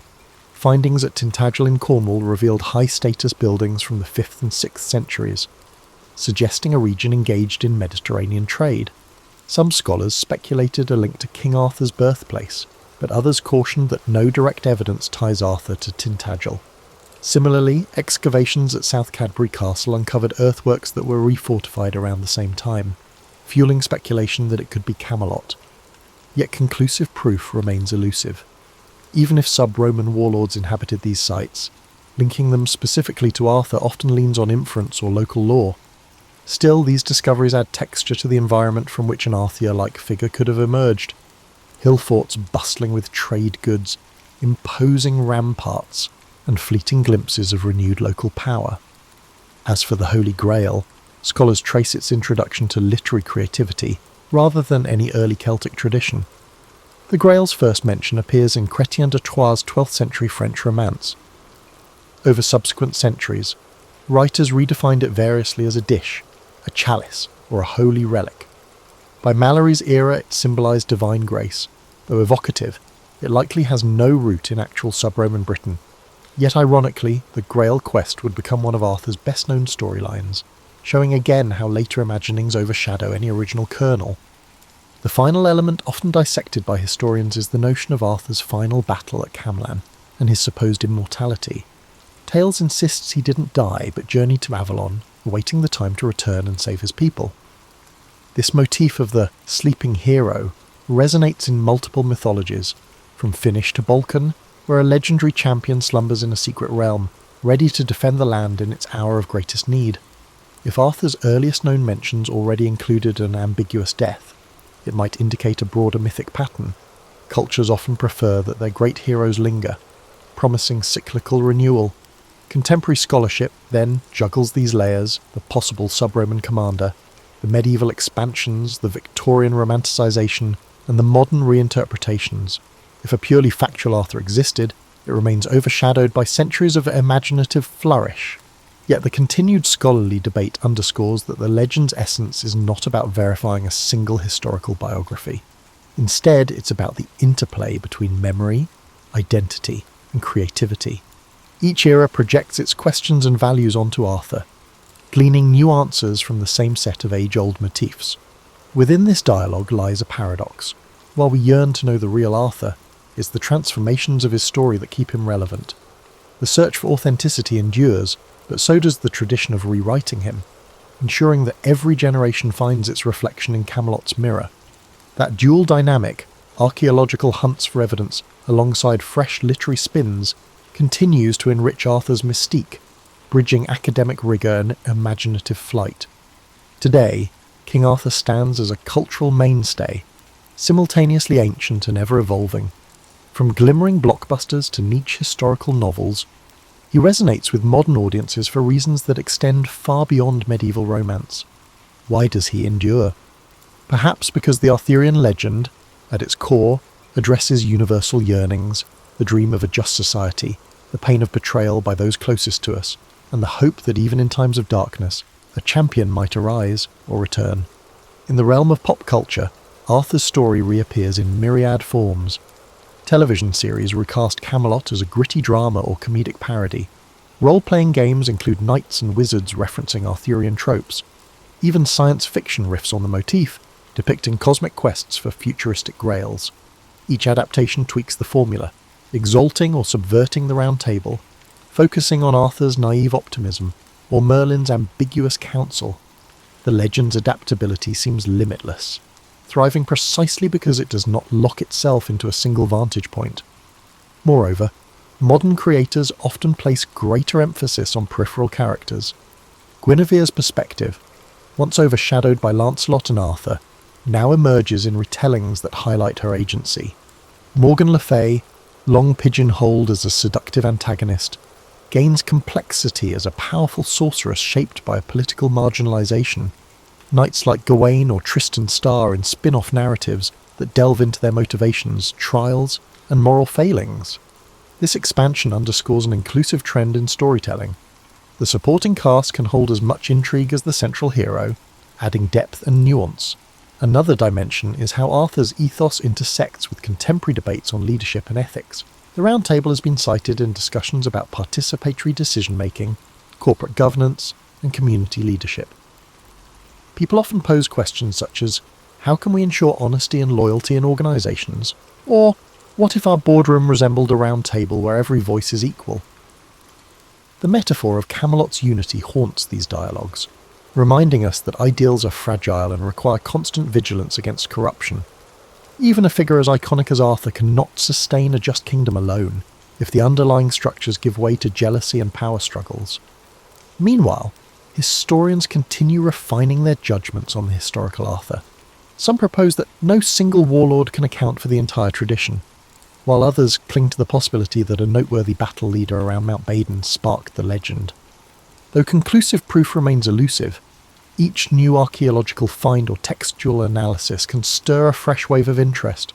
The pursuit itself testifies to an enduring desire to ground the legend in tangible fact, as if verifying Arthur might restore some sense of continuity between past ideals and present realities. Education also plays a part. Children encounter Arthur in school anthologies, gleaning rudimentary knowledge of knights, queens, and magical swords. Universities hold seminars on the Arthurian canon, exploring everything from Celtic myth to psychoanalytic readings of the Grail quest. For many, King Arthur is their first taste of medieval literature, an accessible portal into broader historical currents. Hence, the legend perpetuates itself academically, weaving into curricula that spark each generation's imagination. The future of Arthurian legend seems as secure as its past. Technological tools like virtual reality, interactive digital storytelling, and immersive theatre open new frontiers. Imagine wandering a VR Camelot, conversing with AI-driven versions of Lancelot or Morgan, shaping the narrative by your own moral choices. The possibilities speak to the legend's adaptability. Far from being stuck in dusty manuscripts, Arthur's realm can flourish in cutting-edge mediums, bridging the ancient with the futuristic. Yet for all the modern flourishes, the core themes remain consistent. The heartbreak of betrayal, the aspiration for a round table of equals is a prevalent theme. The story explores the interplay between magic and mortal ambition. Whether we view Arthur as a half-forgotten sub-Roman general, or a shining mythic king, his story touches on something perennial in the human condition. It suggests that greatness is possible but precarious, dependent on unity, loyalty, and moral clarity. And even when that greatness falters, the idea of a once and future king offers hope that renewal can always emerge. In closing, King Arthur's narrative defies neat categorization, part history, part myth, part moral parable. Over 15 centuries, it has transformed from local folklore into a global phenomenon, shaped by the Christian allegory, chivalric romance, national myth-making, and modern reinterpretations. Each retelling adds a new layer, ensuring the story remains alive, not fossilized. To trace its evolution is to glimpse our own cultural evolution. We find in Arthur a mirror for our collective dreams and disillusionments, an ever-shifting testament to humanity's enduring quest for a noble realm we might call Camelot. For over a millennium, Constantinople stood as a marvel of human ingenuity and resilience. Perched strategically at the crossroads of Europe and Asia, its location made it a hub for trade, culture, and power. The city's imposing walls, originally constructed by Emperor Theodosius II in the 5th century, were considered nearly impregnable. These triple-layered fortifications, stretching for miles, were the pride of the Byzantine Empire and the bane of invaders. By the mid-15th century, however, the Byzantine Empire was a shadow of its former self, reduced to the city of Constantinople and a few scattered territories. The once mighty empire that had ruled vast regions now found itself encircled by the rising power of the Ottoman Empire. To the east, Sultan Mehmed II, an ambitious and brilliant leader, had set his sights on conquering the city, seeing it as the key to solidifying his rule and expanding his domain. Inside the walls of Constantinople, Emperor Constantine XI Palaiologos faced an uncertain future. With only a few thousand defenders, comprised of weary Byzantine soldiers, and a handful of foreign allies, the city was woefully underprepared for the onslaught that loomed. Supplies were dwindling, and the population, though fiercely loyal, lived under the constant shadow of impending doom. Yet, despite the odds, the emperor refused to surrender. He was determined to fight to the end. As the Ottomans prepared for their siege, they brought with them an arsenal unlike anything the world had seen before. Among their weapons was a massive cannon, constructed by a Hungarian engineer named Orban. This cannon, capable of hurling enormous stone projectiles, was designed to breach even the strongest walls. The Ottomans also amassed a fleet to blockade the city by sea, ensuring that no reinforcements or supplies could reach the defenders. This stage was set for an epic confrontation that would decide the fate of Constantinople, and, with it, the Byzantine Empire. Imagine the tension that gripped the city as its inhabitants prepared for the siege. Picture the anxious faces of soldiers standing watch on the walls, the whispered prayers in the Hagia Sophia, and the determination etched on the emperor's face as he rallied his people. As you visualize the city on the brink of one of history's most defining moments, let its story remind you of the face of overwhelming odds. The tale of Constantinople begins not with surrender, but with hope, a flickering light against the encroaching darkness. On April 6, 1453, the Ottoman forces began their assault on Constantinople. Sultan Mehmed II, commanding an army of nearly 80,000 soldiers, surrounded the city by land and sea. His troops included elite janissaries, heavy artillery units, and cavalry, all meticulously prepared for the battle. In stark contrast, the defenders of Constantinople, numbering only about 7,000, relied on the strength of their walls, their limited resources, and their unwavering determination to hold off the invaders. As the siege commenced, the Ottoman cannon began its relentless bombardment.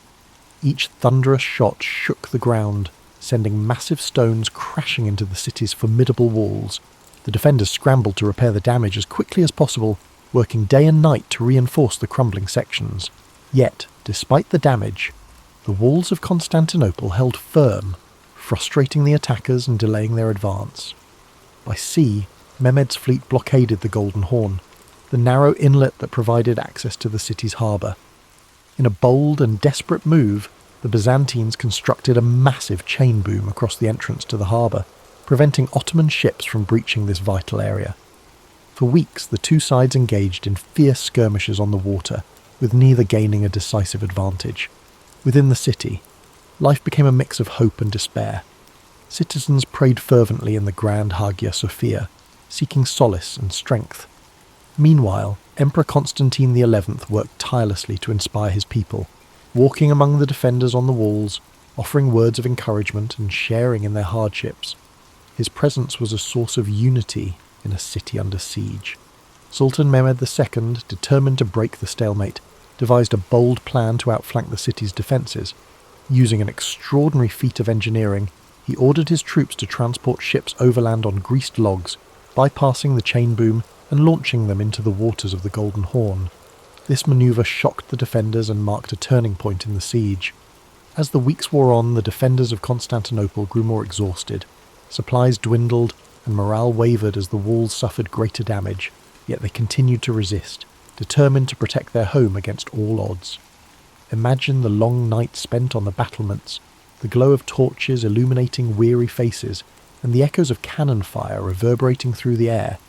The siege was becoming a battle of attrition, with both sides pushing their limits. The city remained a symbol of defiance, even as the odds seemed increasingly insurmountable. The question lingered: how much longer could Constantinople hold out? As April turned to May, the siege of Constantinople escalated into a relentless struggle. The Ottoman bombardment grew fiercer, cannons fired day and night, chipping away at the once mighty Theodosian walls. Dust and debris filled the air, coating the streets and homes of the city. Despite the constant destruction, the defenders worked tirelessly to repair breaches, often under the cover of darkness. Every stone they placed was an act of defiance against the overwhelming forces pressing in around them. Inside the city, the mood shifted between grim determination and quiet fear. Emperor Constantine XI continued to rally his people, addressing soldiers, citizens and priests alike. His words were simple but powerful, reminding them that they were fighting not just for their lives but for their culture, faith and history. Families huddled together in their homes, offering whispered prayers for protection. In the Hagia Sophia, the city's spiritual heart, the clergy led solemn services, their chants echoing in the grand dome chamber. Outside the walls, Sultan Mehmed II adjusted his strategy. Recognizing the defenders' stubborn resistance, he ordered his engineers to dig tunnels beneath the city's walls in an effort to weaken their foundation. Byzantine forces countered this threat by sending teams of sappers to intercept the tunnels, leading to deadly confrontations beneath the ground. These underground battles, fought in narrow, dimly lit passageways, added another layer of desperation to an already harrowing siege. The Ottomans also intensified their efforts on the Golden Horn. The fleet, now partially inside the harbour thanks to Mehmed's audacious manoeuvre, launched a series of attacks on the Byzantine navy. The defenders fought valiantly, using fire ships and skilled tactics to hold off the superior Ottoman fleet. But their resources were stretched thin, and each victory came at a high cost. The city's residents faced growing hardships. Food supplies dwindled, forcing strict rationing and leading to widespread hunger. The constant noise of the siege, cannon blasts, the clash of swords, and the cries of battle made restful sleep nearly impossible. And yet, the people endured, drawing strength from their shared purpose and their leaders' unyielding resolve. As May progressed, the city's defenders began to realize that relief from the outside was unlikely. The Venetian and Genoese fleets, though sympathetic to the Byzantine cause, were entangled in their own conflicts and slow to act. Constantinople stood alone against the might of the Ottoman Empire. The stage was set for a climactic confrontation. The city was battered but unbroken, its defenders refusing to yield despite the impossible odds.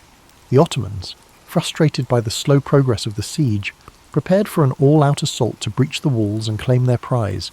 The air was heavy with tension, every moment pregnant with the possibility of triumph or tragedy. As the final days of the siege approached, one could feel the weight of history bearing down on Constantinople. The city's fate hung in the balance, and the world watched, waiting to see how this epic struggle would end. Yet as the cannon blasts faded into the distance and the days turned into long quiet nights, imagine the peaceful stillness settling over the defenders of the city. The weight of the struggle seemed to lift, replaced by a soft calm that allowed weary eyes to rest, even amidst the constant pressure of the siege. Slowly, the heartbeat of the city began to quiet, like a soft lullaby in the air, gently easing the soul into a place of quiet surrender. As you picture these final moments, let the rhythm of the battle fade into the background, replaced by the peaceful embrace of rest. Feel your breath deepen, your body relax, and your thoughts drift like the gentle breeze over the sea. Sleep now as the city too prepares for the quiet of its inevitable change. On May 29th, 1453, after nearly 2 months of relentless bombardment and siege, Sultan Mehmed II ordered his forces to make their final push. The battered walls of Constantinople, once thought impenetrable, could no longer hold against the might of the Ottoman army. As the sun rose on that fateful morning, the air was thick with tension, and the distant rumble of approaching soldiers could be heard over the stillness of the city. The defenders, though exhausted and outnumbered, had one final opportunity to hold the line. Emperor Constantine XI, fully aware of the gravity of the moment, donned his armour and walked once more among his soldiers. His face, normally calm and composed, now carried the weight of his kingdom's fate. The emperor's rallying cry was simple: freedom or death, and he urged his soldiers to fight for their city and for their lives. Meanwhile, on the Ottoman side, Sultan Mehmed II had prepared for this day with meticulous care. His engineers worked tirelessly to breach the walls using battering rams, and his elite Janissary troops positioned themselves to take the city by force. A final, massive cannon barrage rang out across the city as the Ottomans made their move. With each blast, the walls of Constantinople groaned, and the defenders scrambled to repair what they could, but the damage had taken its toll. At the same time, the Ottoman fleet, now fully in position within the Golden Horn, moved to blockade the last remaining escape routes by sea. Constantinople, once a beacon of power and culture, was now a city trapped. Its streets, filled with the sounds of combat, became narrow avenues of despair and defiance. As the battle raged in the city, the defenders fought valiantly, but it was clear that the odds were stacked against them. The walls were crumbling. The artillery had breached a gap large enough for the Ottoman forces to swarm in. The fighting grew fiercer, house by house, street by street, as the city's residents and soldiers tried to push back the invaders, but there were too many Ottomans, and their determination to conquer the city was overwhelming. As the day wore on, the fate of Constantinople was sealed. By afternoon, the Ottomans had broken through the walls, and the city began to fall. Emperor Constantine XI, realizing that the end was near, fought bravely until the very last. But when the Ottoman forces entered the city, they found no mercy. The city was overrun, and its defenders, exhausted and outnumbered, were either captured or slain. The fall of Constantinople was not just the fall of a city, it was the end of an era. The Byzantine Empire, which had once been a powerful force in Europe and Asia, was no more. The city, now in Ottoman hands, would be renamed Istanbul and become the new capital of the Ottoman Empire. As you reflect on the fall of this great city, imagine the silence that followed the chaos of battle. The cries of the defeated soldiers faded into quiet, and the city, now under new rule, began its transformation. The once grand buildings, the churches, and the bustling marketplaces were left to be reborn into something new. Let the stillness of this moment wash over you, as the world that once was fades away, and a new world takes its place. As you feel the weight of this chapter settle into the quiet of the night, let the sounds of the world outside fade into a soft background hum. Close your eyes and feel the piece of history unfolding, letting the past gently drift away. Sleep now, as time itself slows, and the city's story becomes a part of your dreams. The fall of Constantinople marked the end of one era and the beginning of another, reverberating far beyond the walls of the ancient city. As the Ottomans took control, they reshaped not only the city's physical appearance, but also its cultural, political, and religious landscape. The Byzantine Empire, which had once been the protector of Christian Orthodox traditions, was gone. The city of Constantinople, now Istanbul, would become the heart of a new empire, the Ottoman Empire, bringing with it a wave of change that would echo through history for centuries. The fall of Constantinople was a pivotal moment for Europe, signalling the end of the medieval period and the start of the Renaissance. With the loss of one of the most important Christian cities, scholars, artisans, and intellectuals fled to the west, carrying with them priceless knowledge and manuscripts. The Greeks, who had lived under Byzantine rule for generations, brought their learning to places like Florence, Venice, and Rome. The rediscovery of classical texts and ancient Greek philosophy fueled the Renaissance, sparking a new era of intellectual and artistic flourishing. But the impact of the city's fall was not just felt in the West. For the Ottomans, capturing Constantinople was a moment of immense pride and significance. Sultan Mehmed II, now known as the Conqueror, solidified his legacy and the Ottoman Empire's power. He established a new capital that would rival all other cities in the world, renaming it Istanbul, and began transforming it into a thriving metropolis. The Hagia Sophia, once a Christian cathedral and a symbol of Byzantine glory, was converted into a mosque, and the city's skyline would be dominated by the grand minarets of Ottoman mosques. The Ottomans also began to expand their empire, pushing further into Europe, Asia, and Africa. Constantinople's fall opened up new trade routes and positioned the Ottomans as the dominant force in the eastern Mediterranean. The city's strategic location between Europe and Asia gave the Ottomans control of crucial land and sea trade routes, further strengthening their empire. In the centuries that followed, the legacy of Constantinople would continue to shape the world. For the East, it became a symbol of Ottoman strength and prosperity. For the West, it served as a reminder of the fragility of empires and the shifting tides of history. The fall of Constantinople was more than just a military victory. It was a symbolic event that signalled the changing balance of power in the world. As you reflect on the long-reaching consequences of this moment in history, imagine how the passing of centuries can transform a city, how the echoes of one era can reverberate into the next. Feel the calmness of time moving forward, each breath slower as you let the weight of these changes settle into your thoughts. The past is a river, constantly flowing, and Constantinople's fall was but one ripple in the vast current of history. Let this ripple guide you into a peaceful place of reflection, where the weight of time and change lifts, and you feel the peace of quiet understanding. Though the city of Constantinople fell to the Ottomans in 1453, the spirit of its ancient civilization would never be fully extinguished. The echoes of its grandeur, its wisdom, and its role as the crossroads of empires resonated through time. The Byzantines, though defeated, had left an indelible mark on the world. The artifacts, the knowledge, and the stories of their culture continued to influence not only the Ottomans, but the entire world for generations. Even the name Constantinople itself would live on in the hearts of those who revered its history. For the Ottomans, the transformation of the city into Istanbul was more than a conquest. It was a blending of two worlds. The Greek Orthodox and Christian heritage of Constantinople mixed with the Islamic Ottoman culture, creating a rich and diverse society that would flourish for centuries. The city's iconic Hagia Sophia, once a Christian church, stood as a testament to this blending, a symbol of the city's enduring beauty and the confluence of different faiths, traditions and ideas. Over time, Istanbul would become a global hub for art, science and trade, fostering an environment where diverse cultures and ideas could meet. Scholars, artists and merchants from all corners of the world passed through the city, contributing to its ongoing legacy as a place of knowledge and exchange.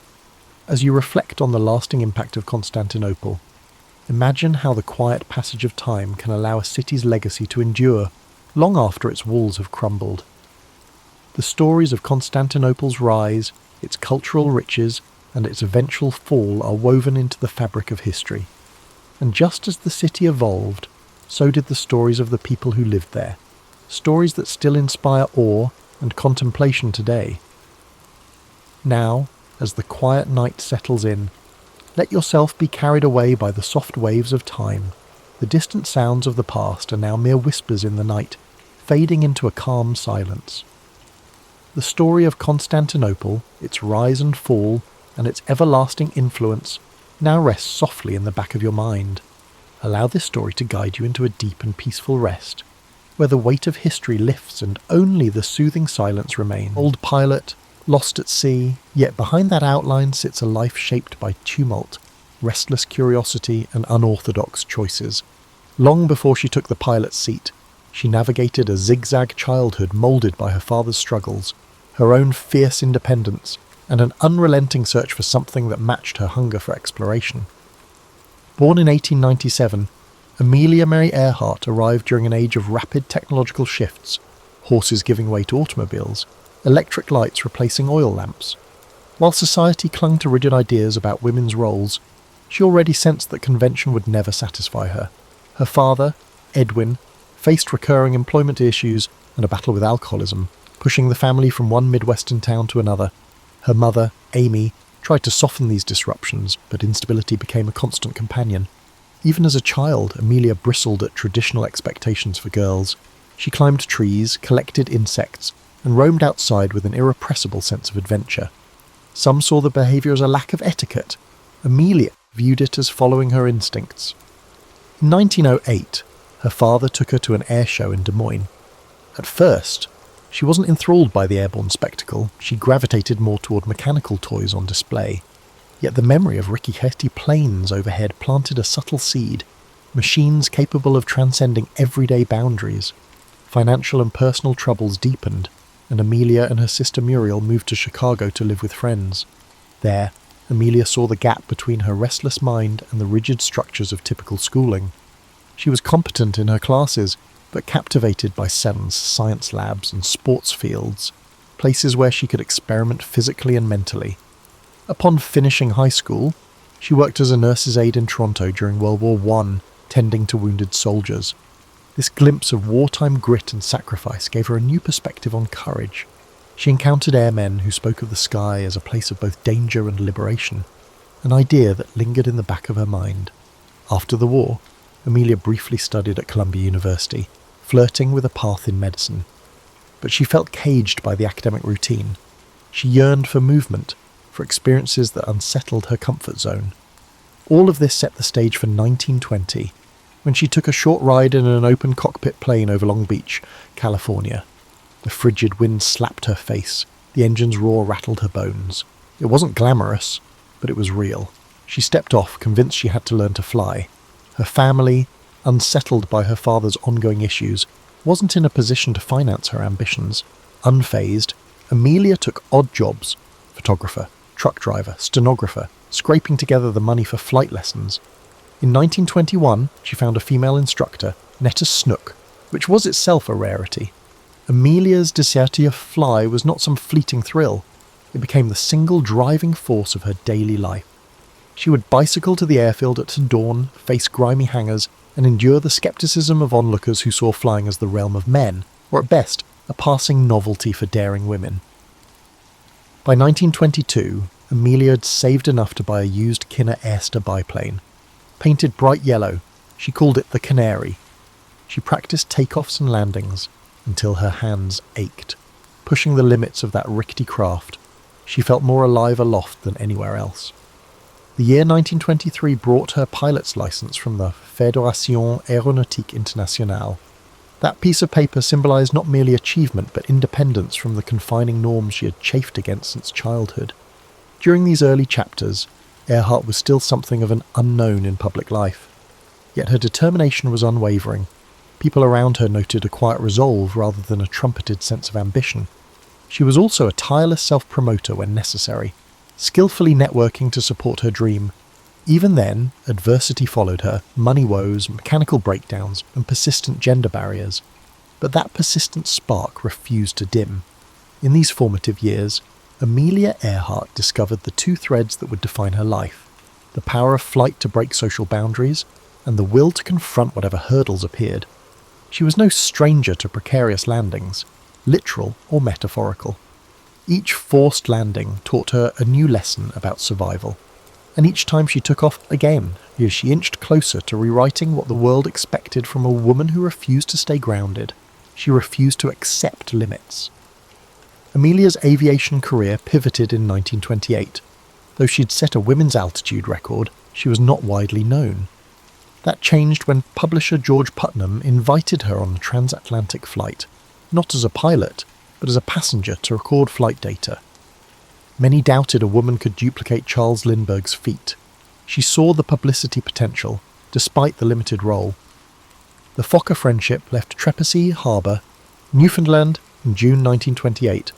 Pilots Wilma Stultz and Louis Gordon flew the plane. Amelia sat in the cabin, both thrilled and frustrated. After 20 hours, they landed in Wales. Lady Lindy, the press crowed, a nickname she disliked. She was proud but uneasy. She hadn't actually piloted the plane. Still, she harnessed the attention. Working with Putnam, who became her husband, Amelia realised fame could spotlight women's capabilities. She gave talks, wrote articles, and pushed against the belief that women belonged in narrow roles. She argued that anyone willing to face aviation's hazards was qualified for other fields as well. Flying then was perilous. Planes were primitive, navigation uncertain, crashes frequent. Men monopolised the field due to entrenched power, not superior skill. Amelia, often overlooked, gleaned tips from male aviators, proving adept at turning knowledge into action. By 1930, she was setting speed records. Knowing such achievements drew sponsors. Financial backing kept her in the air. In 1932, 5 years after Lindbergh's solo crossing, Amelia tackled it at the Atlantic alone. She left Harbour Grace, Newfoundland, aiming for Paris. Storms and mechanical troubles forced her to land near Londonderry, Northern Ireland. She still became the first woman to fly solo across the Atlantic. Her 14-hour ordeal included icy winds and failing instruments. Exhausted upon landing, she casually mentioned wanting hot chocolate, an offhand remark that endeared her to millions. Suddenly, Queen of the Air was everywhere. She tolerated the hype, preferring to focus on her cause. Through speaking tours, books, and founding the 99s, she fought for female pilots' rights and pushed airlines to hire women. She was firm yet courteous, insisting that if she could manage transatlantic flight, other barriers should fall. Her efforts targeted institutions and attitudes. She recognised the power of formal networks like the 99s, giving women pilots a unified voice. Her personal fame provided opportunities, which she utilised to exert pressure on flight schools and manufacturers. Beneath the public persona, she was already planning bigger horizons, a round-the-world flight which could further shatter doubts about women's roles in aviation. Although cameras captured her calm confidence, Amelia dealt with real danger in the skies and relentless scrutiny on the ground. She paid no mind to skeptics, focusing instead on fuel capacity, route planning, and advancing aircraft design. Celebrity wasn't her endgame. It was a tool to prove that women had the skill, grit, and imagination to lead in any domain. By the early 1930s, she had evolved from an obscure pilot to a global symbol, showing that records weren't mere stunts, but gateways to progress.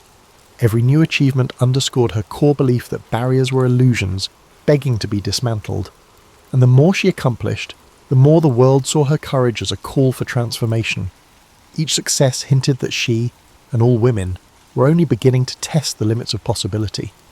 Her schedule became relentless. She juggled flying demonstrations, interviews, and writing commitments that funded her daring pursuits. She understood the power of mass media, yet was careful to remain authentic. When reporters pressed for sensational stories, she gently steered conversations toward practical issues, like improving airplane technology and securing better training opportunities for women. At the same time, she refused to be pigeonholed as merely a women's champion. She emphasized that aviation itself was a realm of innovation for everyone. With Charles Lindbergh, Wiley Post, and other leading aviators, she discussed breakthroughs in navigation systems, weather tracking, and safety procedures. Her goal was to be taken seriously not just as a symbolic figure, but as a knowledgeable pilot shaping the future of flight. Behind the scenes, she dealt with exhaustion and the weight of expectations. Friends recalled her bouts of insomnia and anxiety, masked by her poised exterior. Despite these strains, she pressed on, convinced that flying offered a blueprint for a more open-minded society. Each record set was more than a personal triumph, it was a collective push forward.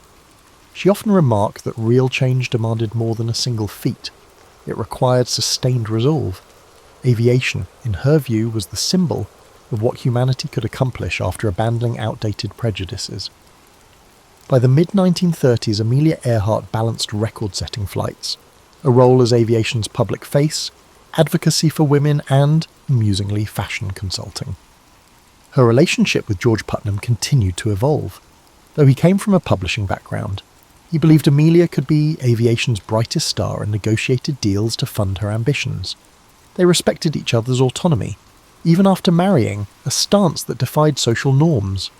She refused to adopt his surname or confine herself to traditional wifely roles, a choice that drew gossip but matched her insistence on individuality. Putnam's PR skill brought endorsement offers, from luggage to sportswear, but Amelia stayed selective, wanting authenticity over empty promotion. She used her public profile to push improvements in flight infrastructure, better runways, weather stations, and aircraft maintenance. Far from glory hunting, she believed proper resources would make aviation safer and more accessible. She also mentored younger pilots, sharing the lesson that technique, not bravado, saved lives in the sky. In that vein, she helped design practical clothing for female aviators, garments with functional pockets and flexible cuts to accommodate cockpit constraints. Critics called it frivolous, but Amelia saw it as another step toward normalizing women in the pilot's seat.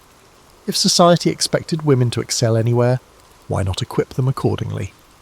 By 1935, she had flown solo from Honolulu to Oakland and from Los Angeles to Mexico City. These feats showcased her mastery of long-distance navigation when tools were rudimentary.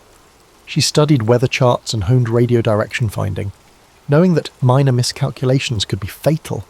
Each success fueled a bigger dream, to circle the globe. This round-the-world quest wasn't mere personal ambition. Amelia envisioned it as a demonstration of evolving aviation technology and a chance to gather data for future commercial routes.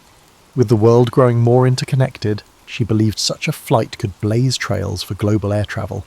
Yet the endeavour demanded a formidable airplane and a solid team. The Lockheed Model 10E Electra, a twin-engine craft with the necessary range, came into play in this situation. Backed partly by Purdue University, where she advised female students on career paths, Amelia acquired and modified the plane, adding fuel tanks and shedding unnecessary weight. She invited Fred Noonan, an expert navigator familiar with Pacific routes, to join her. The plan covered nearly 29,000 miles across multiple continents. Each stop required intricate coordination, arranging fuel caches in remote airstrips, securing radio frequencies, and ensuring local permissions. The press buzzed incessantly about her route and her gear. Public fascination soared, but Amelia kept her poise, recognizing that no amount of planning could guarantee success against the capriciousness of weather and machinery. Though calm in interviews, she privately weighed the risks. Storms, mechanical failures, human errors, any could derail the flight. Yet she was no stranger to danger, having built her career on the thin line between ambition and peril. She saw risk as part of forging new paths, echoing her lifelong stance. Progress often demanded boldness. Her entire adult life had been a testament to stepping into uncharted territory, whether challenging social norms or expanding the very frontiers of flight.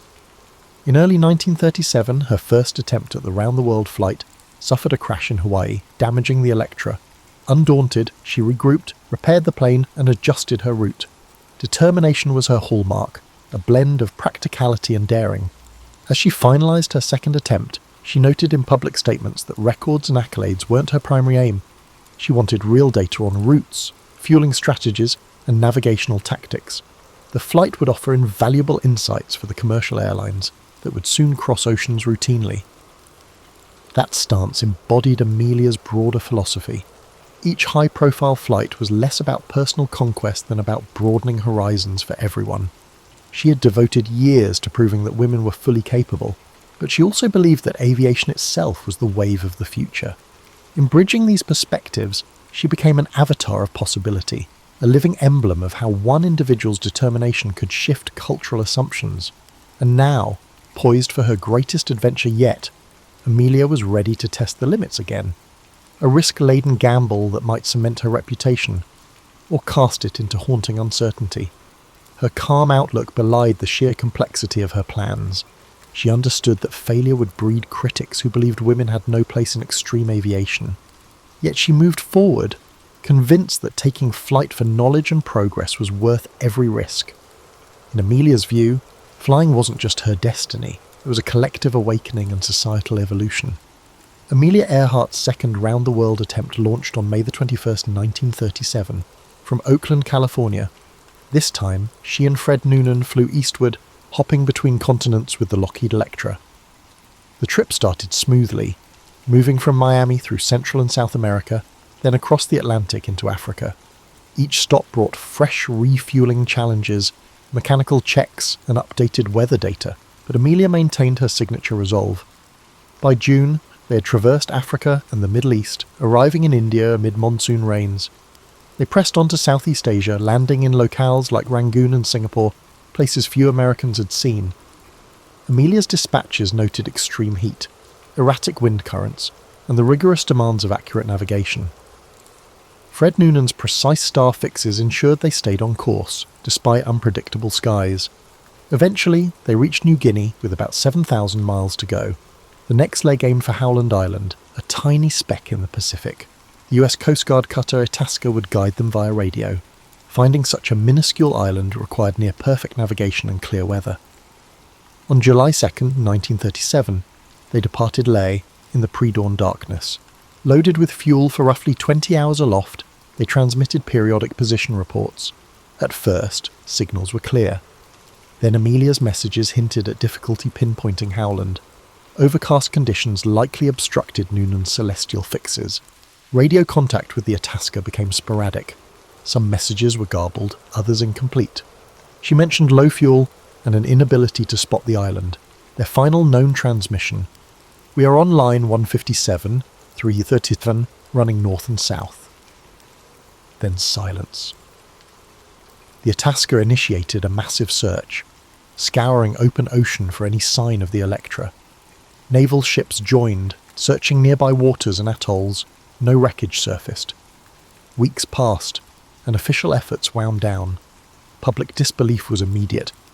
George Putnam financed private searches, clinging to hope that Amelia and Noonan might be stranded or rescued. Rumours swirled: capture by foreign forces, survival under new identities, or mechanical failure leading to a fatal crash. Eventually, prevailing theories pointed to fuel exhaustion and a crash at sea. Howland Island had proved elusive, even to skilled aviators. For admirers worldwide, her disappearance felt unreal. She'd seemed unstoppable, a figure who pushed boundaries without fear. Now the iconic pilot vanished into the Pacific's expanse. Her loss struck a nerve, amplifying the emotional investment many had in her journey. Yet as shock turned to grief, her achievements took on a different hue, no longer just records, but testaments to a bold spirit. Films, newsreels, and reprints of her articles kept her story alive. School children learned of her feats, and future women pilots cited her as inspiration. Her final flight overshadowed the rest of her life, but it also cast her as a perennial question mark, fueling endless conjecture. Some insisted she was alive somewhere. Others believed the crash was certain, but uncovered no physical proof. Still others proposed exotic scenarios, each more elaborate than the last. None provided definitive evidence. Ultimately, most accepted that she and Noonan perished at sea, undone by the navigational complications, changing winds, or plain bad luck. Yet Amelia's legacy was strangely enhanced by the mystery. She had championed possibility, and the idea that she might be out there, unfound, kept that possibility alive in people's minds. The line between myth and history blurred. She had become more than a pilot. She was an avatar of human daring. Her story infused with both triumph and tragedy. If anything, the unsolved nature of her final voyage cemented her place in public consciousness. Institutions named in her honour sprang up. Researchers kept pursuing leads on remote islands, pointing to castaway remains or scattered debris, each new fragment reigniting debates. The fascination endured, crossing generations and continents. In the wake of her loss, the aviation community pushed for better safety measures, improved radio technology, and refined navigation techniques. Governments funded more comprehensive maps and placed greater emphasis on weather forecasting. Ironically, Amelia's demise accelerated the very reforms she'd long advocated. If she could have witnessed the progress, she might have nodded quietly, pleased that even in absence. She was moving aviation forward, and so the world mourned, searched, and eventually accepted its heartbreak. Amelia Earhart, whose smiling face had adorned magazines and whose gritty determination broke barriers, was gone, but rather than diminishing her impact, her disappearance etched her into the global consciousness. Hers became a story of possibility cut short, yet also eternal, a reflection of how high humanity can climb and how unforgiving the frontier can be, undeniably.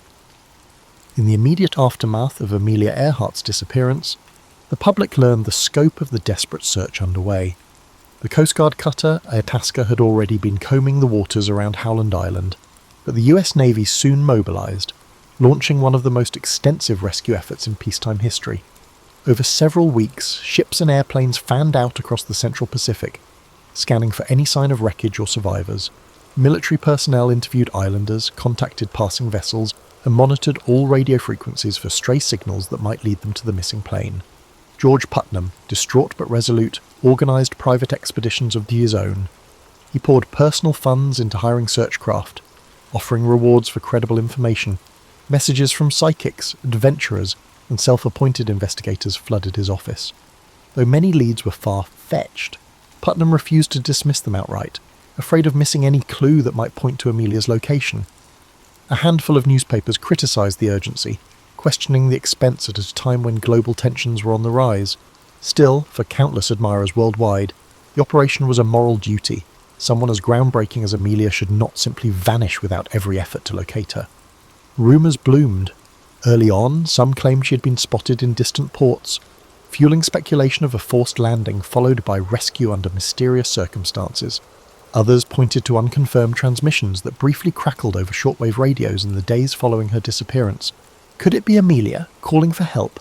Enthusiasts hung on each scrap of reported signal, though none were convincingly traced to the missing Electra.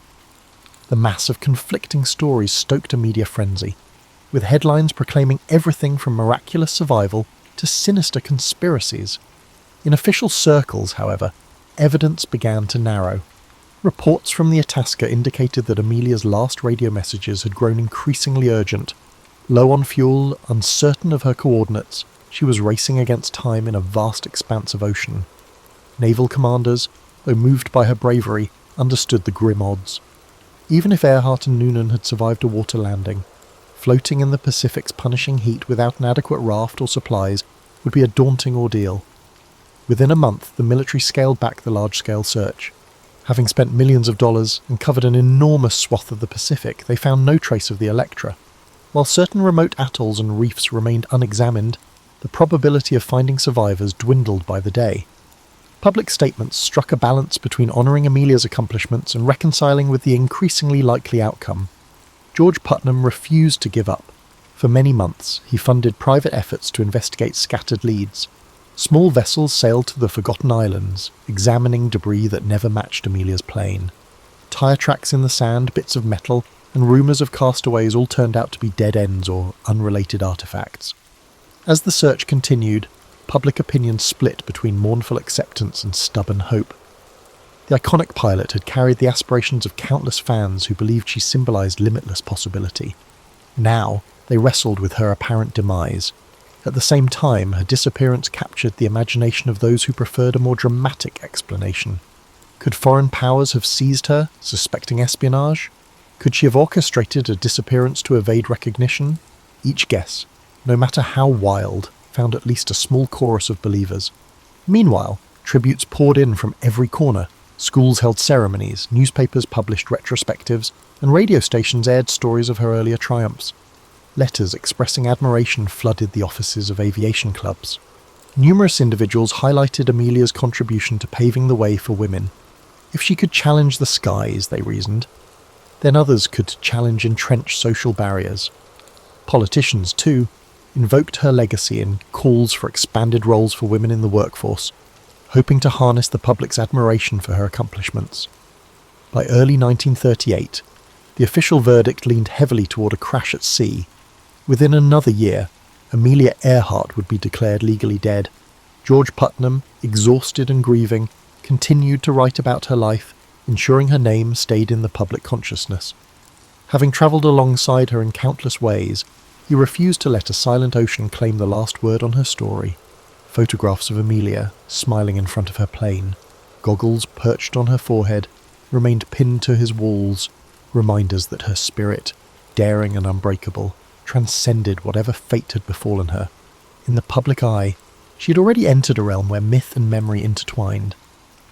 In the years after Amelia Earhart's disappearance, her story wove itself deeply into the culture, shaping discussions of exploration, gender roles, and national identity. While the global press initially focused on the sudden void left by her vanishing, attention soon shifted toward analysing what she had embodied. She had shown that an American woman could stand shoulder to shoulder with prominent male aviators, forging a path in a field still dominated by men. Her example lingered in the minds of young women contemplating fields traditionally closed to them, not just in aviation but in science, technology, and beyond. Institutions bearing her name sprang up. Elementary schools in the United States adopted the moniker Earhart to honour her daring spirit. Scholarships were established to support aspiring women pilots, sometimes endowed by contributors who had followed her final flight with bated breath. Though these gestures varied in size and scope, each underscored a collective drive to keep her influence alive. The 99s, the organisation for female pilots that Amelia had helped found, continued to recruit members, nurturing a new generation unafraid to push boundaries. Beyond formal commemorations, Earhart's disappearance fueled research aimed at preventing similar tragedies. Early radio equipment had proven unreliable. Post-1937 advances focused on refining both hardware and communication protocols. Governments funded studies of weather patterns, leading to better forecasting. Aviation experts developed more rigorous standards for navigation, ensuring that future pilots received advanced training in celestial fixes and radio direction finding. Some historians argue that the spotlight on Amelia's disappearance hastened these improvements, whether intentionally or not. She prompted an acceleration of aeronautical progress. Meanwhile, The theories about her fate refused to fade. Self-styled detectives scoured archival records, analysing ship logs and rumoured sightings. In the late 1940s, a handful of American servicemen stationed in the Pacific heard local tales of a foreign pilot washing ashore years earlier, spurring renewed hunts for evidence. Occasionally, fragments of aluminum or skeletons found on remote atolls were touted as proof of Earhart's final resting place. Yet attempts to link such discoveries conclusively to Amelia or Fred Noonan always fell suited or short. With each new claim came another wave of media coverage, keeping the question of her end alive in the public mind. Pop culture seized on the mystery, weaving it into novels, films, and radio dramas. Some portrayed her as a spy captured by hostile forces, others imagined her deliberately disappearing to live in peace. These fictional takes occasionally drew the ire of those who believed they trivialised her legacy, yet they also brought her name before audiences that might not otherwise have pondered the achievements of a woman pilot in the 1930s. Her image graced magazine covers well into the 1950s, often paired with captions urging readers to remember her pioneering flights rather than fixating solely on the unknown. For women determined to forge their own paths, Amelia's tale carried a particular resonance. During World War II, thousands of women trained as pilots in programs like the Women Air Force Service Pilots, WASP. Although she was no longer around to witness it, her example had laid crucial groundwork. Veterans of those programs cited her as a reason they believed aviation could be for them too. They viewed her last flight as the ultimate expression of her courage, continuing until the sky itself refused her any further. Critics sometimes questioned whether her fame overshadowed the contributions of less heralded female aviators. Indeed, Earhart's photogenic presence and collaboration with George Putnam's media machine set her apart. But many recognised that she had used her visibility to champion broader goals. She consistently advocated for other women flyers and used press opportunities to highlight the achievements of colleagues who lacked her public platform. If she stood alone in the spotlight, she also attempted to shine it on everyone else struggling for legitimacy in aviation's ranks. By the mid-20th century, Earhart's name had become shorthand for unbounded aspiration. Newspapers likened daring explorers to modern Amelia Earharts. Corporations cited her spirit in ad campaigns about pushing past limitations, yet behind the commercial rebranding lay an abiding truth. She had effectively proven that gender need not be an impediment to ambition. Even decades later, that message held profound significance. For every sceptical remark about knowing your place, Earhart's memory offered a counter-argument, that risks were there to be taken, frontiers to be tested, and that sometimes only the bold see how far they can really go. Today, the name Amelia Earhart conjures images of resilience and intrigue. Countless books, documentaries, and academic analyses have attempted to decipher her character and significance. Perhaps that is the ultimate measure of her impact. She remains relevant long after her plane's final, tragic flight. In a world that has seen astronauts circling the Earth and rovers traversing Mars, her achievements might look modest on paper, yet context is everything. In her era, crossing an ocean by air was a feat teetering on the verge of impossibility, especially for a woman barred from many of the support systems offered to male peers. Her influence extends well beyond aviation. Modern discussions of women's leadership, work-life balance, and personal autonomy still reference Earhart's refusal to bow to convention. The forthright way she lived, maintaining her separate finances after marriage, declining to adopt her husband's surname, and refusing to drop her career, resonates with individuals who chafe under traditional expectations. She showed that it was possible to be both admired and outspoken, both widely loved and unabashedly independent. This combination of traits keeps her relevant in each new wave of feminism, even as cultural norms continue to shift. Then there is the simple matter of mystery. Human beings are drawn to stories with open endings, and Amelia's disappearance leaves a void that speculation rushes to fill. Expeditions still venture to distant Pacific islands, sifting through detritus in search of conclusive answers. High-tech scanners, DNA testing, and underwater drones have all been employed in attempts to find the Electra or discover her remains. Each new rumour or photograph sparks interest, however fleeting, in the notion that a solution to the riddle is just around the corner. That quest has persisted for nearly a century, a testament to her lasting hold on people's imaginations. In many ways, The romance of Amelia Earhart's story lies in its human dimension. She was fallible, prone to anxiety and physical exhaustion, yet outwardly composed. She made daring choices while maintaining a certain down-to-earth practicality. Her writings reveal a person keenly aware of mortality, yet unwilling to let fear dictate her trajectory. That balance of measured caution and determined optimism gives her legend a credible warmth. She did not seek to become a myth. She sought to become a better pilot and, in doing so, helped recast the boundaries for what women could do. Time has a way of distilling a person's accomplishments until only the major highlights remain. In Earhart's case, those highlights are luminous enough: the first woman to cross the Atlantic by air, a fearless record breaker, a voice championing women's legitimacy in aviation, and the architect of a near-world circling journey that ended all too soon. Yet her true gift to posterity is the blueprint she left for challenging expectations. Every time someone questions the status quo, every time a woman pursues a field that once excluded her, a sliver of Amelia's spirit resonates. Though formal statues and memorials exist, perhaps the most fitting tribute lies in the intangible. Her legacy thrives in the collective consciousness. Crossing borders and cultures, schoolchildren undertake projects on her life, discovering that bravery and curiosity can upend established norms. Non-profit groups continue awarding scholarships in her name, ensuring that girls from modest backgrounds can earn their wings. Engineers, astronauts, and even entrepreneurs cite her as an influence, exemplifying self-reliance and bold vision. Critics might argue that the aura surrounding Amelia Earhart romanticizes risk-taking. Indeed, she faced criticisms in her lifetime for the dangers she accepted, but her approach, grounded in rigorous practice and serious study, suggests she treated risk as a necessary ingredient in progress, not a reckless thrill. The spirit that drove her planes into the sky was the same spirit that drives any pioneer, an abiding desire to see what lies beyond the horizon. As we consider her today, we find that her story is less about flight than about transcending limitations. She didn't merely fly, she challenged the gravitational pull of society's assumptions. That she vanished while pursuing her grandest ambition adds a paradoxical layer of both sorrow and admiration. Yet her final lesson endures. Uncharted territory remains, waiting for those who dare to step off the map. In that sense, she is still aloft, guiding those who look skyward with their dreams of possibility and a steadfast refusal to accept the confines others have drawn.